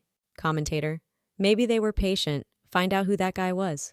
The girl slowly began to say that her interest was to keep the intrigue. She continued to delay the answer. But then she exhaled easily and replied that she liked Platinum. This answer greatly shocked our commentators. They could not believe that the girl answered that she liked Platinum. This was surprising due to the fact that they were absolutely indifferent to each other, and they were wondering why it wasn't Grante or Alex. The girl replied that it looked like he was not interested in her. She believed that this was what made her excited. Because of this, she really wanted to find out what kind of person Lucas really was, but maybe it was just curiosity, and that's all. The commentators sat shocked because this was a completely unexpected direction, and the girl, smiling, said that this is how it happens. Then they asked her what if his heart was occupied by someone, but she replied that it was only because the girl came a little later. She answered that it was time there were many more, and that's why she thinks that she still has some chances. The commentators did not expect this at all. What kind of chances were they talking about? Amber Blooming said that maybe something would change if Lucas got to know her better. The girl was also asked that she really thought that the guy's opinion would change if they got to know him better. The girl did not give a specific answer to this question, saying that, who knows? Our heroine said that she would be interested to see how this would change his attitude towards her, and then he might be very interested. Commentators were incredibly surprised by this attitude. They thought it was incredible. The guy noticed that it seemed that the girl was much more interested in winning the hearts of someone who was indifferent to her, to which his partner replied that this had its own charm. Everyone was wondering who she was and whether she could steal the heart of Platinum to answer such questions. We moved to the mansion, where the melody of a ballroom dance played throughout the room. Alex played it while other couples danced together. Pearl. As always, she noticed shortcomings in Grant and told him to be careful and not crush the girl's legs. Amber told the guy not to worry so much, and warned that she deftly avoided it so the guy could dance from the heart as he wanted. So the dance came to an end. The couple thanked each other for the wonderful waltz. Amber noticed that Alex played the piano beautifully, while our main character and Amethyst sat watching the dance and admired it very much. Lucas, as always, was sad that he couldn't dance together with Obsidian, and he was sorry that she was just sitting, but that the girl replied that her ankle had not yet healed, and she was also pleased to just listen to the melody that Alex played in. At that time, Amethyst was sitting nearby, who was again disappointed with something, namely, that she was bad at dancing and did not know the melody. Alex heard that the girl liked the way he played and told her to let him perform the next song for her. It was an energetic song. Gandhi immediately noticed that he did not like such energetic melodies. Yantar also said that the slow melodies were much more romantic and asked Alex to play them. Lucas at that time was courting our Obsidian, asking whether she was definitely not bored, to which she replied that everything was fine. Suddenly, Amber approached Lucas and asked him if the rules of etiquette forced him to change his partner after the dance, which he did not look at very happily but did not deny. As the girl and Lucas got ready to dance in the background, the girl got loose and told Grant that for every time he steps on her foot, he gets 1 gold piece. As always, he nervously replied that he won't lose a single gold piece. Alex started playing a slow tune so everyone could start dancing. Before she could start dancing, the girls immediately stepped on her foot, and she smiling realized that she had earned a little extra money. An upset Amethyst is watching all this but doesn't show it. While everyone was dancing in the background, our main character noticed what a beautiful melody it was. Amethyst embarrassedly confirmed the girl's words. While our Lucas was dancing, he did not take his eyes off the Obsidian for a second, but suddenly, Yantar starts talking to him, who notices that the guy is very gifted. He doesn't understand what the girl told him and asks again. Amber answered him that the guy's thoughts were anywhere but not focused on the dance, and yet the girls never had to dodge the awkwardly placed find. To which Lucas replies that Grant set the bar low for her, to which Yantar replied that for the sake of preserving his dignity, she suggested not to comment on this event in any way. So they continued to dance incredibly until a certain moment. The guy unexpectedly noticed that the girl danced very well, to which the girl smiling said that he really only noticed it now. The girl stood in an incredibly beautiful pose. She seemed close to real beauty. This surprised Lucas very much. He saw how beautiful the girl was. In his eyes, the girl reminded him of Marianne, who participated in the 4th season of The Box. At some point, the girls still managed to attract the attention of our guy, who was focused on Obsidian all the time. At that time, our 2 girls who did not dance watched Alex play the piano beautifully. Amber also noticed that Alex had incredible talent, to which he said with a smile on his face that they all simply flattered him. Not so unexpectedly, with a smile on her face, she said that, why don't they now do something where everyone who was there could join in the fun they needed to come up with something universal? Unexpectedly, the girl offered to play cards. This surprised everyone very much. To which Lucas replied that why not, because you could play cards while sitting. Despite the fact that he danced with Amber, which reminded him of Mariana, he was still as faithful to the Martians as a dog smiling. He said that Obsidian was sure to please. This greatly surprised and at the same time frightened the girl, because Mariana probably knew how to play, while our girl didn't know how to do it at all. Unexpectedly, her situation was saved by Amethyst, who was sitting nearby, also not knowing how to play cards, and asked what the rules were, and by chance they could teach her. Alex, bowing his head, said that of course he would teach her to play. Amber immediately invited the girl to her team, and she guaranteed her victory. Pearl suddenly approached Grant and asked whether he knew how to play, but the guy answered with a smile on his face that he liked to play cards. At that time, Amethyst answered the girl that if she would show her how to play, then she would try not to lie in the game. So we moved to the moment when everyone around sat down at the table to play cards. Yantar kept trying to explain to the girl what suit is in cards, and recently she says that she showed her the combination that she got, but that the girl suddenly says that it is Royal Street Flash. And throw it away, it really is a combination. Everyone around is in shock. Grant says that how could the girl get a diamond, straight flush, when she doesn't even know how to play? And Pearl's noticed that the team of Amber and Amethyst wins again. The girl is already starting to get angry and asks Amber if she hasn't been cheating for an hour, to which Amber replied that Ahmed must have given her incredible luck. Then the fair-haired girl says that she lost here all the gold that Grant got into, while the guy from the side is very angry because he was robbed all day today and Amber was only a joy. Suddenly, Lucas's attention is turned to our main character. He notices that the girl has lost all her gold, and she sits contentedly and upset. Then the guy says that it seems that luck was not on the girl's side today.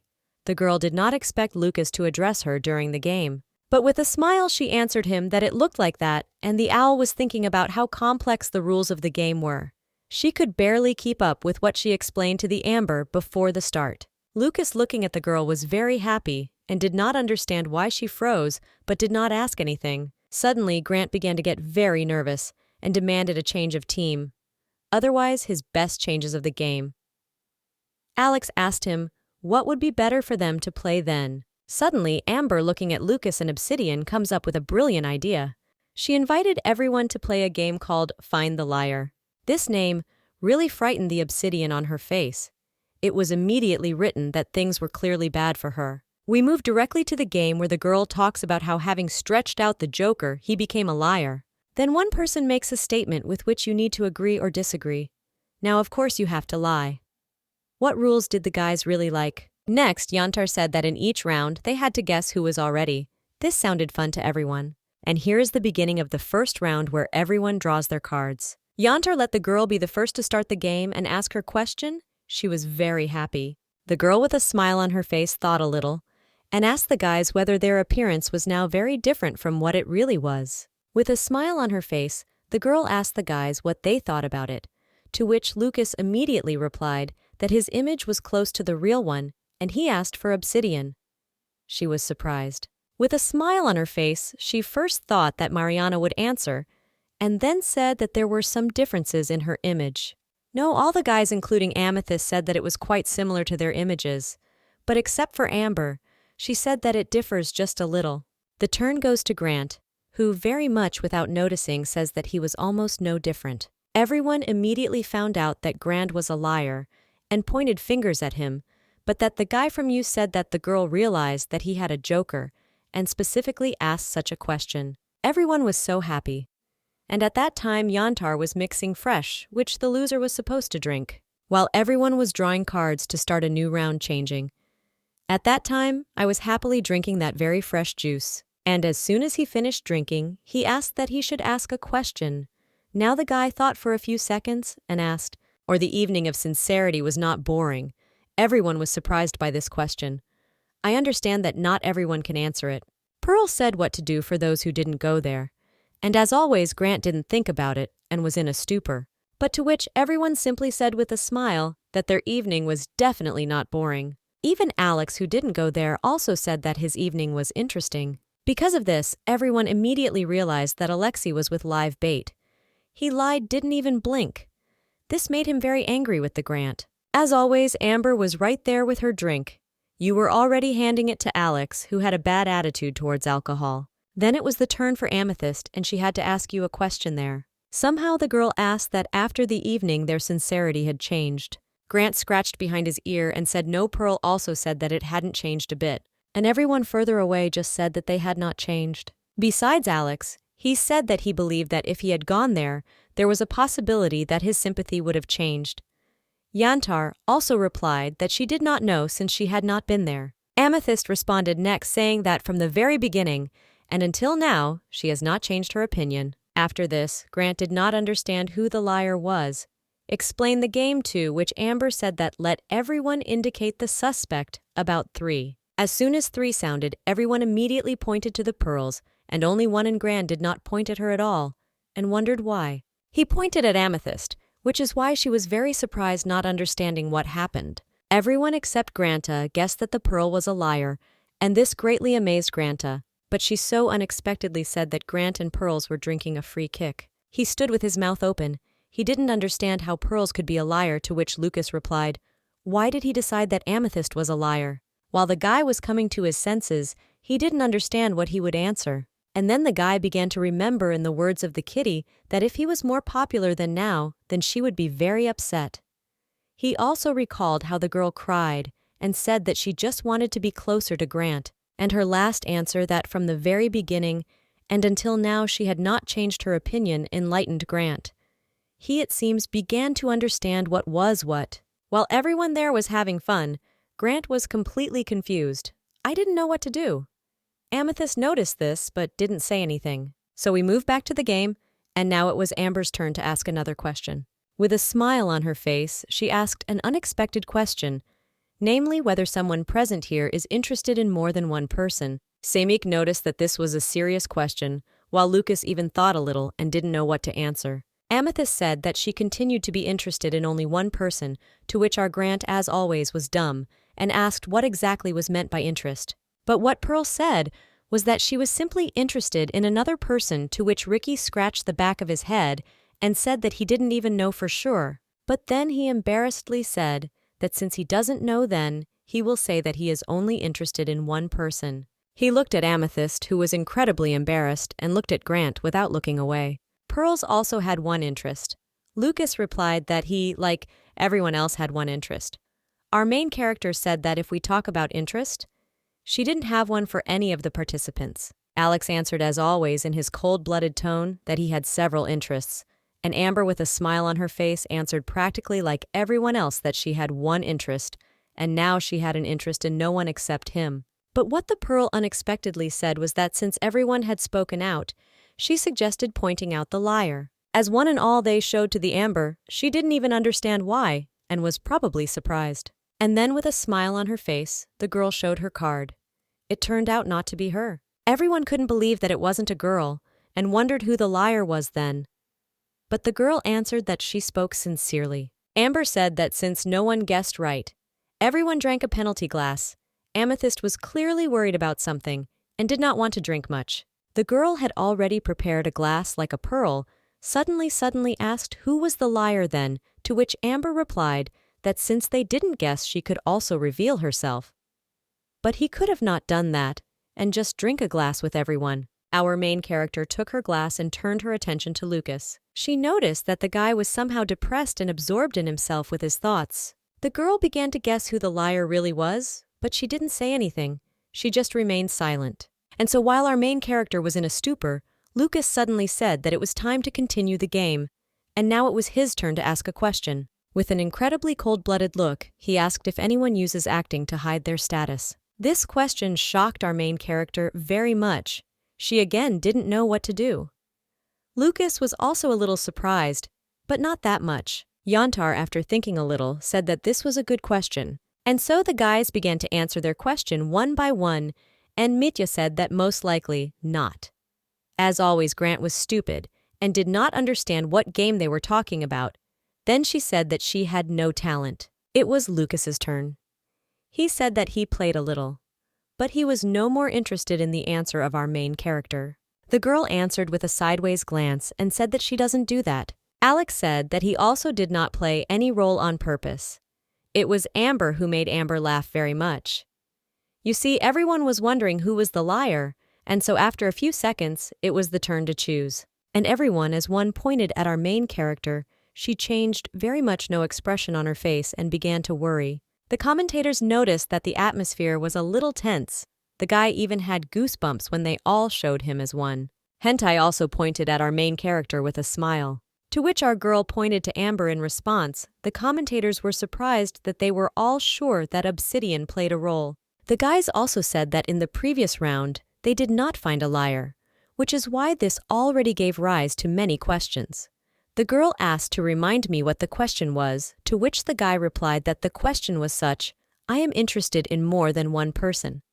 Then Amber told the truth. Commentators recalled that Yantar really had feelings for Platinum, but at least she said so in an interview. He was also the only one who was not interested in her. While Obsidian said that she was not interested in anyone, and Platinum replied that he was the only one the person is interesting. So we moved to the gaming table where our main character throws out the Joker. Without any embarrassment, she began to drink her glass, which was a penalty while the commentators seemed to think that one of the two of them was lying. As soon as our main character finished her glass, she said that now it was her turn to ask a question. The question was that if she realized that she was lied to, would they be able to forgive the person? This question shocked everyone very much. They did not know what to answer. Luca looked at our main character and did not understand what she was driving at. And then looking a little at the marina. The guy with his head down looked a little thoughtful.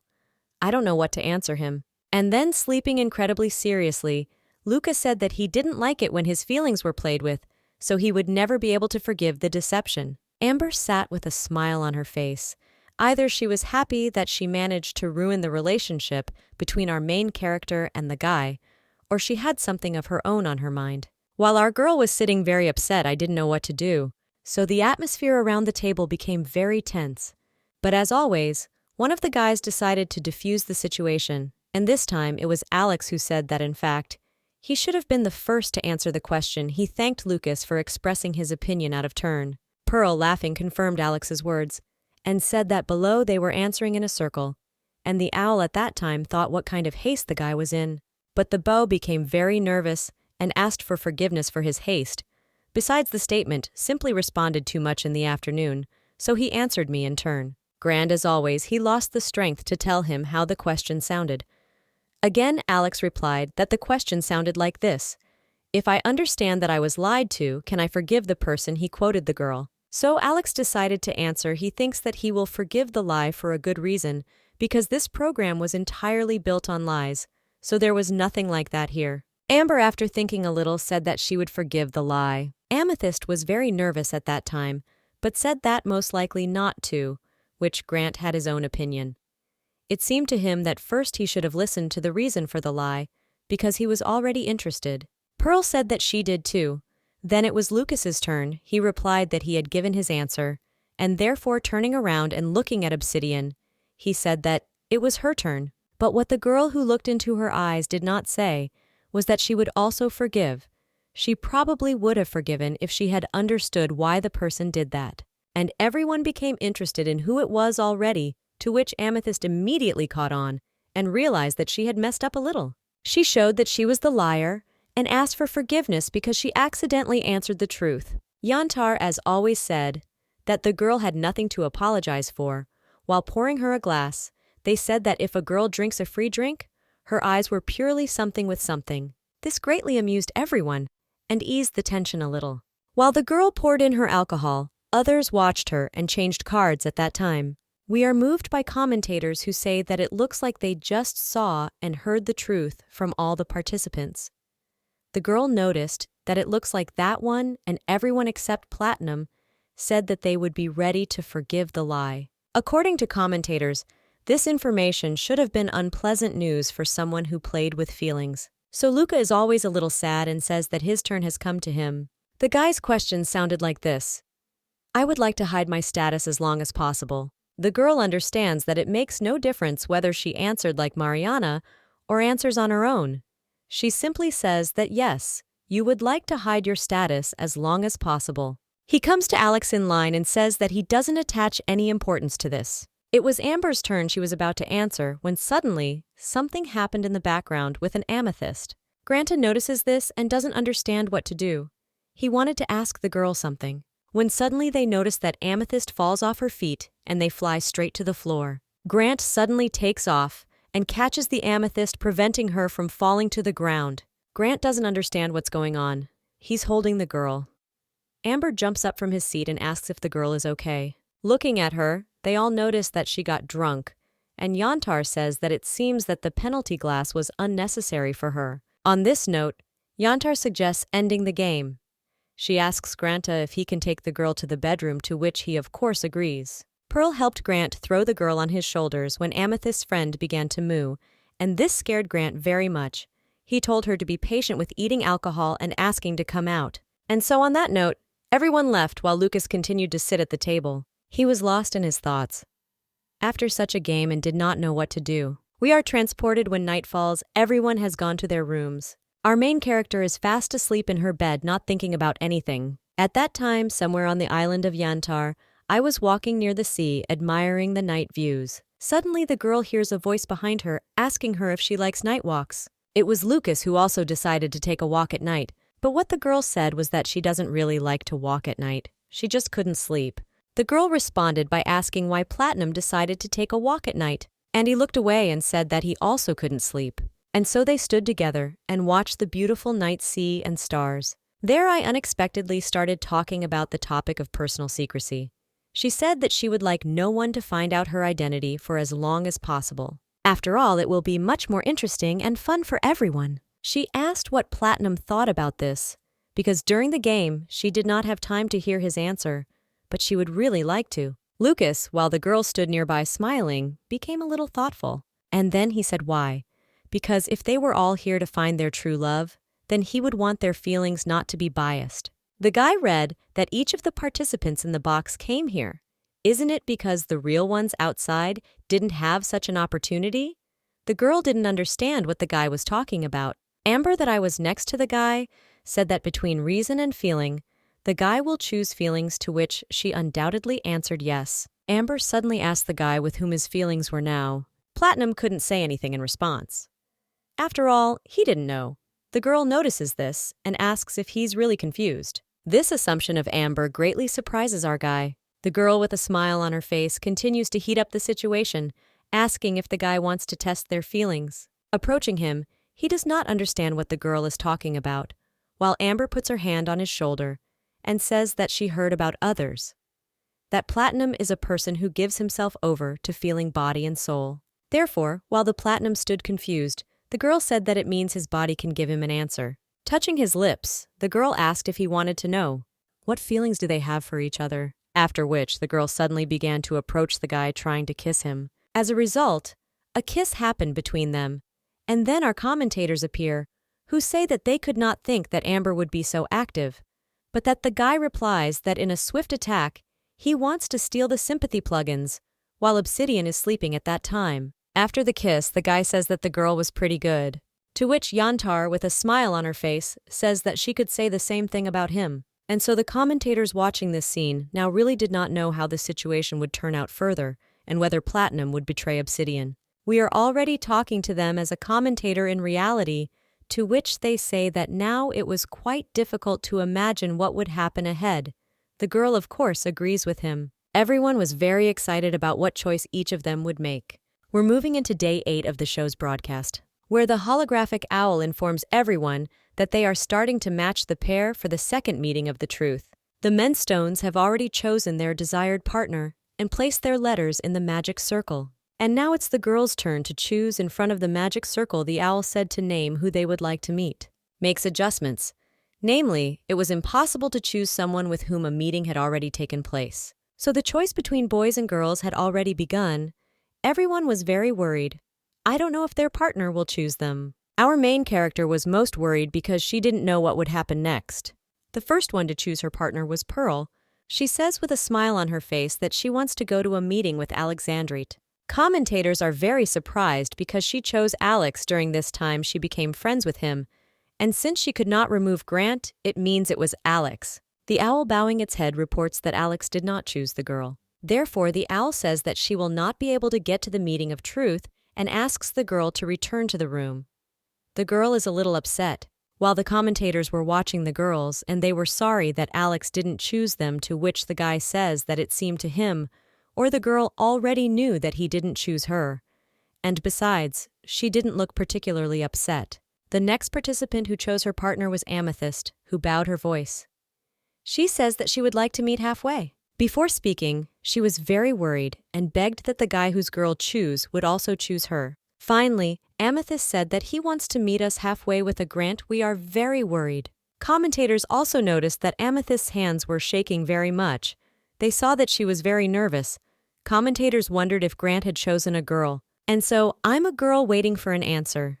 I'm very worried when you said that it seemed like they had resolved the misunderstanding, but that was not true. Without knowing the answer to who Grant wanted to meet, we move on to the main character, which, as it turned out, also wanted to meet with the Grant. This commentator was very surprised that Obsidian chose Grant, but you were surprised because there was no chemistry between them. But the commentator says that the girl could not go with Patina, and nevertheless she needed to choose someone, but the commentator girl says that she assumed she would choose Alec, but not Grant. The guys already began to assume that our main character specifically named the one who would not choose her. The girl wondered why her colleague thought so, because did the guy really think that she chose to stay on the island and not go with someone else? But unexpectedly, the guys also remember that when it was necessary to send a letter, that a person liked Grant, chose our main character, so the probability of their meeting was not 0. And then there was a choice of whom Grant chose to meet, our obsidian or amethyst. This is how girls hear that someone behind them is coming out to them. It was Grant who was very embarrassed. It turned out that the guy chose an amethyst. After all, the girl was incredibly happy. Vitya waited for us for 8 whole days. The commentators are also incredibly happy because they already guessed that the guy finally understood the feelings of the amethyst. The presenters were also happy that finally the guys would be able to talk in private. It was incredibly great they only thought about one thing, so that this time they wouldn't be stupid. The girl bows her head incredibly embarrassedly, thanking Granta for coming this time. But what about the guy? While the girl was embarrassed, she still takes the suitcase and says that you're welcome. He invites the girl not to stand, but to go to the portal. Amethyst is incredibly happy. Her smile was from ear to ear. And so they began to teleport to the location where their meeting was supposed to take place. The atmosphere of Brit teleportation with the amethyst was not at all the same when the guy left with the pearls and everyone was interested, or Grant felt a sense of awkwardness. But despite this, one could read from his faces that he was nervous %. The commentators watched as the guys moved around eagerly, awaiting how their meeting would go and how they would open up when they were alone with each other and what new sides they would show. We move to our main character, where the owl reports that Grant did not choose her, and she will not be able to get to the meeting with the truth. Obsidian, a little upset, the owl asked her to return to her room. While the girl returns to her room, the commentators say that it seems they really were straightforward, and the girl did not specifically choose someone with whom she had no chance. The commentator girl is incredibly happy that it seems Obsidian lasted with feelings and was not going to betray the relationship with Platinum.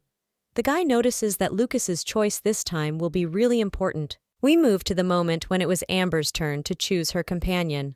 Of course, the girl with a smile on her face says that she wants to go with Platinum to a meeting with the truth, as the commentators thought the girl chose our guy and chose to remain true to her choice. But most of all, the commentators were interested in who Platinum would choose. This was really important. The guy says that whoever Lucas chose, he could understand his feelings. Obsidian and Amber are the two personalities that one of them scolded. It was unpleasant for the guy to suspect, but it could be Obsidian. The girl says that, did the guy really think that since Lucas can't meet our main character halfway, he will choose Amber to find out who she really is? But the guy replies that that's how the guy didn't find out the identity of Obsidian at the first meeting. The girl in response to him says that Obsidian preferred to stay on the island than go with someone else. If the girl were Obsidian, she would be disappointed after this because he told her that he loves the person, not the past, if the guy said so, but tried to find out the past, but it wasn't entirely fair. To which the commentator guy says that it was unjustified if Obsidian lied to him, to which she looked at the Grant and replied to her colleague that she needed to find out which of them was the real liar. So we move to our main character, who is sitting alone in her room. The organizer appears in front of her, which notifies the girl that the selection time is over. Obsidian was incredibly interested in what Lucas chose, and therefore asked the organizer. While the girls were impatient to find out the answer, the organizer kept dragging his feet and did not answer the girl. We move a few minutes back where the girl is standing incredibly happy because she sees a guy in front of her. Lucas still chose Amber and came to a meeting with the truth in order to get to know the girl better. This turn of events greatly surprised the commentator. They could not believe that the guy had betrayed our main character. For the viewers who watched this show, there was an incredible turn of events. They already assumed that Lucas decided that Yantar was, and Mariana, but someone thought the audience that this was not so, and he just thought that he needed to go check on Mariana, whether it was true or not.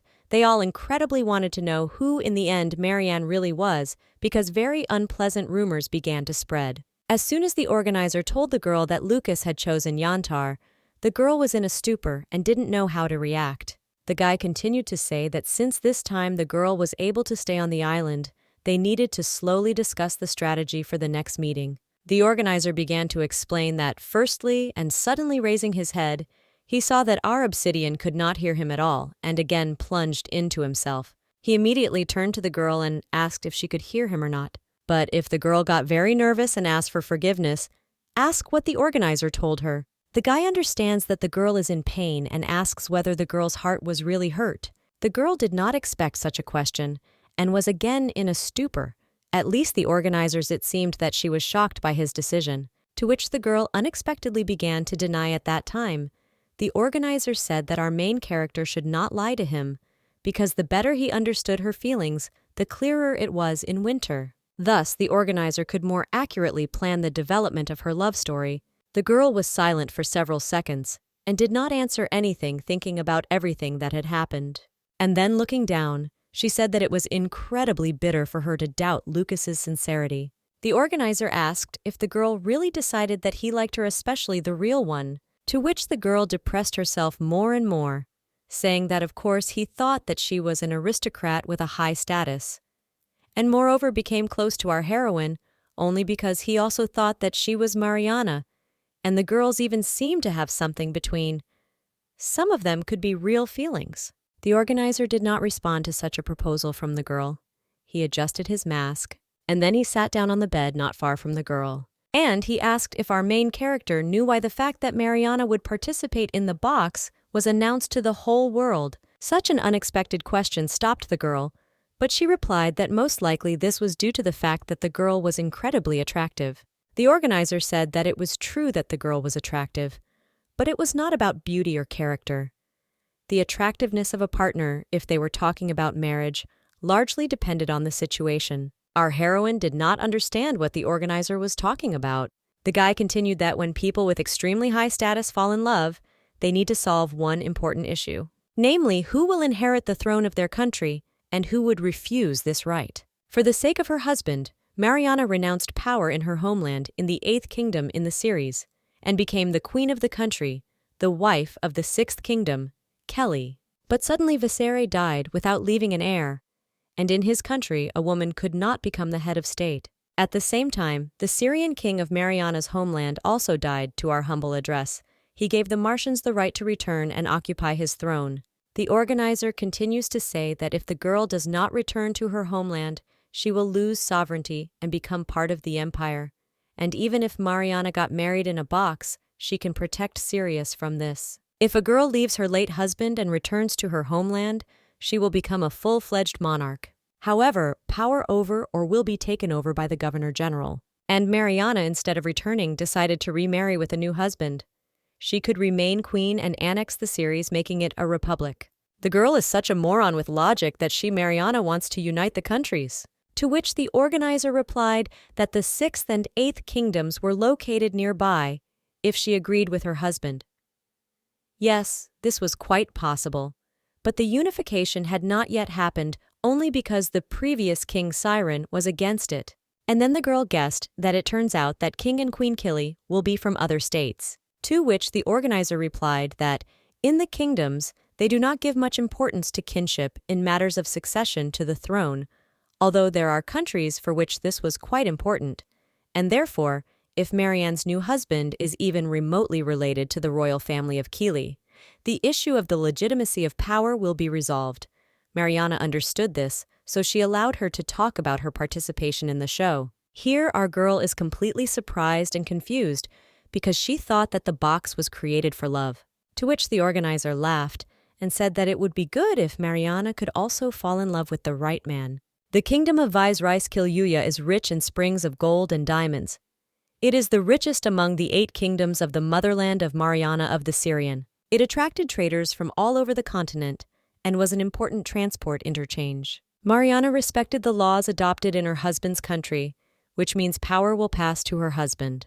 The organizer asked our main character whether she understood what he was talking about, and what the girl answered was that the man whom the girl makes will become her husband, the ruler of 2 countries at once, and will receive incredible wealth and power. And the organizer replies that the woman's desire to participate in the box such news was a tremendous success. Everyone who had the right wanted to participate in the box right away.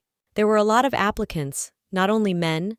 Girls also applied knowing what kind of grooms were waiting for them. It was also a chance to gain influence and sympathy of the people. In other cases, it would even obscure the direct heirs of the kingdoms. There were even cases when illegitimate offspring were accepted into the royal family after the show. And he turned out to be so popular that he overtook his brothers in the fight for the throne. Having won the heart of our main character, and even just being next to her, is a ticket to a happy life for many. The girl was the most desired bride because of the desire for diamond in any crown. Therefore, the girl organizer asked, did she really not understand this before? To which she had no answer. She was already sitting in a stupor from such a large amount of information. To which the girl recalled how Lucas said that she shouldn't have told him her personal information, because as soon as the girl told me who she really was, she would begin to doubt that his feelings were a lie and that he didn't like her, but her status. She recalled how Lucas said that his feelings for her were pure.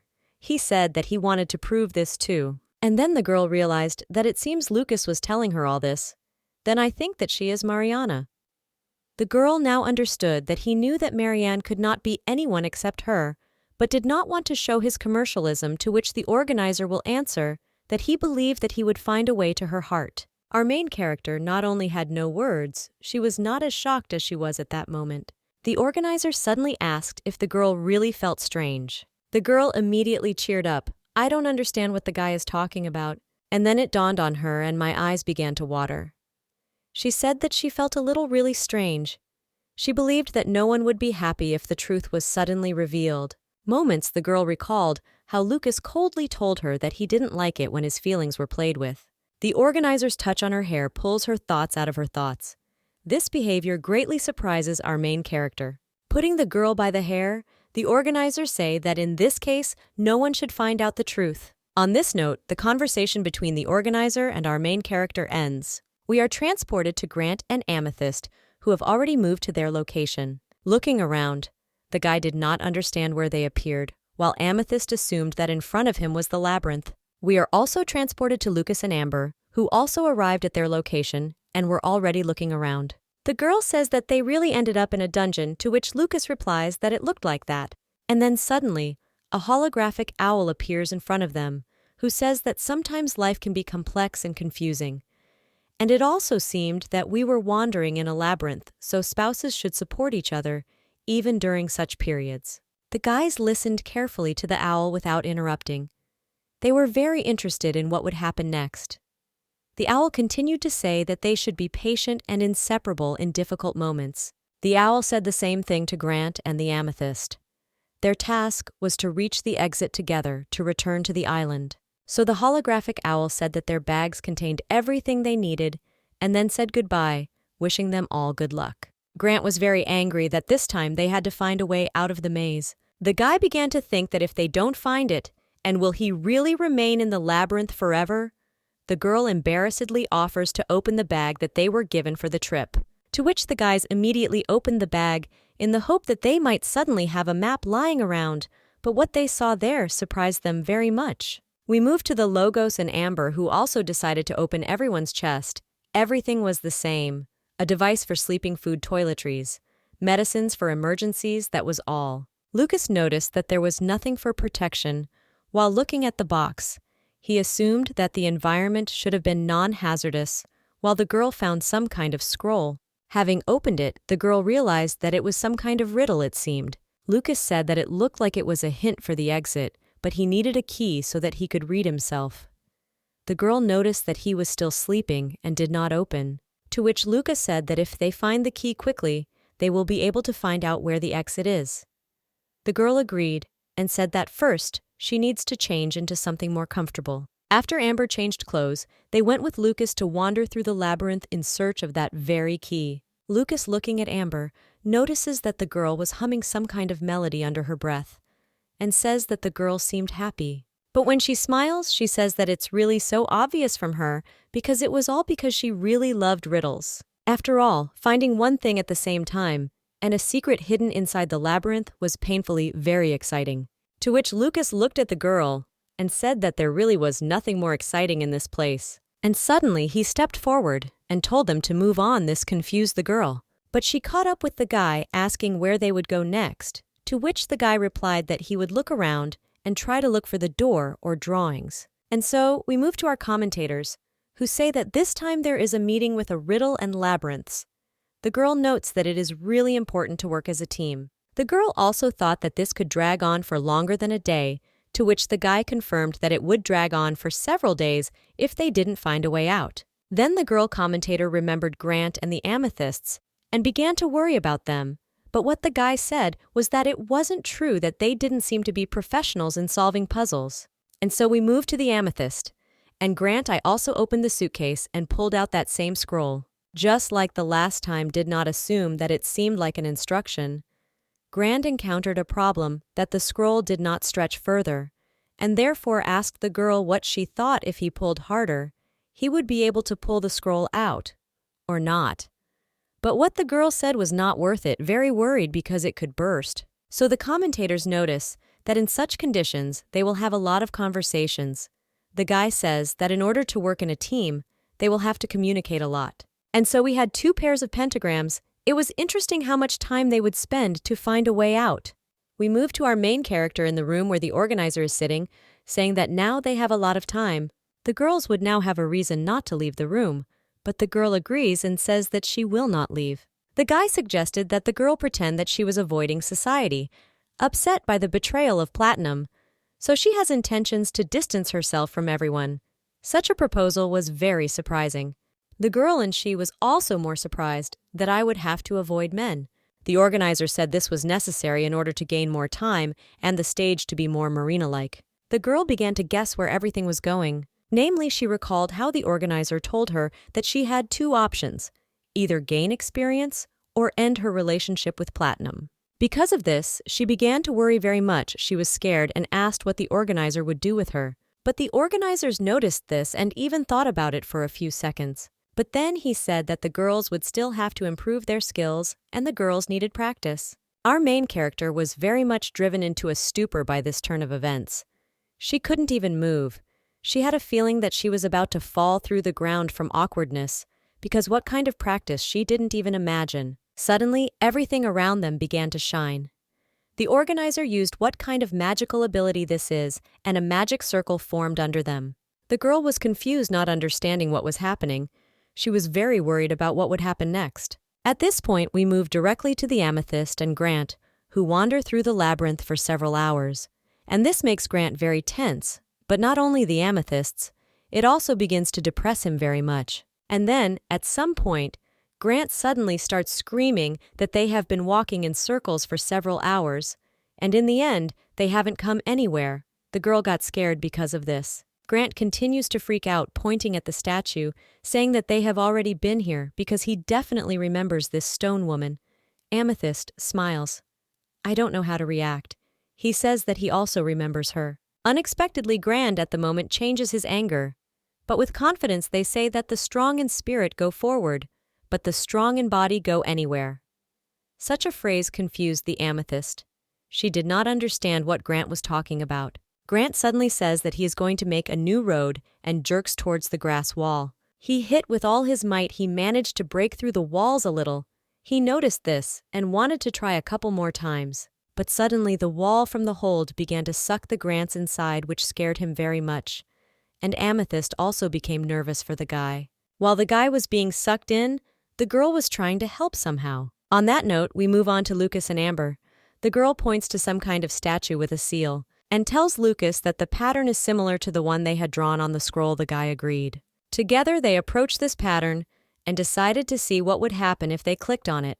As soon as the guy clicked on the pattern, the girl noticed that the scroll gave her the opportunity to read the riddle further.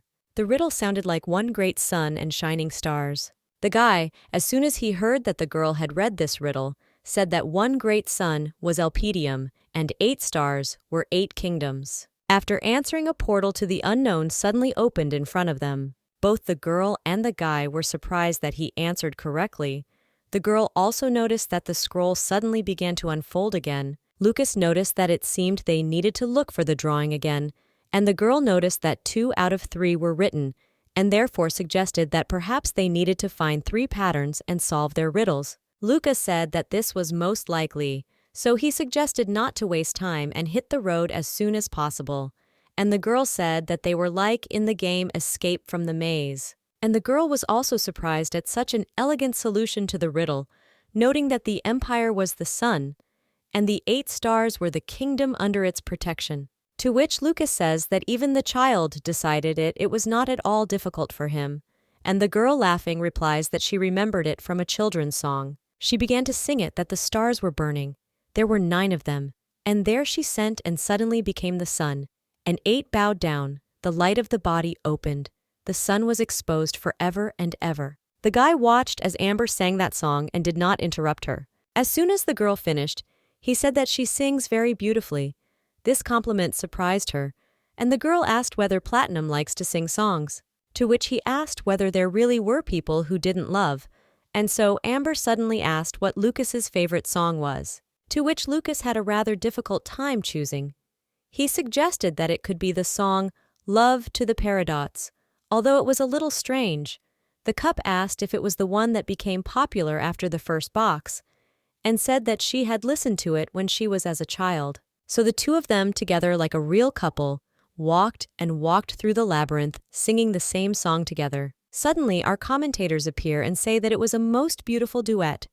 The guy notices that it was a sudden performance by the capella. Looking at these 2, the commentator asked the girl if it didn't seem to her that Platinum was much happier next to Amber, but that the commentator girl replied that she didn't even know, but it was clear that they were comfortable with each other. Further looking at Lucas, the guy says that with Obsidian, the guy was completely different.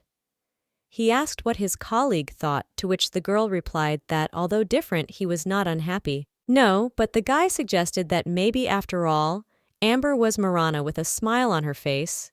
The girl was happy, and said that she didn't know she couldn't wait for Platinum to ask the girl about it.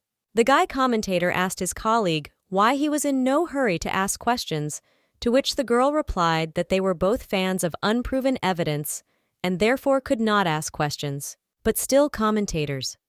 Watching how they walked together, it was interesting what would prevail in the end, curiosity or the charm of intrigue. At the same time, we move into the open labyrinth where Lucas and Amethyst lie. Liana somehow escaped from despair. Grant, very tired, says that it seems that there is no path through these thickets, to which the girl with a smile on her face says that they should look for a drawing from the map. Suddenly Luca notices the girl is wearing heels and asks if it's not difficult for her to walk all day in shoes he assumes that it's uncomfortable. The girl pays attention to this and says, although it is uncomfortable, nothing can be done, smiling at the guy and saying that there were no horses there. Smiling, the girl says that her shoes can be changed for horse riding. If she asks them, they become more similar to the shoes that Grant wears. This logic of the guy is very surprising. Then the guy is driven into a stupor and begins to ask some strange questions that reboot him. Then he can't stand it and says that until that moment, the girl had really always worn high-heeled shoes, not counting out of the house on horseback, to which the girl replies that undoubtedly the shoes were a small part of her image of an amethyst, so she didn't want to take them off. The guy starts to get very nervous and asks how she sleeps then, or when she takes a bath. The girl could not digest so many questions at the same time, and began to gradually tell that both of her could turn into bracelets. The guy completely explodes and says, why can't she just turn them into something comfortable during a walk? Amethyst says in surprise that it's really possible, to which the guy says why not? The girl says that these shoes were like the appearance of an amethyst and were created to reflect her personality. If on a whim she ordered them to be changed, then she thought that she would offend them. That is her shoes. Understandable logic killed her as much as possible. With his mouth open, the guy asked if she was really afraid of offending the shoes, to which the girl said that she was afraid of offending the magicians of the imperial family who created them. The guy immediately said that this was nonsense. Were they really knackers to force ladies to always wear uncomfortable shoes? And so the guy got very angry, shouting for the girl to change to comfortable shoes. Right away, the girl began to panic very much and agreed with Granta. I'm embarrassed. The girl turned to the respected shoes. She asked for forgiveness and asked that they please turn into something comfortable. Immediately, the girl wore something like walking shoes, which she was pleased with. This was even noticed by the owl girl, not only Grant, but the guy couldn't calm down, shouting at her why she hadn't done this a long time ago, and in general, how the girl still tolerated this. It infuriated him incredibly. The girl simply apologized in response, so that Grant would stop yelling at her. Due to the fact that Grant screamed so much, the girl even began to cry, and in response said that she did not think that she could anger the guy so much. Ricky realizes that he has gone too far because the girl starts crying. He does not know what to do and freezes like a stone. And then, starting to make excuses, he says that it's not that she did this to him in Russia. But the girl interrupts him and says that he shouted at her because she irritates him and he is uncomfortable with her. He says that things are bad. The girl is already there roaring. He says that he was a little emotional. In fact, it was easy to say, but he says that he didn't want to be so angry and asks the girl just not to cry.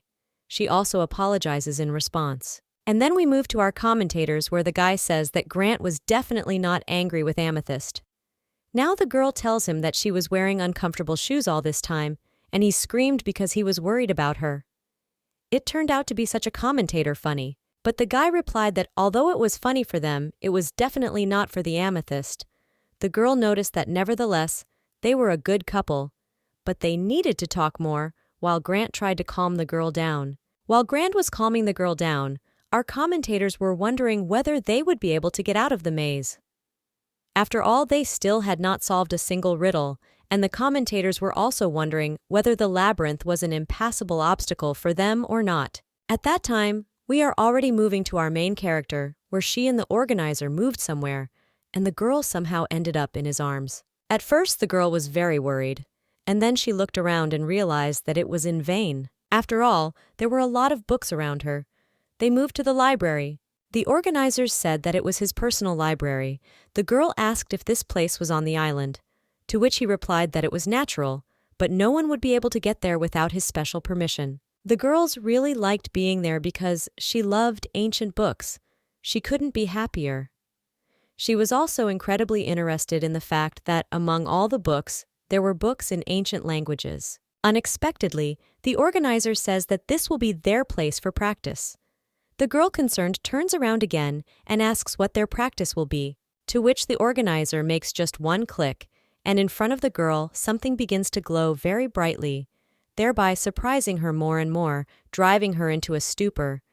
But she clearly liked it. Objects that were nearby suddenly began to float and move on their own. Also, the girl's dress began to glow very brightly. This amazed our main character. From her dress in which she stood, she was transformed into something completely different. Black, incredibly sophisticated, which matched her hair color and also suited her face quite well. The organizer suddenly also dressed up and said that they were starting to practice dancing. The girl had to become as artificial as Mariana in a short period of time, but it was quite difficult, but practice would help her at least get closer to the level of the royal daughter. The guy noticed that it would still be inconvenient to fall from a horse before each dance. Our main character was very surprised and agreed with everything the organizer said. She was also surprised by the practice itself because she imagined it a little different. The organizer gave the girl his hand and asked if she had ever studied dancing, but what the girl put in her hand in his said that a little in childhood when her mother hired her a tutor. The organizer asked her if she knew the basics since she studied as a tutor. So they practiced the plot for a long time. During the dance, the girl began to wonder how much time had passed since the start, because the dance lasted quite a long time. The guy was in a good mood because the girls liked how they practiced, and suddenly the organizer notices that the girl dances quite well, but at least not as much as he expected. Our heroine smiled and said that she was glad, and in her mind she thought about the fact that it was simply easy for her to be surrounded during the days. After all, they gave her calmness and self-confidence. During the dance, the organizer asked whether it took a long time to teach the girl how to dance, to which the heroine said that about up to years. Then the organizer unexpectedly said that her mother had died earlier. Such a girl was amazed in her mind. She thought that he even knew this, but that she confirmed his words and said that her sisters also needed lessons. Therefore, looking down, the girl said that the stepmother sent the same tutor to them, and he was incredibly kind to her, and gave the stepmother a big discount if our main character attended lessons. The girl wanted to continue the topic, but suddenly she noticed that the organizers suddenly quickly changed faces. Looking at the guy, she realized that she had started talking about something that she had not been asked, and it seemed to be out of etiquette. The guy at the same time simply said that everything was clear to him. Not married, did not continue dancing. The organizer took and began to twist the girl. After the girl spun around, he grabbed her by the waist and pressed her to him. It looked like they were a couple in love doing a wedding dance. The organizer suddenly froze in place, looking at the girl. Our main character was very confused by this. She didn't understand why the guy stopped, and she began to assume that she could have made a mistake somewhere, after which they parted ways, and the organizer said that the girl was talented in dancing, and also if she continued to train, she could even compete with Mariana. A smile appeared on the girl's face, and she was very happy. Then the organizers looked at the floor and said that the girl had not told the whole story, and therefore asked whether the girl might want to continue. The girl was surprised that the organizer asked her to continue the story she was telling. Measured together, they stood looking at each other. Then the girl said that today she realized that they know a lot and the organizers, but that the guy answered to continue hosting the show. He thinks you should have gotten to know her better. So the girl embarrassedly asked what exactly the organizer wanted to know. How a guy with one click of his fingers organized a table for two on which stood champagne. Then the guy replied that he would like to know how much alcohol the girl could drink. Our main character was surprised at this and said that she didn't know because she hardly drank. The guy invited her to sit down. As soon as they sat down, the organizer immediately said that judging by the stories about her wedding night, the girl had no tolerance for alcohol, to which the girl, looking at it, said that most likely it was so. While pouring himself a glass of wine, the guy continued to say that Mariana, on the contrary, was a lover of drinking a glass, and here, just like in dancing practice, was important. So the organizer mixed the first glass and said that they started with the first glass, taking their time getting used to the taste of alcohol, because it was not the same as pouring a bottle into yourself in one fell swoop. With a smile on his face, the guy offers to try and enjoy the drink. As soon as the girl took the glass, the organizer immediately added that as a girl, it would be bad, she would have to say, and the training would end immediately. They sat down at the table, and there was deathly silence for several seconds. And then the organizer unexpectedly said that while the girl was drinking a drink, he asked her to tell something about herself. The guy asked that maybe she had something from her life marriage. And then the organizer directly asks our girl a question. What kind of life did our main character have as a child? This question really surprised the girl. And on this note, we move to the castle where Alex and the Pearls are sitting. The guys were discussing the fact that Obsidian was sitting in the room again. She tells everyone that she thought that her ankle had already healed, to which Alex replies that the ankle may have healed, but he wasn't sure about mental wounds. The girl at first didn't understand what kind of mental wounds, and then asked the guy what really he thinks that she really suffers so much because of the payment, but did not develop this topic further. The girl got into trouble and asked the crafty one what he thought about our main character. Could she really be a Marana? And then unexpectedly, she asked who else he chose to meet this time. The guy, as always, cold-bloodedly answered, "Why did the girl ask this?" To which Pearl, with a smile on her face, replied that she couldn't sleep. She brought the box for Mariana's sake. The patina was gone with the amber. It seemed to her that Platinum began to doubt the identity of Obsidian, which is why the girls were wondering what Alex thought about this. To which the guy replied that he didn't even know, because when choosing a couple to meet, he was not guided by what everyone else was doing. He was guided by who he was really interested in. Pearl, laughing, asked them if he was interested too, to which Alex simply smiled. We move to the moment of choosing a stone. The owl tells Alex that he needed to write the name of whom he would like to invite to a meeting, while the guy sits carefully thinking about it.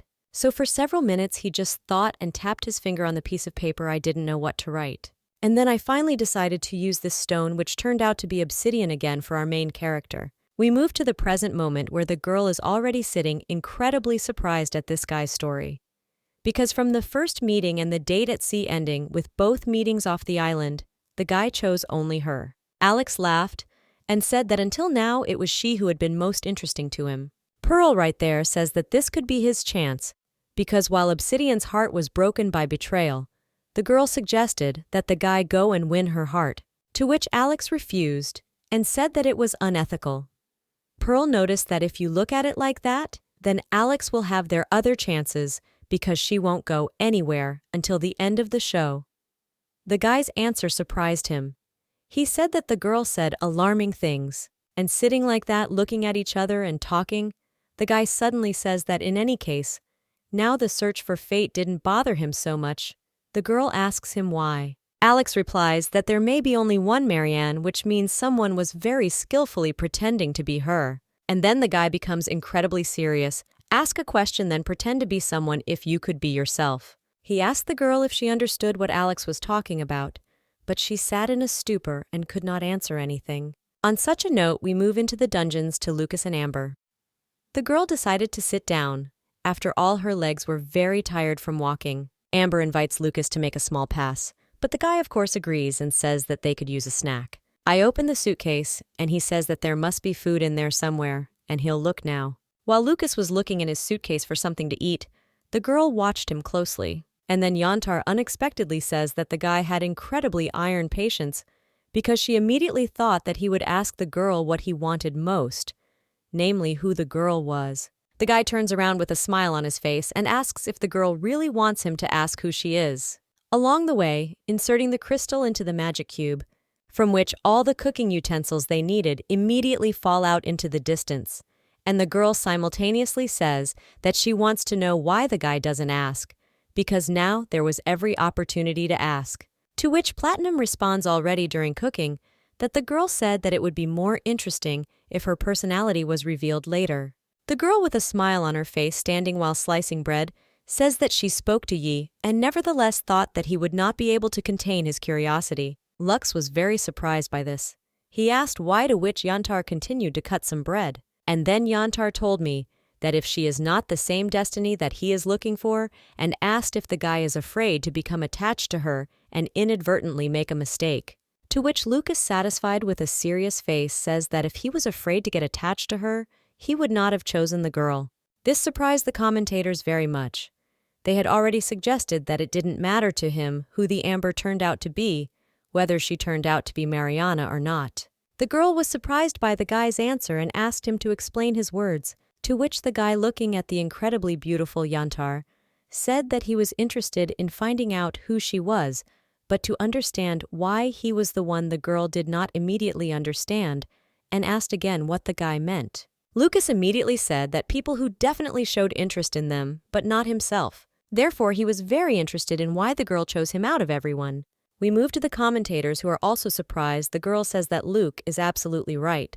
She could count on the fact that he would choose her. And so you and I move to Amber, who with a smile on her face says that that's why she's interested in him. And then suddenly the girl turned around and continued cooking, talking about whether the guy remembered what he said on the day he appeared, to which Lucas replied that he didn't remember at all and asked the girl to remind him. To which the girl reminded him that he had mentioned that the rule was 3 seconds, said that the extension could be felt at first sight, so the girl thought about the guy that he was a person who was ready to plunge into love, driven only by a feeling. And so the girl from the very beginning began to wonder what our Lucas was like. And so they exchanged glances, and then I smiled at each other. Lucas, please, said that everything was clear to him now, but there was still one thing. But what kind of girl was he in communication with? The girl, throwing something into a bowl, said that she had not yet managed to understand, and would tell them step by step as if she was going deeper and deeper into a labyrinth. The guy exhaled with difficulty and said that it was quite strange the girl did not understand what was strange, but did not ask. Suddenly, Luca notices that the girl wants to say something but cannot. And then the girl suddenly says that she would like to open it and find out what secrets are hidden in it.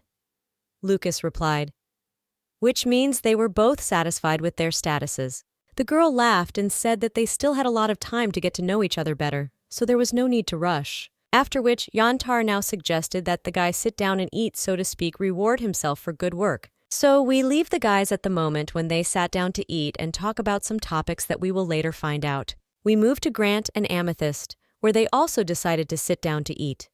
The guy notices that the girl feels something strange about you. He decided to turn to her, but somehow she suddenly jumped up in fright. Grant decided to apologize for yelling at the girl. He felt awkward and did not want to upset the girl or intimidate her in any way. The guy continues to say that he was not angry with her at all, but with those charlatan shamans, the girl next to her doesn't understand why he didn't like magicians so much and asked why he treated him like that. To which Granta asked what normal person would create magical objects, the basic form of which would be inconvenient. This, in his opinion, was a mockery. And then suddenly it started to reach the guy, and he decided to ask if that's why the girl is so awkward all the time, looking at her shoes along with the girl. The guy remembers that she stumbled at every step wherever he saw her, even out of the blue. Amethyst was very worried and answered that it was difficult to get used to the shoes, and I had to spend a little time learning how to balance on them. Ricky asked Eve what even when she fell from the tree, she was wearing shoes, to which the girl replied that she was wearing them because she didn't yet know that they could change their shape. The guy began to discuss how a girl could climb a tree in shoes. Then she fell without injury, and after which she was also able to quickly rush away from him. He unexpectedly told the girl that her vestibular apparatus was better than she thought, and maybe muscular. The girl didn't understand what the guy was talking about. She was just agreeing with him, but she still wondered. And then Grant suddenly asks whether the girl has ever thought about martial arts. He just begins to glow with happiness because he found such gold, since the girl quickly learned horse riding. And therefore Grant believed that she may have had a talent that she did not even suspect. We move to the commentators where they observe a strange picture of Grant asking the girl to hit him on the palms with all her might. They are confused, they don't understand what was happening. Vitya, the guy was looking for love, and found a student. Commentators watching how the guy trains the girl say that at least Grant has finally become interested in Amethyst, but in my opinion, this is not the attention she wanted. Looking at how the guy began to train the girl right during the meeting with the truth, commentators wondered whether the guys even remembered that they had to get out of the labyrinth, and the girl joked and said that she was surprised at all how they had not lost the scroll yet. We are transported to our main character who is sitting sipping her drink, and the organizer asks her what her childhood was like. The girl, a little upset, tries to remember what her childhood was like. We are transported to the memories of a girl where she remembers only herself alone, where all the girls mocked her. One also notes that her childhood was also pitiful. She could not stand up for herself. But she also remembers the happy times, how she loved to read old books. This brought her the most pleasure in her life. The girl remembers that moment. She was incredibly glowing with happiness, and was glad that she found at least some kind of entertainment then. The organizer asked if the girl had really read a lot of books, to which our heroine replied that she had read a lot. After all, books open the door to a completely different world for her, hundreds and thousands of new worlds that she would like to see. After all, I immerse myself in reading. She tried on the image of other people. The girl chose incredibly luxurious celebrities who were known throughout the world. Also, our main character read books where she tried to be a noble queen. The book girl also felt loved by someone. All this was in the books, and in the books, the girl could forget about her real life, which brought incredible pleasure. The organizer listens to the girl, even a little upset. Looking at her, he understands that apparently the girl was not very happy. Our main character, while drinking a cocktail, said that after her mother's death, it was incredibly difficult for her. After all, she was left alone. Her father married a second time, but the woman her father married did not like her, as are her 3 children, or rather her new brothers and sisters. After all, after the father of our main character died, they directly stated that she was nobody to them, and because of which her house ceased to be home. Nothing consoled the girl more at that time than reading many books. It's not the organizer's wife who asks about love, but specifically whether the girl has ever felt in love. And suddenly the girl realizes that I am too carried away by the story, and mentally thinks that of course the organizer was interested in this, and not something else. Because in order to play the girl Marianne, she had to know about love. The girl answers the gentleman that it could hardly be called love. But when some boy in a raincoat came to her like that, she constantly chased after him and asked him to wait for her. He in turn put it in and she ran away from the girl. But somehow they didn't cross paths, and at that moment the girl admitted to the guy that she really liked him. The girl with a smile on her face remembers that moment and tells it all to the organizer. The organizer asks what kind of person he was, and asks the girl to tell her more about him. The girl replies that the guy was very similar to her. The organizer did not understand the presentation and asked again in what regard to her. But what the girl said with a smile on her face was that as a child she loved to read ancient books, although they were difficult to understand because of the archaic language. But it was in them that the girl found the most beautiful stories. One day the girl found out that there were a lot of them in the municipal library and went there to look. It was far away and it was raining outside, but the long road and the cold did not stop the girl. As soon as she arrived at the library, it really turned out to be full of ancient books. and in the most neutral room, the girl found a place where almost no one looked. The girl recalled this moment with a smile on her face. They say that she was so glad that she ran there every day and had to spend an hour on the road. But even this, the girl did not stop at all.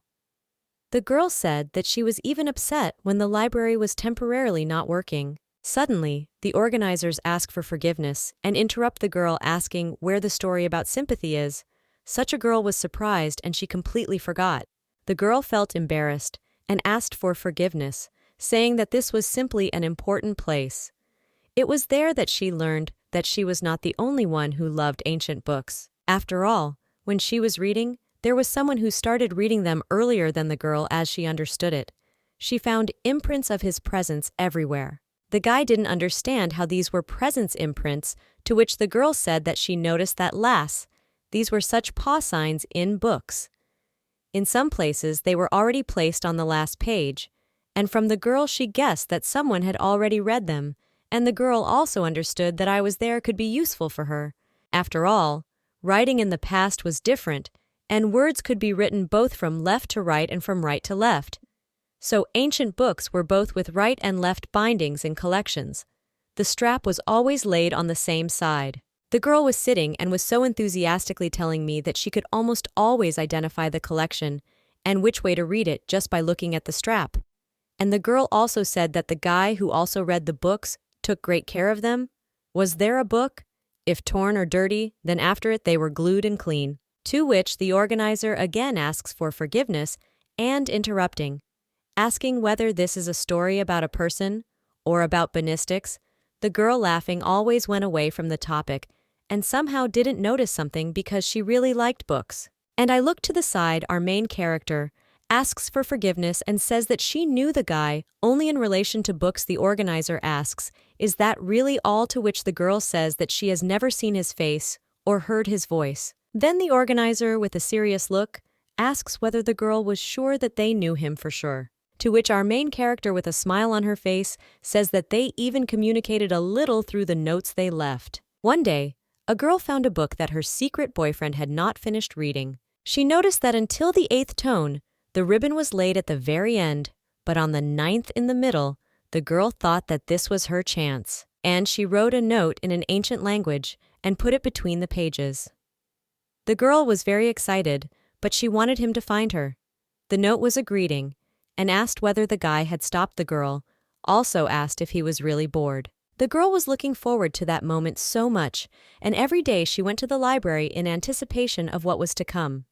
It was incredibly exciting for her, just like reading a novel and waiting for the outcome of its story. One day our heroine came to the library again with great interest, and noticed that the tape was at the end.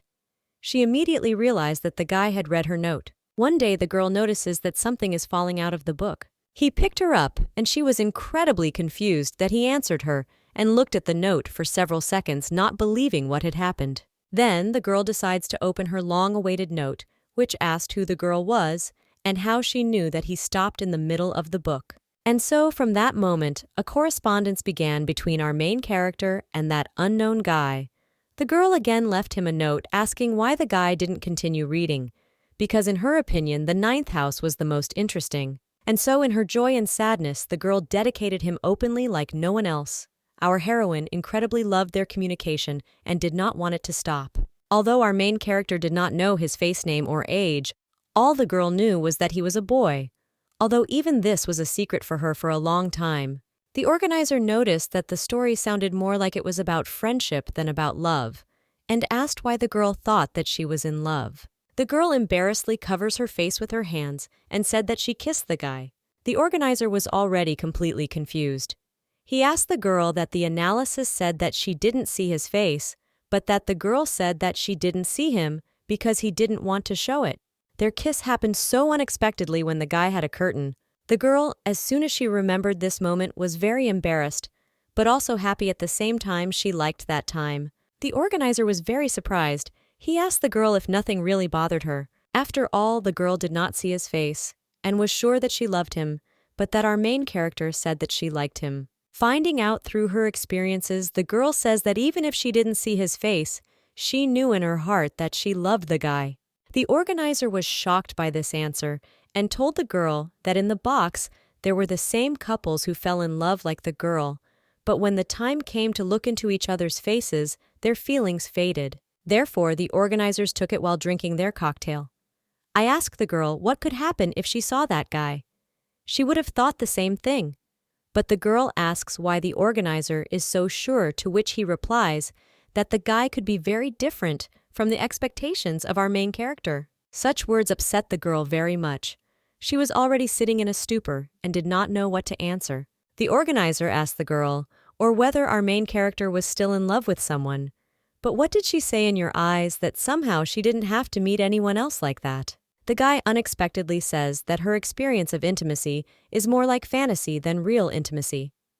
The girl chose not to answer this, and the organizer continued to say that the girl almost did not know the real person, but relied on the details of his behavior and her feelings. It was panic, all that it looked very much like a box. And suddenly the last words attracted the attention of our main character.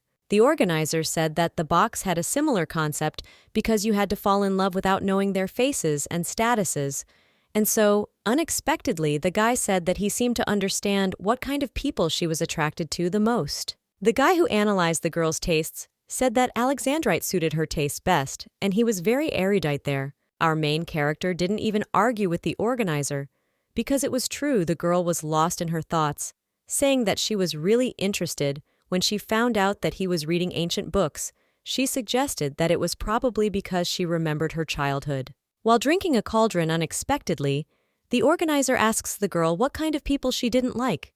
Because of this, she already spills a little wine and pauses for a few seconds. And then, with a completely cold look as if someone is going to die, she says that it was her husband. Then the organizer asks what specific thing the guy didn't like. She drinks the cocktail in one gulp. And he begins to tell that he didn't like every last detail about him. She begins to tell that the man with whom she was married collected stuffed magical creatures and called them his collection. Such a girl was very surprised and frightened at the same time. She did not consider this unacceptable. Then the organizer unexpectedly came up to add wine, and the girl was excited and asked if the guy knew that in the past in Cardia there were many magical creatures at home, to which the organizer replied that he knew. Our heroine said that in the desire to take possession of their power, people caught them, imprisoned them in the most terrible places, exterminated them in experiments to learn their power. The girl could not contain her emotions. She believed that this was a shameful stain on the history of the continent because beautiful creatures became extinct due to human selfishness.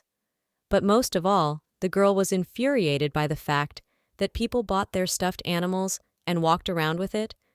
This was most disgusting for our heroine. The guy came up and said that the Count was a wealthy man with an outstanding appearance, and many spoke well of him, something the girl could not hear, looking at the organizer even more. And again I drink a glass to calm my standards. The girl said that these people had no idea what kind of person the Hornbeam was. Our organizer stood surprised, and then he said that the girl began to surprise him more and more often. Our main character did not understand why he said this and simply stood in a stupor waiting for an explanation. The guy stood next to him looking at the table and told the girl that she was starting to look more and more like Marianne. This surprised the girl even more and asked in what places she looked like Marianne, to which the organizer, with a smile on his face, said that the ability to sympathize with a man without knowing his face and the willingness to take initiative. The guy noticed that the girl was also interested in what he was like as a person. This was precisely what strict requirements were, for the organizer wrote down all this and added that the girl did not follow the opinion of the crowd. She was following purely her feelings. Pour another glass of wine for the girl. The guy said that this is exactly why people loved Marianne. The organizer leaned a little closer to our main character and whispered to her, swelling, that he liked this too. The girl stood in a stupor. I didn't know how to react or what to do. Then the organizer suddenly moved away and said that there was only one difference, and a bigger one. And that was that our main character froze when someone violated her personal space. She seemed to sit down and drink from her little cauldron. The guy looked at our heroine in surprise and said that the girl in the wild was resistant to alcohol, which is what he imagined. He asked how the girls tasted wine, but that the owl girl didn't notice how she had already drunk some glass in a row, and surprisingly, it's not bad because the memories were disgusting. Smiling, the organizer looked at the girl thoughtfully, and then put the bottle aside. He said that maybe the proximity would be the same. The girl did not understand why the organizer said this. And then suddenly the guy approached our main character and got as close as possible to her. I asked if she wanted to check if she could get used to the proximity. At that time, we are already moving to Lucas and Amber, where they just found the pattern they needed. The girl pointed her fingers at Lucas to look. The guy smiled and said that the girl had a keen eye. Coming closer, she clicked on the crystal and wondered what kind of mystery awaits her this time with Lucas. And as soon as they opened the scroll, there was a riddle. And it was there that the path further would be revealed only by their honesty. So Sveta said to call it. The guy stood in shock, wondering whether it was a mystery or not because it didn't look like her at all. Vikos unexpectedly says that they must reveal their real names in order to move on.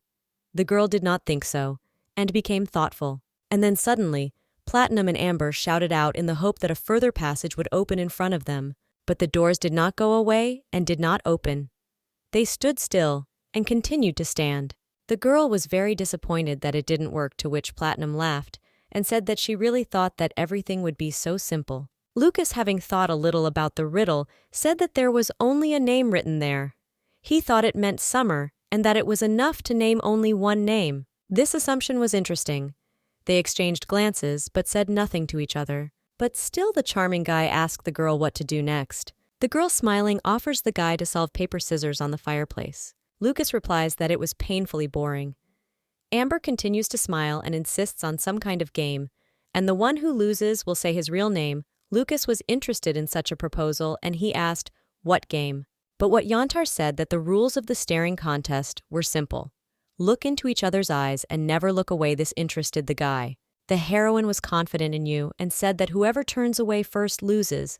Then she asked what Lucas thought was a good offer. The guy with a smile on his face said that he was all for it and the girls would never lose. So they began to look into each other's eyes without saying anything because each of them wanted to win and was focused on the game. The commentators were very surprised by the atmosphere of the guys. They were even a little shocked.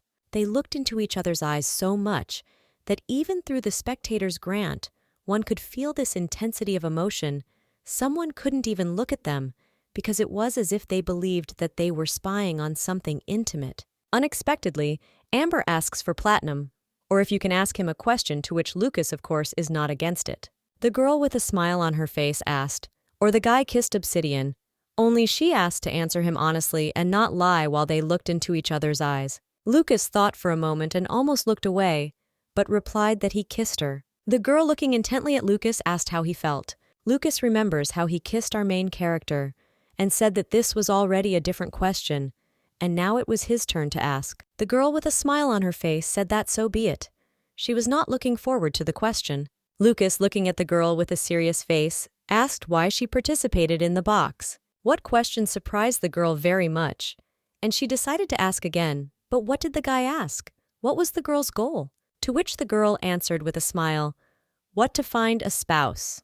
The guy also asked what he should have been, to which January proudly replied that of course worthy of her. The guy embarrassedly asked what criteria this man should have had, to which the girl, turning away a little, said that she thought it was a man who would not leave her reliable and above all healthy.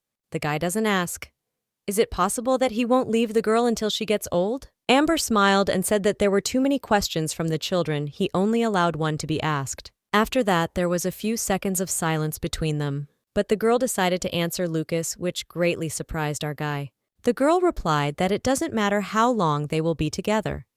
She just wants to never regret that she chose that particular man, because she believes that this was the most important thing. After the answer, the girl said that now it was her turn to ask questions. The color did not deny and listened carefully. Amber's next questions were, who worried his heart the most, Obsidian or Marianne? The guy could not have expected such a question, which is why he was driven into a stupor. I don't know what to answer. It was as if he had descended from heaven to earth. But that guy remembers all the wonderful moments that we had with our main character. He replied that he didn't even know because he was completely confused. Amber was not satisfied with this answer.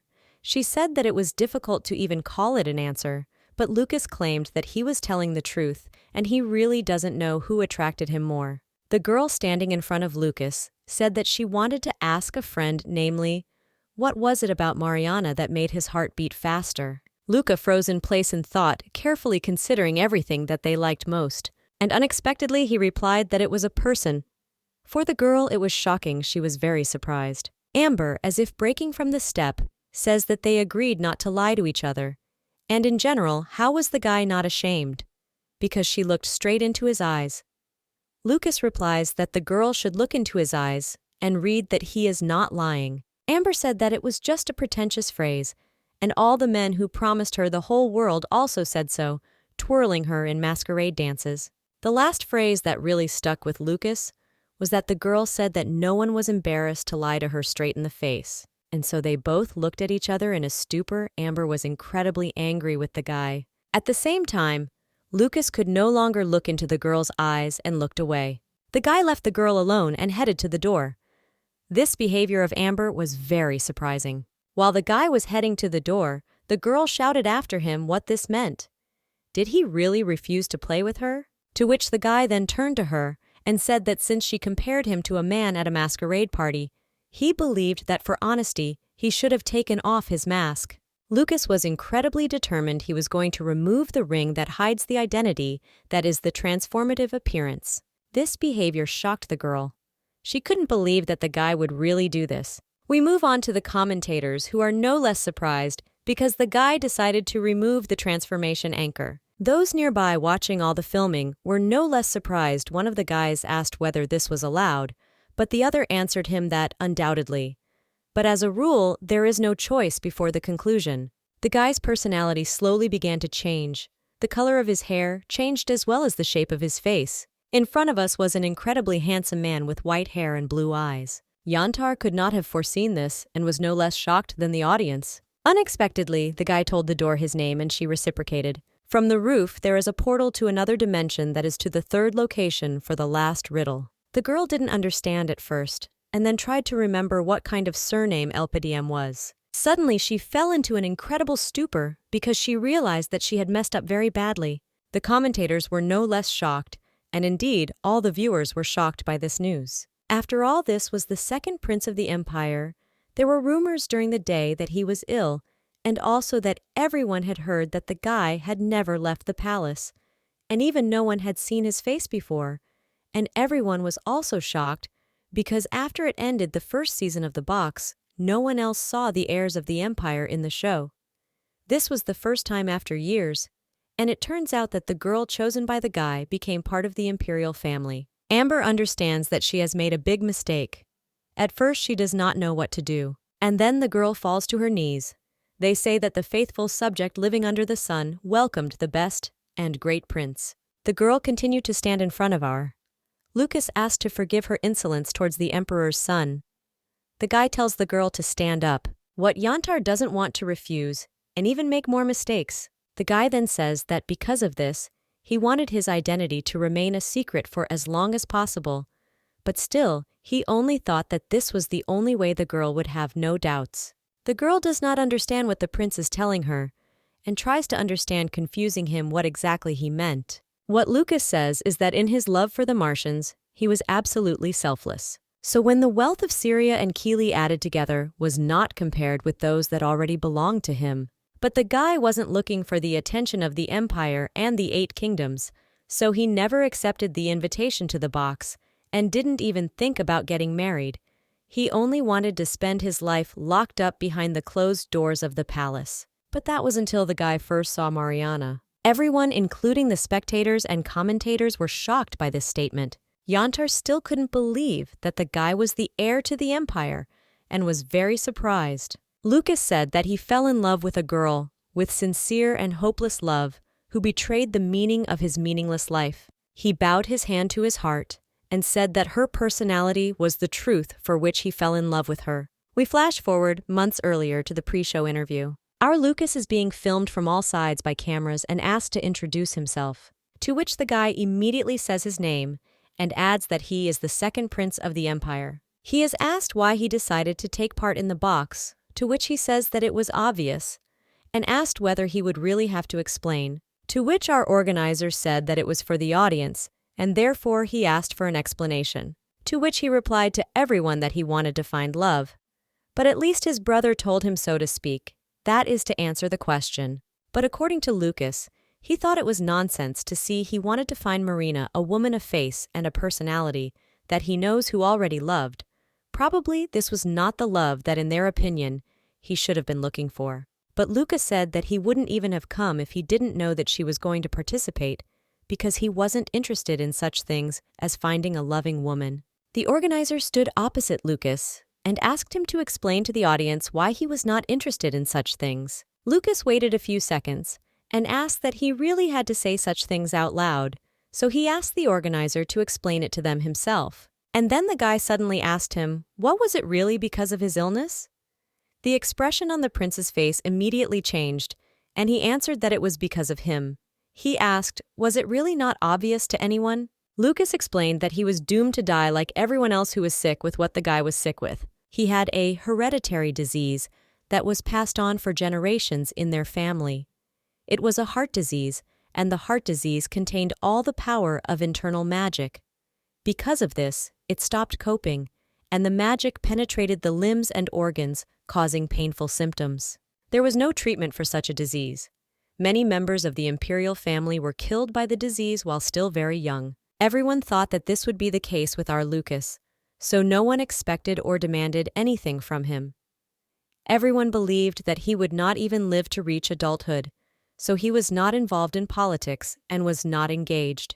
He was not good for anything, showed interest.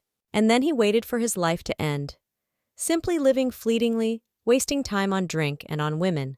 But when the guy saw that episode where the prince told Mariana that she didn't know what kind of person he was, it was then that the scene seemed very funny to him, because then the guy who participated in that show said that he might have an incurable disease. He then asked the girl what she should do, which Marianne could not believe, and was shocked. Then that guy said that he was not sick, but he would still be interested in what would happen then, to which the girl answered him that when she accepted the invitation to the box, she decided for herself that no matter how she turned into the future, the girl was going to be to the end true to her feelings. So even if it was stupid, the girl chose her heart and not her mind. Then the guy asked what was said about the girl's heart. And what about the girl turning around? She said that the world of short but vivid emotions also had prices in a special way. Then Luca looked at that very first box without looking away, because he was incredibly interested. Even at that moment, something dawned on Lucas, and he told you something under his breath. The servant even woke up from this asking, or was he talking to her? After all, he continued to watch the season of the box, and thanks to Marianne's words, he began to wonder how he would remain in the memories of the people who knew him. And then, answering to himself, he didn't like that answer. And then he wanted, no matter when his time came, to die without shame for how he spent his life. Even if he had little time, he wanted to allow himself to become attached to someone, something special. And perhaps when his end came, he would not regret so much that he had less time than others. The girl Mariana inspired in him a desire to act, to look beyond the walls of his chambers, for the first time to meet people, and to finally learn something new. For example, to cut trees, while all the other people were worried about him. Meeting Mariana completely changed the guy's life and made him much better. Later, the guy wished with all his heart that the girl would always remain happy for such an opportunity. But he was even a little jealous of her fiancé, that he was married to such a woman. The guy started fencing because of his thoughts. He often flew in the clouds and got hurt, but the guy was still happy because his life was gradually changing. Our Lucas did not expect that I would be destined to leave their world earlier than Lucas. After reading the news, the guy immediately understood that Marianne would not forget her husband so quickly, because she valued even short but bright love no less than long. The guy immediately thought that he understood why she decided to remarry so quickly.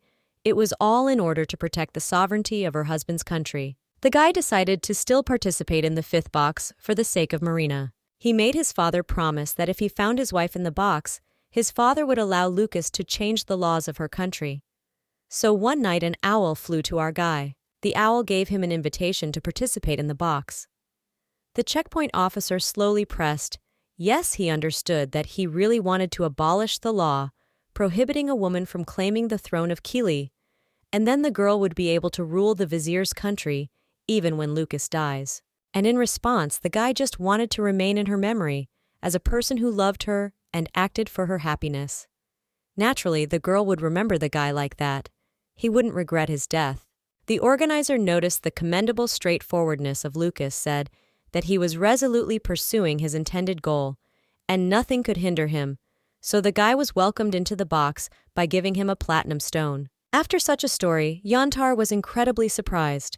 She did not know what to say to Lucas because she was in a momentary stupor, but that platinum, who knelt down, told the girl to look at him. And then the guy said that he swears he didn't lie to her because he came to the box already keeping love in his heart. Kneeling in front of her, he said that maybe now he was bludgeoning and drinking his feelings to some completely different person, but he was determined to remain faithful only to the Martians. The guy asked the girl, or did he explain his answer? At that time, she was shocked and fascinated by the guy's story and did not know what to answer. We move to our main character where she stands confused, while the organizer behind her is looking for something on the shelves. And then he approaches the girl and hands her a book. She asks what it is, to which the organizer replies that it is a classic book among novels in an ancient language. He asks, or was the girl reading? Our heroine smiles and says that she read it and even loved it very much as a child, and it seemed that even she could quote the book itself. The organizer says that our girl loved books so much that they had to try to turn this into a benefit in their business. The girl did not quite understand how this could be useful, to which the organizer responds with a glance to the side and says that theory without practice is dead, and this also applied to relationships. Taking the book, the girl mentally thought that she would really have to kiss the book, and then the guy asked the girl to tell the story from Roman, book that the girl was holding in her hands. She was a little surprised by this. She supported the book with a smile on her face and began to read it. They say that the story is that the main character fell in love with Rusal. The organizer suddenly comes closer to the girl and tells her to read the book in more detail. This alarmed the girl very much, but she continued saying that Rusal taught the girl magic. For this she invited him to land, and he accepted the invitation. She showed him how they live people on the surface. The girl turns her head and continues to read that then the heroine teaches the river to dance, and then a spark runs between them. Looking in the book at a picture of a girl dancing with the riverbed, our main character says that this was her favorite scene in the book. The organizer notes that what was needed was live. The girl didn't quite understand right away. Turning her head to the organizer to ask again, he suddenly snaps his fingers, and then a magic circle appears under them, and the guy says that they will start us with this. A scene from the novel appeared in front of them. The girl could not convey the amazing emotions that she experienced then. She was delighted with the organizer, because not everyone could create a scene from a novel. And then they began to play a scene from the very novel that the girl was reading, but it didn't work out well for her. As soon as they got close to the organizer, the guy immediately said that it might be difficult to convincingly play something that she had never felt, and therefore perhaps he believed that the girl's favorite scene from the book would help her create the necessary experience. The guy told the girl to imagine herself as a heroine and his riverbed, which had just reached land, and they don't love each other yet. Then the organizer leans over to the girl and walks into her ear to make her dizzy. They look into each other's eyes, and the girl begins to experience some strange and incomprehensible feelings. It was as if she was in that very story on that very stage, and her feelings were the same as those of the main character. Stood in this position together with the organizer, the guy says that acting is the art of simulating experiences that a girl has already lived. When this did not happen naturally to the girl, they tried to create real emotions in an artificial situation. The guy tells the girl to imagine that she invited him to land and teaches him to dance. At the moment, the guy is not in love yet, but the girls, for example, want it to be like this. The organizer said all this when he looked at the girl with a loving look. The guy tells the girl to do and feel the rhythm as if they were swaying on the waves of music, as if they were swaying on the waves of the sea, and so on. The guy asks whether the girl understands what he is talking about. Because of such a surprise, the girl was even confused and forgot what the next line was. And that the organizer says that there was no need to retell the book. He suggested that the girl do it naturally. He admits that, for example, she likes the guy. Suddenly, the girl approached the organizers as close as possible, which drove the two of them into a stupor. But now the girl was not at a loss, and said that it was the first time they were so close to each other. And besides, the girl did not notice what beautiful eyes the guy had. This even embarrassed him. He looked away and said that the color of gray umber really seemed beautiful to her. But then the girl said that in the original, they were blue for the hero like the sea. But since the organizer told the girl that she could improvise, the girl noticed that the guy had the color of sea pebbles, which hid the rays of the dawn sun. With a smile, the girl then continued to say that of course she liked his eyes because they were incredibly beautiful. So they stood in an embrace for several seconds saying nothing. Then the organizer suddenly looked away and said that this was the first time he had been told such a thing. Our main character smiled and thought that the organizer's answer was quite sincere. This made her very happy. The girl, spinning around in a dance, continued to quote the book, saying that the guy first climbed onto land. It was natural that the guy's exit was filled with new impressions, and therefore the girl notes that he could even try an affair with a human woman. And then the girl stopped. They say that this is when the guy invited her to dance and treated her to food, then kisses her. The girl, confused, mentally remembers that this was the scene of the first kiss, and so they got as close as possible. The guy says what a kiss was. I remind you that they were playing a scene from a book. The girl says that people usually did this back then to show that they liked someone. The guy hugged the girl and thought for a while and asked why she didn't kiss him then. The girl, a little confused after thinking about it, decided to do the impossible for the first time. She approached the organizer and grabbed him by the face. She was going to kiss him on the lips. It looked incredibly romantic. We leave them at this point and move to the city where someone spread urgent news that the identity of one of the participants was revealed. And in the 5th season in Principal, everyone was wondering who would join the imperial family. Everyone was discussing the fact that after the first box, only the offspring of the 8 kingdoms took part in the show, and everyone expected that Mariana would be the highlight of the program. But suddenly, it was revealed that one of the participants was a prince. In the area, there were a lot of disputes about whether the girl would still marry the prince, and for benefits or because of love. Everyone also talked about who was Mariana Yantar or Obsidian, because of which there were many quarrels between people in the kingdom. And so we move to the moment when the organizer is standing in front of some person who tells him that his ratings have surpassed the first legendary box in terms of indicators. I noticed that the installation of prices was magnificent and unknown. Again, he says that the guy did a brilliant job. It then turns out to be His Highness the King of the Empire of all 8 kingdoms. Our organizer, bowing his head, says that it is an honor for him to accept praise from His Highness himself. And then, His Highness says that he was a little alarmed when his brother said that he was going to participate in the box because he was an incredibly gentle boy, and the guy was worried that he wouldn't last even a week on the project. They say that he would definitely do something would be fine, and the program would be ruined. Rising from his seat, His Highness says that after all, the organizer was pleased with the fellow that he was able to take the guy so far and even make him a star. But he only had one question.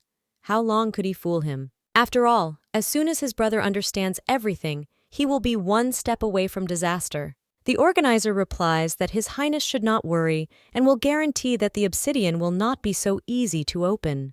The organizer remembers that he promised that as the jester of this box, he was going to provide an unforgettable show for everyone in the Empire. So we leave behind the scenes of the show itself and are transported to Grant and Amethyst, where they finally found something similar to the first pattern on the map. They noticed that as soon as they approached it, the map suddenly began to unfold, which made them very happy. And then our commentators join in saying that, thank God they finally got to the first riddle.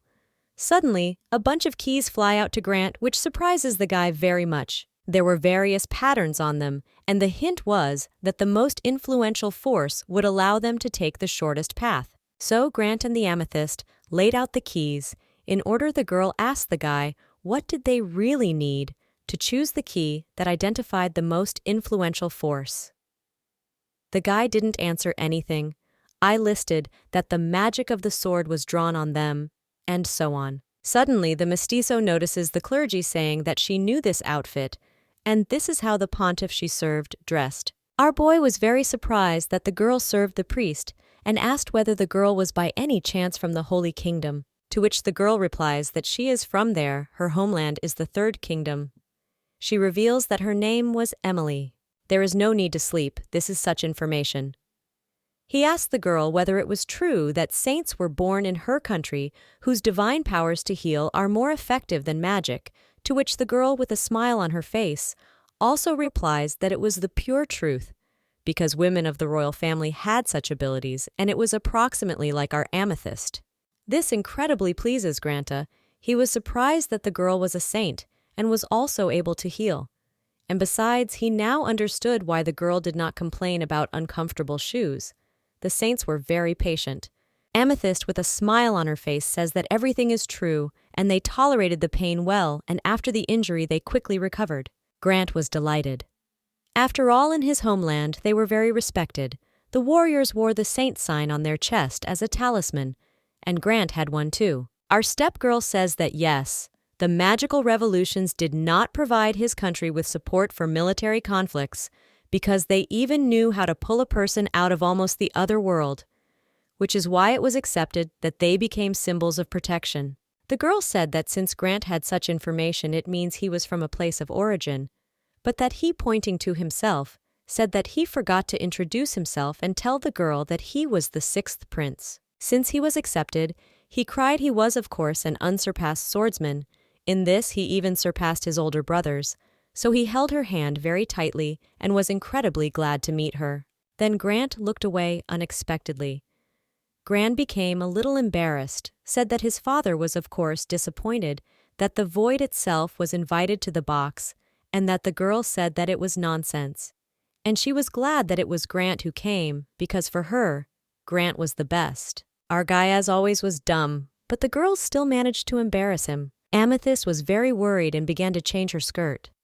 They say that she hopes he will understand her correctly because she tried to say it as openly as possible so that he would understand for sure. Suddenly the girl began to get very nervous and said that Grant was amazing, friendly, positive, sincere, and ready to lend a shoulder.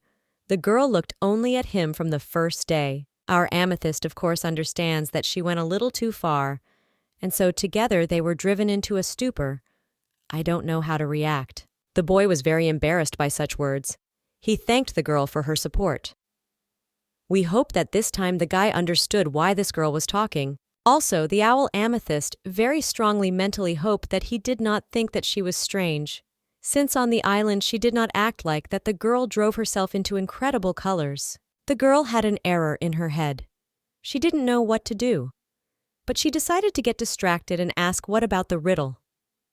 Grant didn't bother and switched to the riddle. For our commentators, this was an incredible turn of events. The guys noticed that Amethyst was favorably influenced by the secluded environment, and finally the girl gained strength, which is exactly what she needed to communicate with the Grant according to our guys. But the commentators were wondering whether they were correct all the time that the girl was one of the saints. What led them to such thoughts was that the girl was apparently not from the main branch because her surname was very different. People in the kingdoms heard that after the betrothal, a girl would be able to move away from the fuse and become the queen there.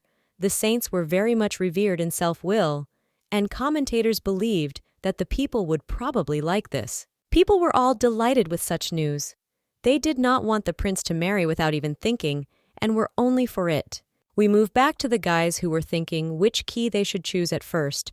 Grant thought to choose magic, because it was ahead of the whole planet. The guy began to have questions, because it could still be a sword, because magic had recently remained the main one, and before wars were more important, but the guy also had an assumption that it could be a church, since divine power was stronger than magic. And then Grant suddenly had a brilliant idea to stick all the keys into the mind, but fortunately Amethyst stopped him and said that it was a bad idea. As soon as the girl began to speak her opinion, her words somewhere in Grant's head began to blur as he drew attention to her hands. When the girl grabbed the guy by his hand, he noticed that the girl's hands were very small and therefore began to wonder whether all saints had hands that were small and soft to the touch. Then, looking at the girl, Grant remembered that this was not her real appearance, and of course, everything could be much different.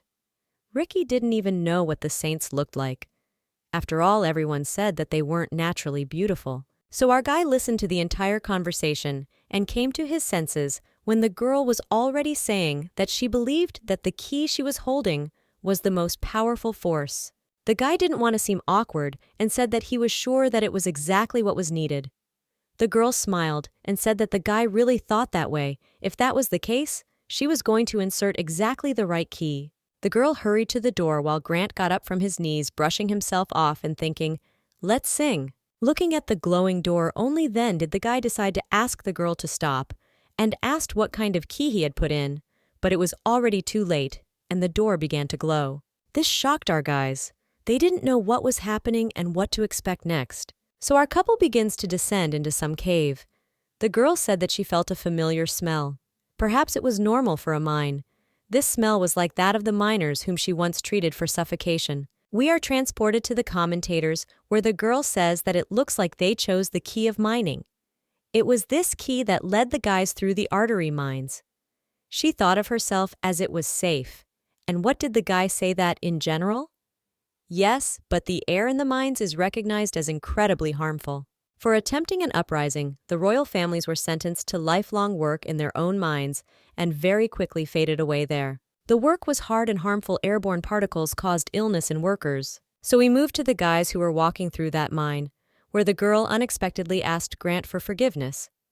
He didn't understand why and asked again, to which the girl said that without an empire, and there was little of it in magic ore, was simply pebbles, and nothing could compare with its power, so the girl had to choose magic and not closely call herself stupid. But Grant, smiling, said that he also agreed with her reasoning.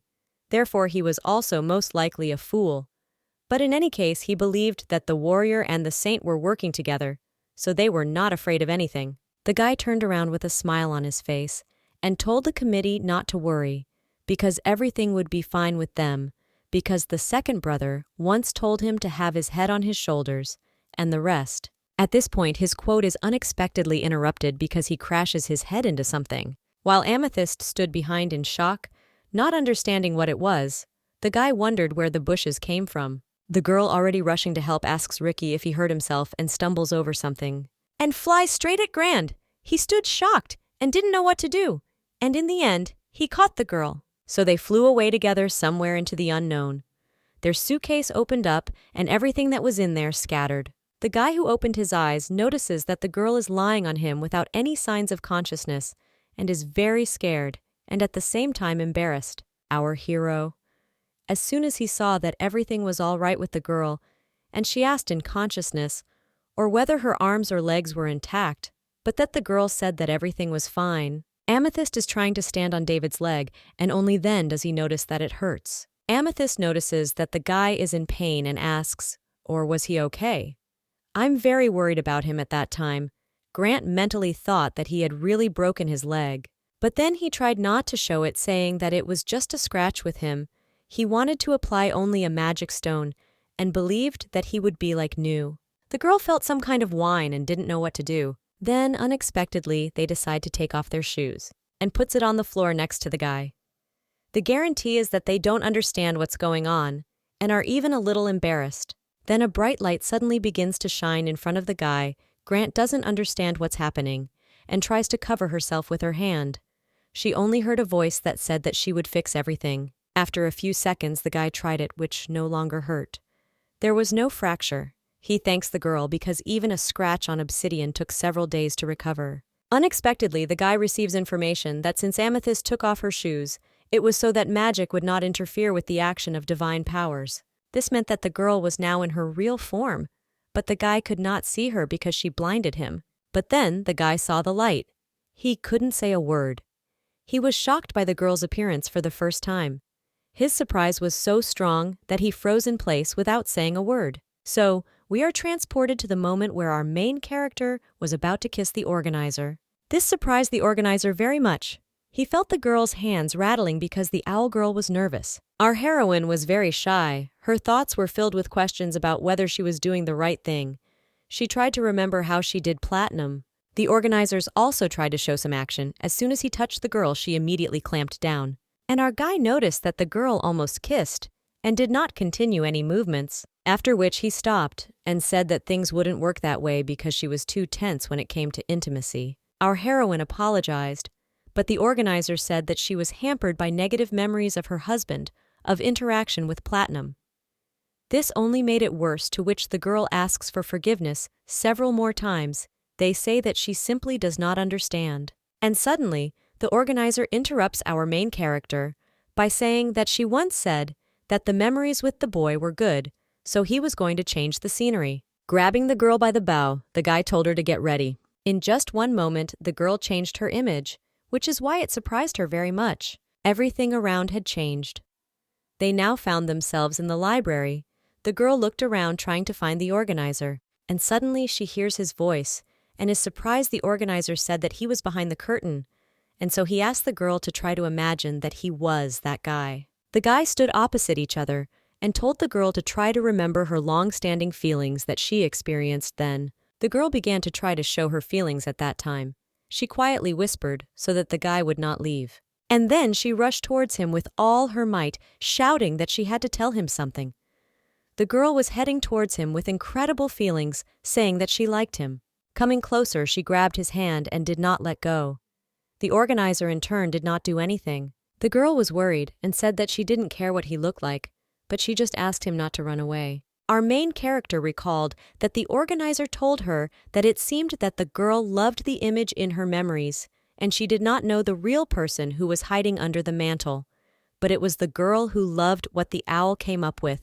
So the girl kissed the organizer.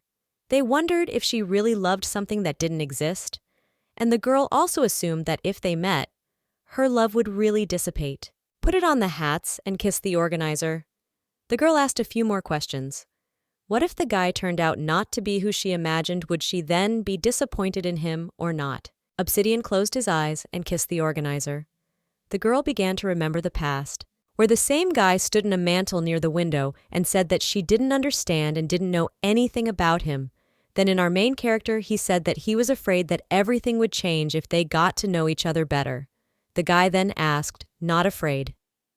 Are they up for change? We are already transported to the present moment, where the girl stopped kissing the organizer while looking at him with loving eyes. And then suddenly she took the initiative and kissed our guy in a cape. This time the organizer was really very surprised and didn't know what to do. Then he grabbed her with both hands, and this time the girl did not show her stiffness in any way. Got up. He sat her down on the table. I continued to look into each other's eyes. They were both embarrassed. The organizer of this situation even noticed that the girl had a lot of hidden talents. Lying on her chest, he asked the girl if she realized this, and also if the girl realized how attractive she was. So we are transported to Grant and the amethyst. The girl was already in her real form and said that it was dark around her, she could not see anything. Galka walked away and told her to wait a minute because he had to turn on the light. He somehow tried to insert the crystal into the lamp. And after a few seconds, they already had light. Grant was very happy because everything was fine. As soon as he looked at the girl, he didn't immediately understand who was standing in front of him. Amethyst was an incredible beauty, with white hair and a white dress. She was wearing a small white cape. When Grant saw her, he immediately became embarrassed and wondered whether it was the girl's real face. Looking at her only in his head, the thought flew. What a beauty was in front of him, just like in the stories, and even more beautiful. But there was only one thing that confused the guy. Looking at the girl, he noticed that her eyes were closed, and he really wanted to ask her about it. The guy finally made up his mind, and very embarrassedly asked why the girl had her eyes closed. The girl was confused and asked if he could really see her face, to which the guy said that it seemed so. And then Amethyst suddenly tries to cover her face with her hands, asking for forgiveness, saying that it's not that she was trying to hide it, but somehow there was no reason to talk about it. The city did not understand where everything was going and asked the girl what exactly to talk about. But the girl replied that the saint could not be sighted. This shocked Granta and drove her into a stupor. He did not know what to answer, to which the girl replied that human ailments could only be cured if the eyes could not see it was fixable. Namely, if she wishes to leave her post, she will be able to gain sight. The girl also explained that if she finds her husband in the box, she not only could, but had to do it. But only together will she completely lose her holy powers and will no longer be a saint. What news shocked Grant? He didn't know what to answer and just sat in a stupor thinking about all the information. So we flash forward months earlier to the pre-show interview. Amethyst sits on a chair for participants, and she is asked to introduce herself. Her name was Rose. The girl said that she was a saint from the royal family of the Third Kingdom. The girl was then asked why she decided to take part in the box, to which the girl replied that she liked the idea of finding a husband there. Then they asked her that she really couldn't find spouses in her native kingdom, to which she answered embarrassedly that she could. But since she was a saint, this created some difficulties, because usually saints remained to serve at the temple until the end of their lives, because only in fact this is what they knew how to do. The Third Kingdom was known as the Holy Land. With the approval of the empire, the primacy of the institution of the church was established. There, the pontiff stood at the head of the state. The monarchy family did not dare to lament his word, and its members were considered the property of the temple. If a princess was born with innate feelings of divine power, she became a saint and began to serve. Our Amethyst became a saint when she was only 1 year old. Then the pontiff cast a spell that sounded like this: "Young eyes are stupid since they see the world, and do not see God close the unreasonable, and the direction will be such a spell," was said by the pontiff. After which our mestizo closed her eyes, and after that did not open them again, because after sealing their eyes, the saints did not leave the temple until they came of age. Girls were not supposed to be spatial. They were not supposed to leave their post, and they were also not supposed to doubt what was right and what was wrong. Having matured, the saints could choose their path, whether they want to find a husband, gain sight, and lose holy power, like our Amethyst, or want to devote their lives to service, renouncing worldly desire and sight. Many respected saints renounced marriage and devoted their lives to the temple.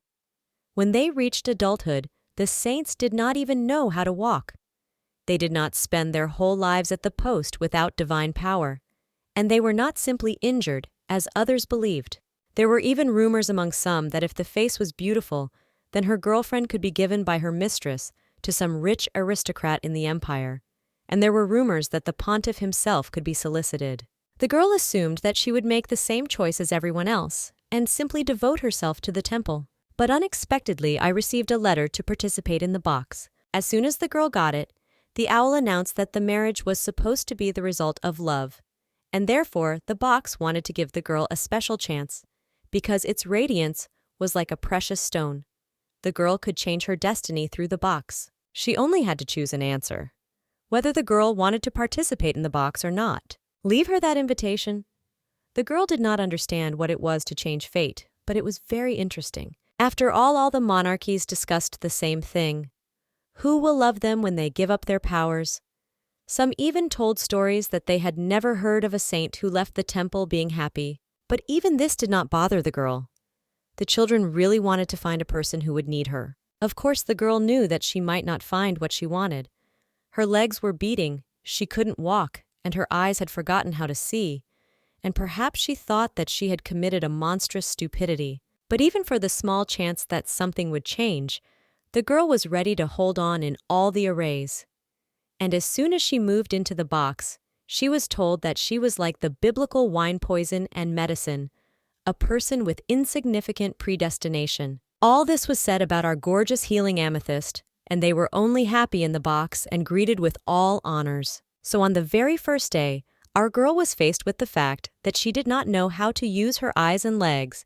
She constantly fell out of the blue, thereby surprising everyone. Amethyst was afraid that compared to the others, the girl looked simply ridiculous, which is why the owl seemed incredibly stupid to herself. But on the very first day, Grant helped her and asked if the girl was okay.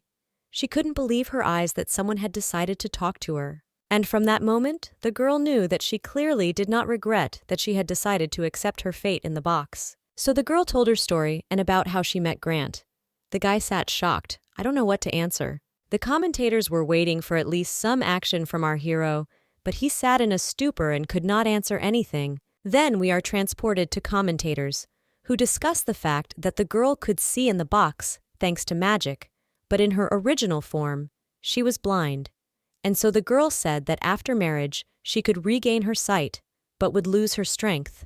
To which the guy commentator replied that it was painfully offensive, and divine healing was much more effective than magical healing, and both sexes would definitely want a saint with working power, and that the girl also noticed that Grant was inspired when he found out that our amethyst was a saint. According to the guys, it even inspired him. But the guy noticed that if Grant took her as his wife, then her powers which he admired so much would disappear. And now the main question was whether Grant would be so interested, namely amethyst, without holy powers. We are transported to our main character, who had incredibly strange feelings inside. She was wondering why this could be. I assumed that it was because she imagined that boy. Then the organizer suddenly raised our main character and said that in the future, when it comes to intimacy, the heroine should remember the same sensations. Then the guy noted all the spells. I did not return to the same library where we started.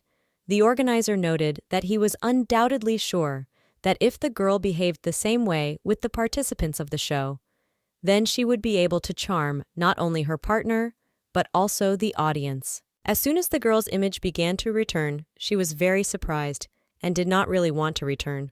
But she understood what was needed, and now she was worried about one question.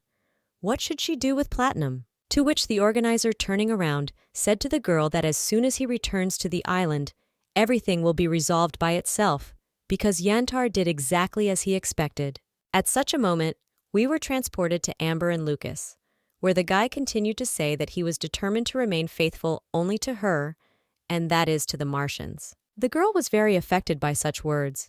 She looked at Lucas and did not know what to answer him. The guy decided to ask, or he explained his answer to the girl, but the girl didn't answer anything either. Not suddenly, tears rolled down the girl's cheeks.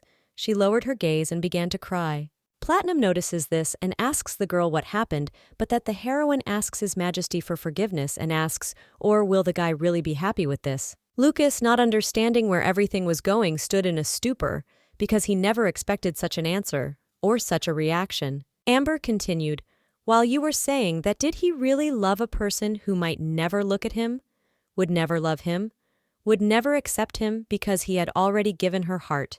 And so Amber asked if Lucas would really be happy with this. The guy could not answer anything, and then Amber clung to him, saying that if she too was given to live as little as him, she would certainly want to die with her beloved. Looking at His Majesty, she asked him what did he really not want this. To which the guy who picked up the girl smiled and said that he had no such desire. With a smile on his face, the guy replied that he had long understood that it was not the same things that brought him pleasure that pleased others. If he had the right to choose, would he want to leave his mark in the life of a person he cares about, and be alive in his memories? To which the girl continues to say with tears that she doesn't understand this because it was impure love, and not even just any love at all girls. It was more like cowardice. The guy was very confused by this. He didn't know how to react to it or what the girl should answer. To which Yantar held her hand and said that she hopes that His Highness will find true love in the box. If this really happens, then she will not be sorry, even if the guy hates her. Lucas did not understand what the girl was getting at. Unexpectedly, Yantar decides to make an incredible statement. With tears in her eyes, she asks for forgiveness and secretly reveals that she is not Mariana. We are transported months earlier.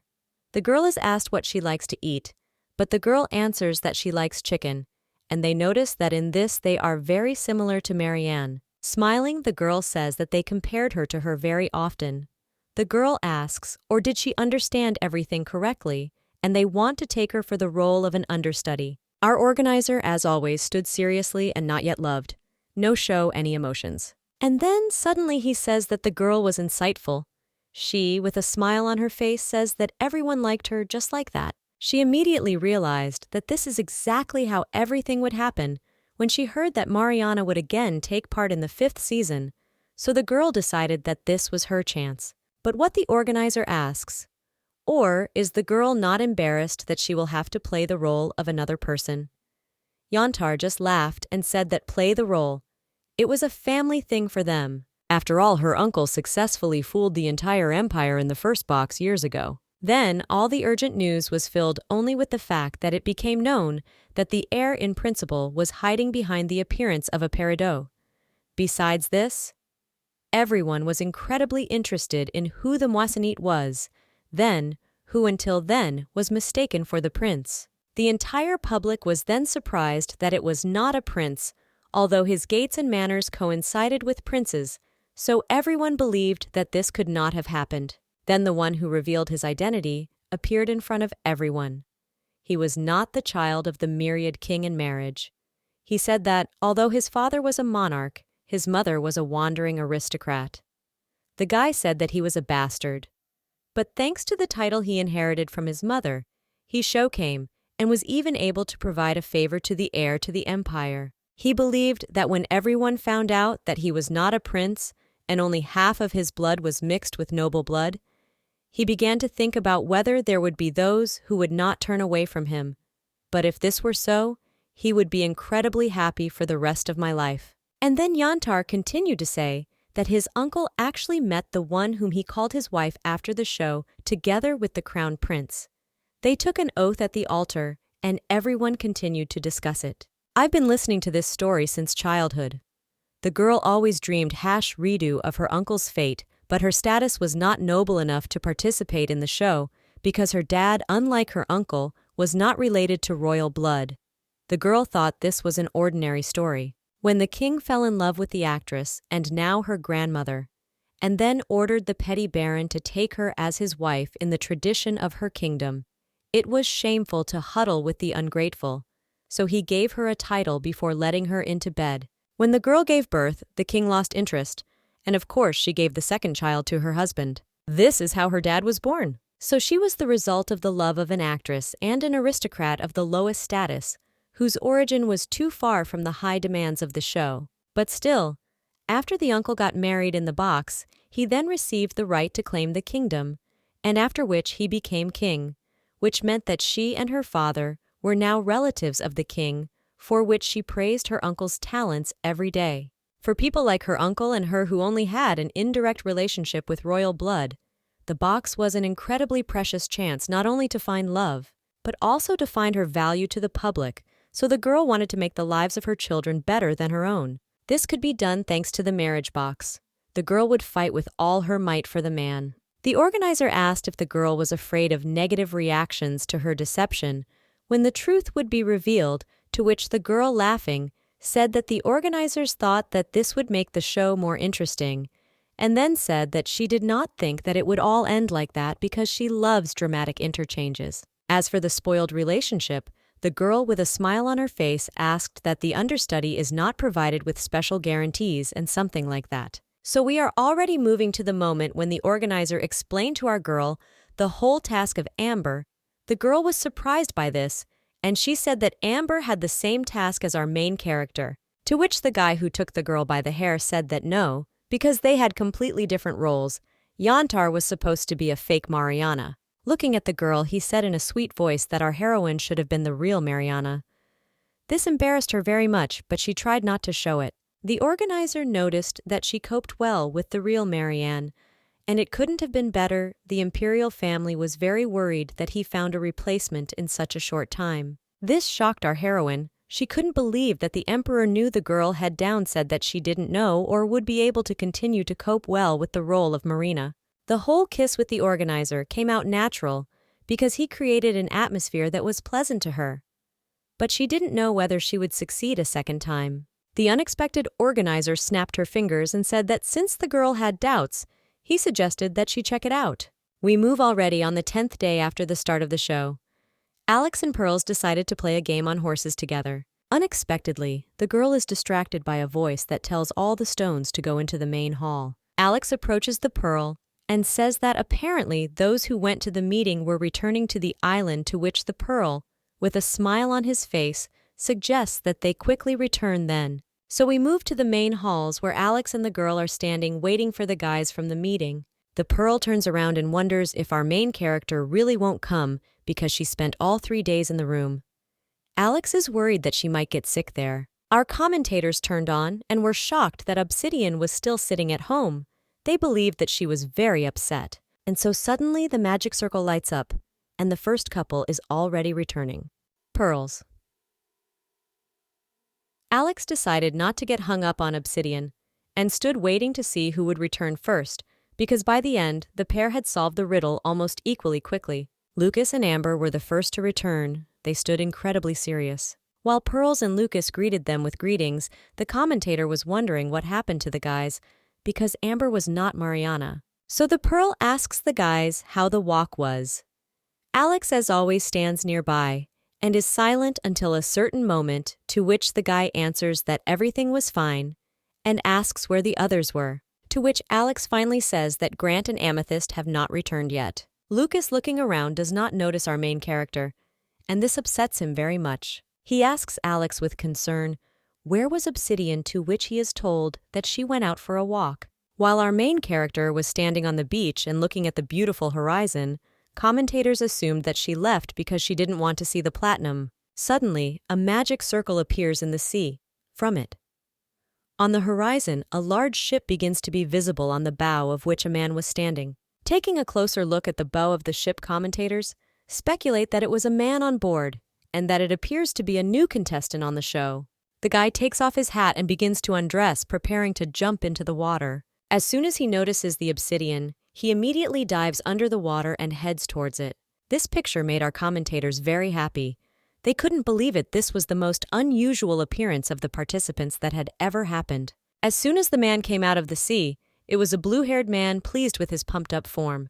Commentators pay attention to Obsidian. They see that there is no way to hide her shocking face. But at that moment, the girl looking at the guy's face couldn't believe her eyes. We moved to a conversation earlier between Obsidian and the organizer of this show. The guy then snapped his finger and changed into something else.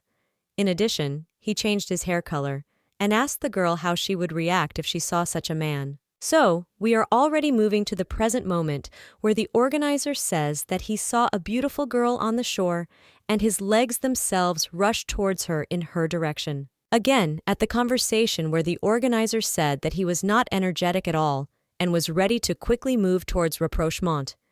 He asked the girl to suggest that she would think about such a guy. So we again move back to the organizer at the present moment, where he says that he is glad to meet you and introduces himself as a star sapphire stone. At first glance, the guy shocked the girl very much, and at the second she was already standing and embarrassed by him not knowing how to respond to this. Commentators were very excited about the appearance of a new male gemstone. So our girl, looking at the organizer, saw the same stage on which they trained, but only she wondered if it was really the organizer. The girl bowed her head towards hello from Star Sapphire's hair and introduced herself, saying that her name was Obsidian. The girl knew that the guy took off his clothes to make the broadcast hotter, so after thinking, the girl asked if the guy didn't want her to bring him what wipe yourself off somehow. Off. The girl with a smile on her face asked again, or does he want to take a walk with her to dry under the sun, because from this side the picture was better. The guy laughed and said that he liked the second option. Smiling, the organizer said that if the lady wanted, they could take a walk right now, to which they immediately did so, and the two of them went for a walk around the island, looking at the beautiful view. Commentators noticed that Obsidian's reaction was even very positive, and the guy even noticed for the first time that Obsidian smiled so brightly. Dim, it seemed that it was a gem that from the very beginning charmed our main character. You were their first meeting, but the atmosphere was already relaxed. It also seemed to the commentators that Obsidian's facial expression had changed. She felt completely different. So we are transported to the moment where the organizer was still backstage.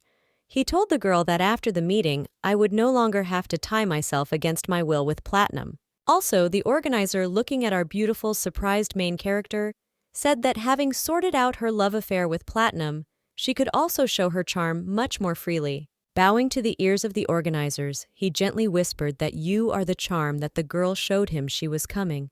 She was driven into the paint. She did not know how to react. But there their conversation stopped. We are transported to the moment when they were walking around the island.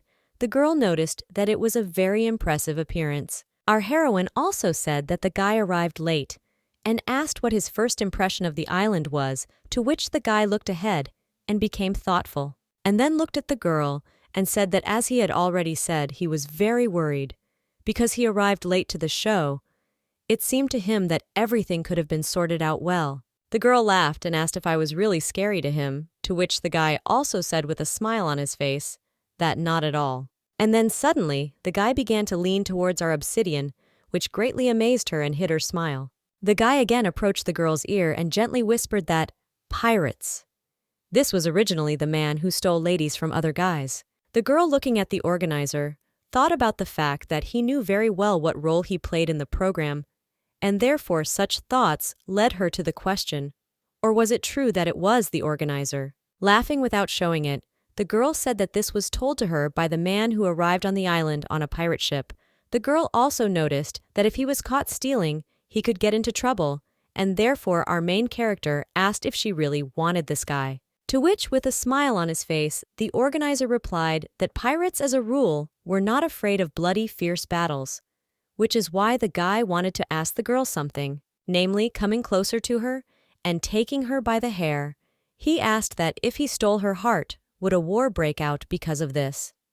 This behavior of the organizer greatly surprised our main character, and she did not know how to react. Our commentators noticed that the guy had already tried to seduce our obsidian, but the only thing that confused them was that the guy had not yet met anyone except our main character, and therefore they had a question.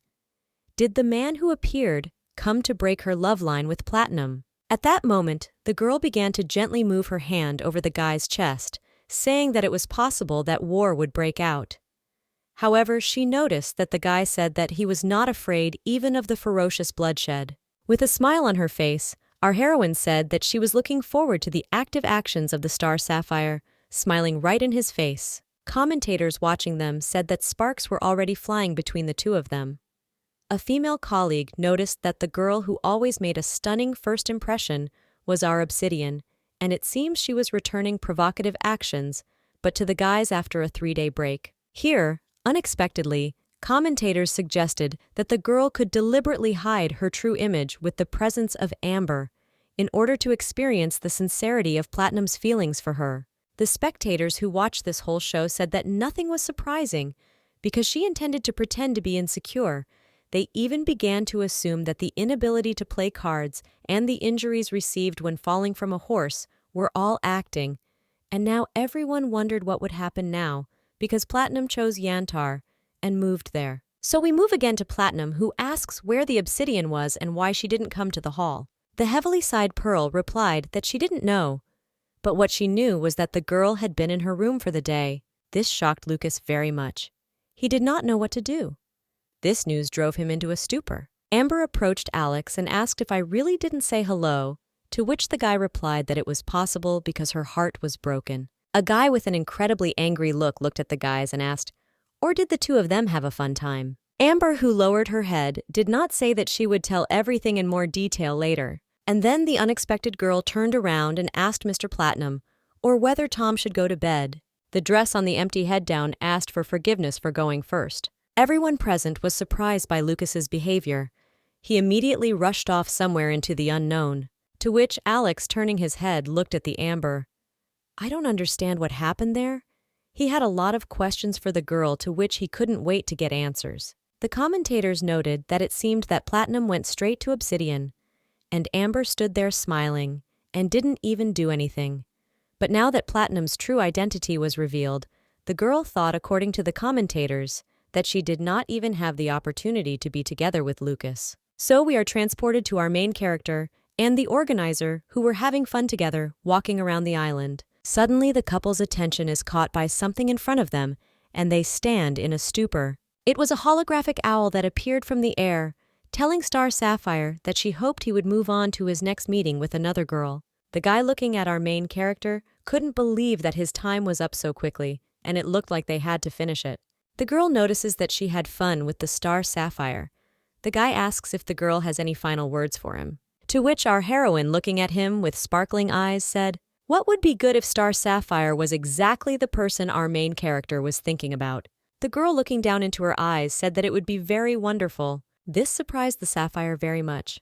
He even fell into some kind of shock and did not know what to answer. And then those who took the hand of our main character, he kissed her. Then the sapper raised his head and said that he hoped not to disappoint our girl. Commentators looking at our main character did not understand what this meant, and assumed that it could be that the girl hoped that the person with whom she was walking would not be like Platinum. That is easy to cheat on her. But also commentators watching the guy leave suggested that this could also mean that our girl hoped that the man was not chasing her status because Obsidian could doubt whether Platinum did the same or did not crave the power and wealth that he could get entering into a second marriage with Mariana. So our girl was left completely alone. The commentators continued their discussion saying that Platinum could not be such a person, but Obsidian of course did not know this, that they were very sorry they wanted the dress to resolve this misunderstanding. Suddenly, our main character notices something ahead of her and is very surprised. It was Platinum who unexpectedly rushed to meet the girl, so they stood together, looked at each other, and said nothing. At that time we moved to the girls' room where Pearl asks how their meeting of truths went. The girl noticed that the atmosphere between the two of them was very strange, to which they answer that to be honest, she was a little shocked. The fair-haired girl asks why I assumed that it could be for Platinum's status. Amber, with a slight smile and disappointment on her face, she answered that most likely because of the soul of Platinum. So we are transported to the interview, where they take it from the girl after the meeting of truths. The girl says that she felt something strange during the meeting of the truth, and after the meeting with our Lucas, the girl suggests that most likely she became completely different. After all, remembering Lucas recently, she realized that he was a very valuable person for her. This was a person to whom the girl could give all of herself, or in other words, the girl was not going to let Lucas go for nothing, and wanted to capture his full attention and completely his soul and body. With this, we move to our main character where she stands with Lucas exchanging glances. Then the girl suddenly says with a smile on her face that she is glad that Lucas is back. To which the guy looked shyly at the floor and said that as soon as he returned, he immediately went to her room. But she was not there, the girl asks. Or is it good that he went to a meeting of the truth? After this, Platinum was very surprised, and in a stupor, he did not know what they were giving him to finish off, because it was for him it sounded incredibly cold. Commentators also noticed that Obsidian's behavior was also a little strange. The girl behaved incredibly at ease, which made it even scarier. Our Lucas, who took the girl by the hand, said that if the girl suffered because of him, then he asks very much for forgiveness and to hope that our heroine will understand him correctly. After all, if there were no rules according to which it was impossible to choose a person with whom you had already been, for the first time, the guy would, as before, choose her without any hesitation. The girl removed her hand from the Platinum and said that there was no need to explain herself to her. The concrete did nothing wrong. Yes, Platinum asks if she wasn't angry with him, to which the girl with a smile on her face, why should she be angry? Turning to the eyes in the side, our girl says that the place in which they were, it was possible to meet with many people at the same time, and only in the end choose with the heart, so the girl does not think that he and our main character could choose too early with the heart. Platinum's response was shocking. The guy wanted the girl to incredibly express everything that was in his soul, but suddenly our main character put her hand to his mouth and told him not to say anything more because that was enough. The girl also clarified that she did not want to hear from the guy that he had already made a decision.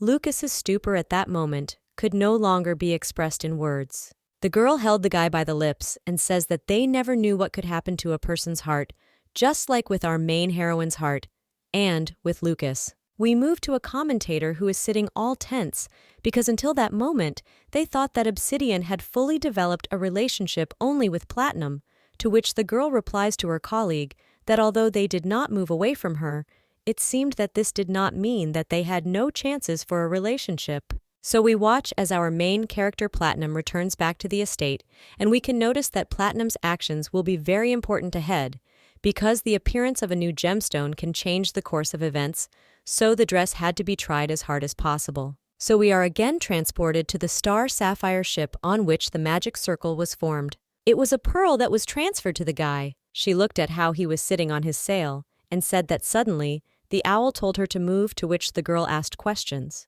For what business? And now everything was clear to her that this was the first meeting with someone. To which our sapphire came down from Paris and introduced himself and said that he was incredibly pleased to meet you. The girl kissed Sapphire's hand, while she said that she was also very glad to meet and introduced herself. And she also had many questions. Did the guy really come to the island on a pirate ship? But with a smile, Sapphire says that he was a sea criminal who attacked the island to ruin the girl's love affair. The heroine was very amused by this. She noticed that Sapphire was a funny person and even liked her. So, looking at any ID by the Sea Pearl, says that the guy initially had a freedom-loving character, to which the guy replied that it seemed to him that there wasn't much love that he didn't torture. But that Pearl said that really then his ideal of girls was freedom-loving young woman. To which the guy looked to the side and said that if he and the girl understood each other well in conversation at the first meeting, then he could feel sympathy for anyone. With a smile on his face, the Pearl asks, or does the guy accidentally not talk about their conversation? To which Sapphire replies that the girl did not leave, she felt the same as he did. They understood each other well. This made the two of them laugh very much. Here our commentators join in, who notice a better atmosphere among the guys. Also, commentators note that since the guy was a criminal, he excited the hearts of all the people that he saw for the first time, but there was nothing wrong with that, because as Obsidian said, this was the right place for a guy. So we move to the moment when the girl is also teleported to the guy on the ship, and so Sapphire catches the girl in the air. It scared her very much because she was one step away from falling from the mast. The girl, without being confused, smiled at the guy and said that he had a wonderful ship. She asked whether she had not been kidnapped by chance, to which our hero said from the ship that he had come to steal the heart of beautiful jewelry. Sapphire, holding the girl Amber by the hand, asked what kind of jewel she had, and she introduced herself. In response, the guy also introduced himself. With a smile on his face, Sapphire leaned over. He asked the girl not to understand him for his tactlessness, but he wanted to ask her about the ideal girl for you, and so on. Sitting down next to the girl, he heard an unexpected answer. Namely, our heroine said that it was similar. After she entered the jewelry box, she had to rethink and think about her ideal again. The Sapphire asked why this happened, but what the girl said was that sometimes her heart takes someone away at a completely unexpected moment. And even though the guy the girl liked looked like a man without any prospects, her feelings for him had already completely embraced her. Looking at the girl, Sapphire said that it looked like the girl had drowned in great love. Amber confirmed his words and said that now she was a little confused because of this. The girl also added that the person she was in love with could hate her, not to mention love her, so she never stops feeling anything. Commentators are watching. Amber says that she was completely open from the very beginning, admits that she is in love with Platinum, although she already knew that the dress did not need another person, and commentators also noted that she was incredibly unshakable in her feelings. Sapphire, after listening to the girl, suddenly asks her what made her drown so deeply in her feelings for that person. The girl thoughtfully says that contrary to someone else's values, he decided to radically change his life. It was that really pure love for someone, and sincere admiration, and only in this way did the girl believe that something great could be achieved in love. Such a life as Platinum seemed to her incredibly stunningly beautiful, although she knew that his love was not directed at her, but she wanted to hug the guy so much that she could not hide it. Unexpectedly, the Sapphire said that as far as he understood, Amber was not a precious stone, but rather a substance obtained by very long-term hardening of ancient juice. If a living creature were imprisoned inside it and kept in the core as a fossil, its value would increase even more. The guy continued to say that he also heard that such a gem meant patience for a long time, waiting for the fulfillment of one's desire and ultimately possessing it forever. The girl was amused by this and noticed that it was a good statement. Then the girl who set sail continued to say that she thought she would have to wait. If she wanted to get something really worthwhile, she would have to be patient, even if it was a very long time. Sapphire, with a casual look, said frankly that he was spoiling the girl, to which our Yantar said that she also wished that Mr. Rival would find true love in this beautiful place she also poured out for with all her heart. Our commentators looking at this picture said that Amber completely drew the line with Sapphire, and in this way it looked like Platinum. Then we move directly to the commentators, and where they say with emotion that it seems Sapphire also did not intend to get close to Amber, but that the guy does not answer that this was unknown to them. Amber and the owl also greatly shook the heart of Platinum, which had already drawn the line with. In it, the commentators agreed with each other. I say that in the box it was impossible to lose vigilance for more than a moment, because no one knew when and how the picture could change. We move to the moment when everyone is celebrating the arrival of the Sapphire. The guy, judging by the smile, said that he was very grateful to everyone for such a greeting. Pearl noticed that now, thanks to Sapphire, the sex ratio was correct, and Alex said that it was nice to see him full again. And then the guy added that he was very worried, because he had not seen Obsidian for a long time. The girl, laughing, said that she was reading an interesting book in order to relax at the same time, and for some reason, the girl could not close the bookcase. Lucas looked at the girl and was surprised that she was reading a book, but decided to ask her what kind of book it was. And the girl casually said that there was about this and that, and decided to quickly switch the topic to Sapphire, and asked him, or did he like to read books, to which the guy replied that he liked collecting books more than reading them. In particular, the guy said with a smile on his face that he really appreciated old books. Obsidian was shocked by this answer. She was interested in asking whether the guy accidentally collected ancient books. The guy said that he would really like to tell her about his collection, but said that he was afraid that he would be under the protection of magic while Lucas was sitting behind them, upset seeing how diligently they communicated. All attention was paid to the Sapphire. The girl asked him that it was really so well known in the collection that its status would be revealed as soon as he spoke about it, to which the Sapphire replied that only one ancient book of a widely known public could tell who its owner was. Amber noticed how Luca looked at Obsidian. Our main character noticed that the guy was well acquainted with old books and mentally thought about the library in which there were also many very ancient books where the bottom of the organizer used them together for acting lessons. Then the girl, laughing, asked if he happened to know a book about the history of love between a riverbed and a person. Sapphire looked at the girl strangely. She didn't understand what she was talking about. The heroine was a little thrown into a stupor, but she was not taken aback and said that it was the oldest book among the old books. She asked the guy if he hadn't heard of it. Having laughed, he felt awkward because he did not know how to speak the ancient language, and among his ancient books, only one had a channel on the cover, but he did not know the contents well. The girl was so amazed by the answer, she already began to mentally think that it was not the organizer, or it was the concept of such an acting game. Sapphire replied that, however, it would be interesting to read such a book as A Man in River, so he asked the girl to tell her in more detail about that book. At that time, the girl was thinking about her own life, where she spoke with the organizer, who told her that having sorted out her love affair with Platinum, the girl could also show her charm much more freely, which she then showed to the organizer. Our heroine recalled those words of the guy. And so they sat at the table drinking champagne mentally, thinking that Sapphire was specially guiding her to topics in which she felt confident. But even despite this, the girl began to tell a story about a man who in the distant past first learned magi from Rusal. Lucas, having heard this, was very surprised and grabbed the attention of the girl. He asked that this was, by chance, not the same legend about the first emperor. Lucas also noticed that he also had such a book at least, and it was in a modern adapted version, to which the girl laughed and said that it was unlikely that it was her. The girl, with a smile on her face looking at a glass of wine, continued to say that in most versions translated into modern language, the Russells and the main character got married and had a child, and it all ended with the child in the future founding a great magical empire, which is why people very often thought about her as the legend of the first prince, but this was not so. Commentators watching the show noticed that our main character completely took the leading role in the conversation that evening.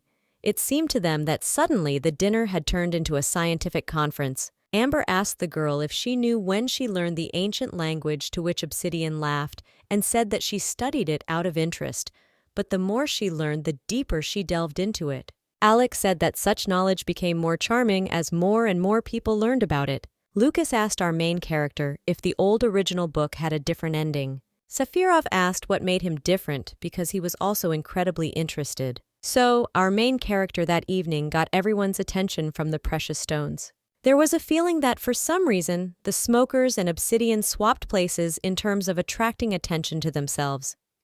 The girl continued to say that although the ending was different in different versions, the older known version was supposedly the original, because in the original story, the main character was our obsidian. That evening, Tell the Story got everyone's attention. And that's where we end this story.